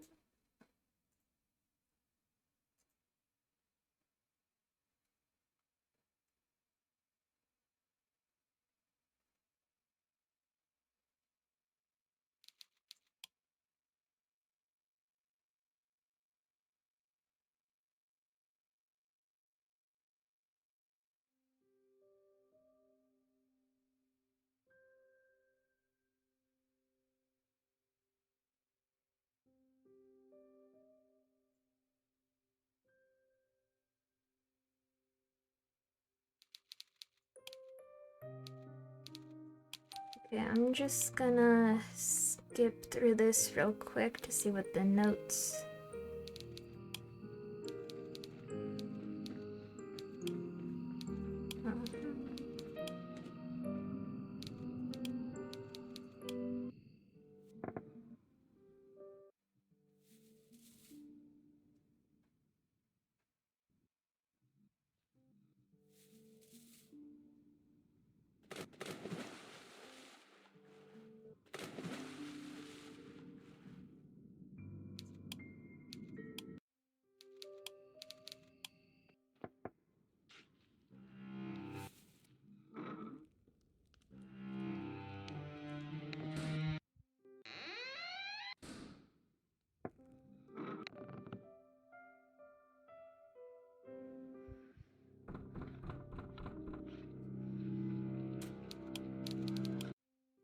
So I didn't really expect a witch to be at the end, but that's fitting, I guess, because now it's Wednesday. That kind of ties into my, like, whole witchy Wednesday thing. I don't know, I just think it's cool, personally. Give up. Okay, what we got? Hello, thank you for taking the time to read to get so lonely here. Usually leave notes to explain what inspired me. Orphan's Tales. Couple novels, fairy tale. Oh, sounds interesting. Stories contain dragons, witches, werewolves, genies, mermaids. They aren't told in a linear fashion. Have a structure from 1001 Nights. Usually converge by the end of the second novel. Very interesting series.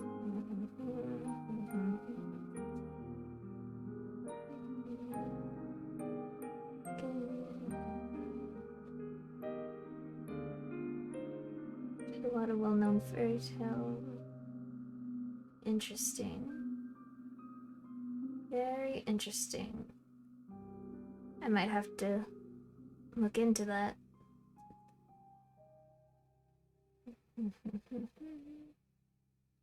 To the 2023 Andre Game Jam.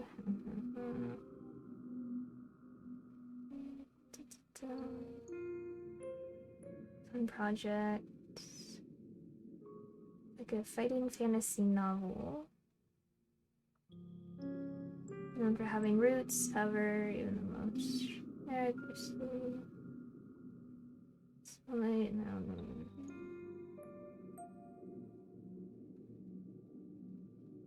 only had 2 stories, Princess and the Gravedigger. Another meager. Third story, The Mermaid. Gravedigger and the Princess were both pulled from ideas I've been turning over a while already.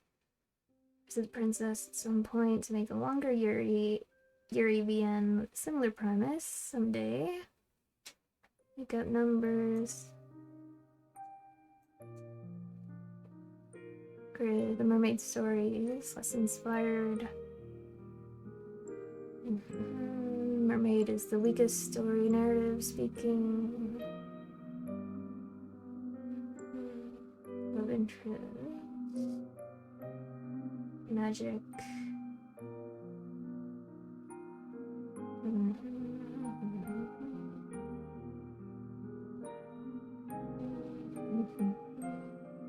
Gravediggers aren't a common character archetype in fairy tales at all, are they?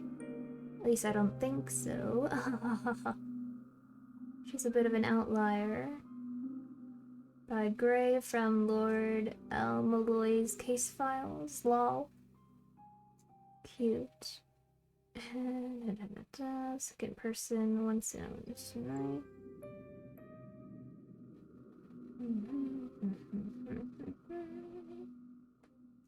Slay the Princess. I want to play that sometime.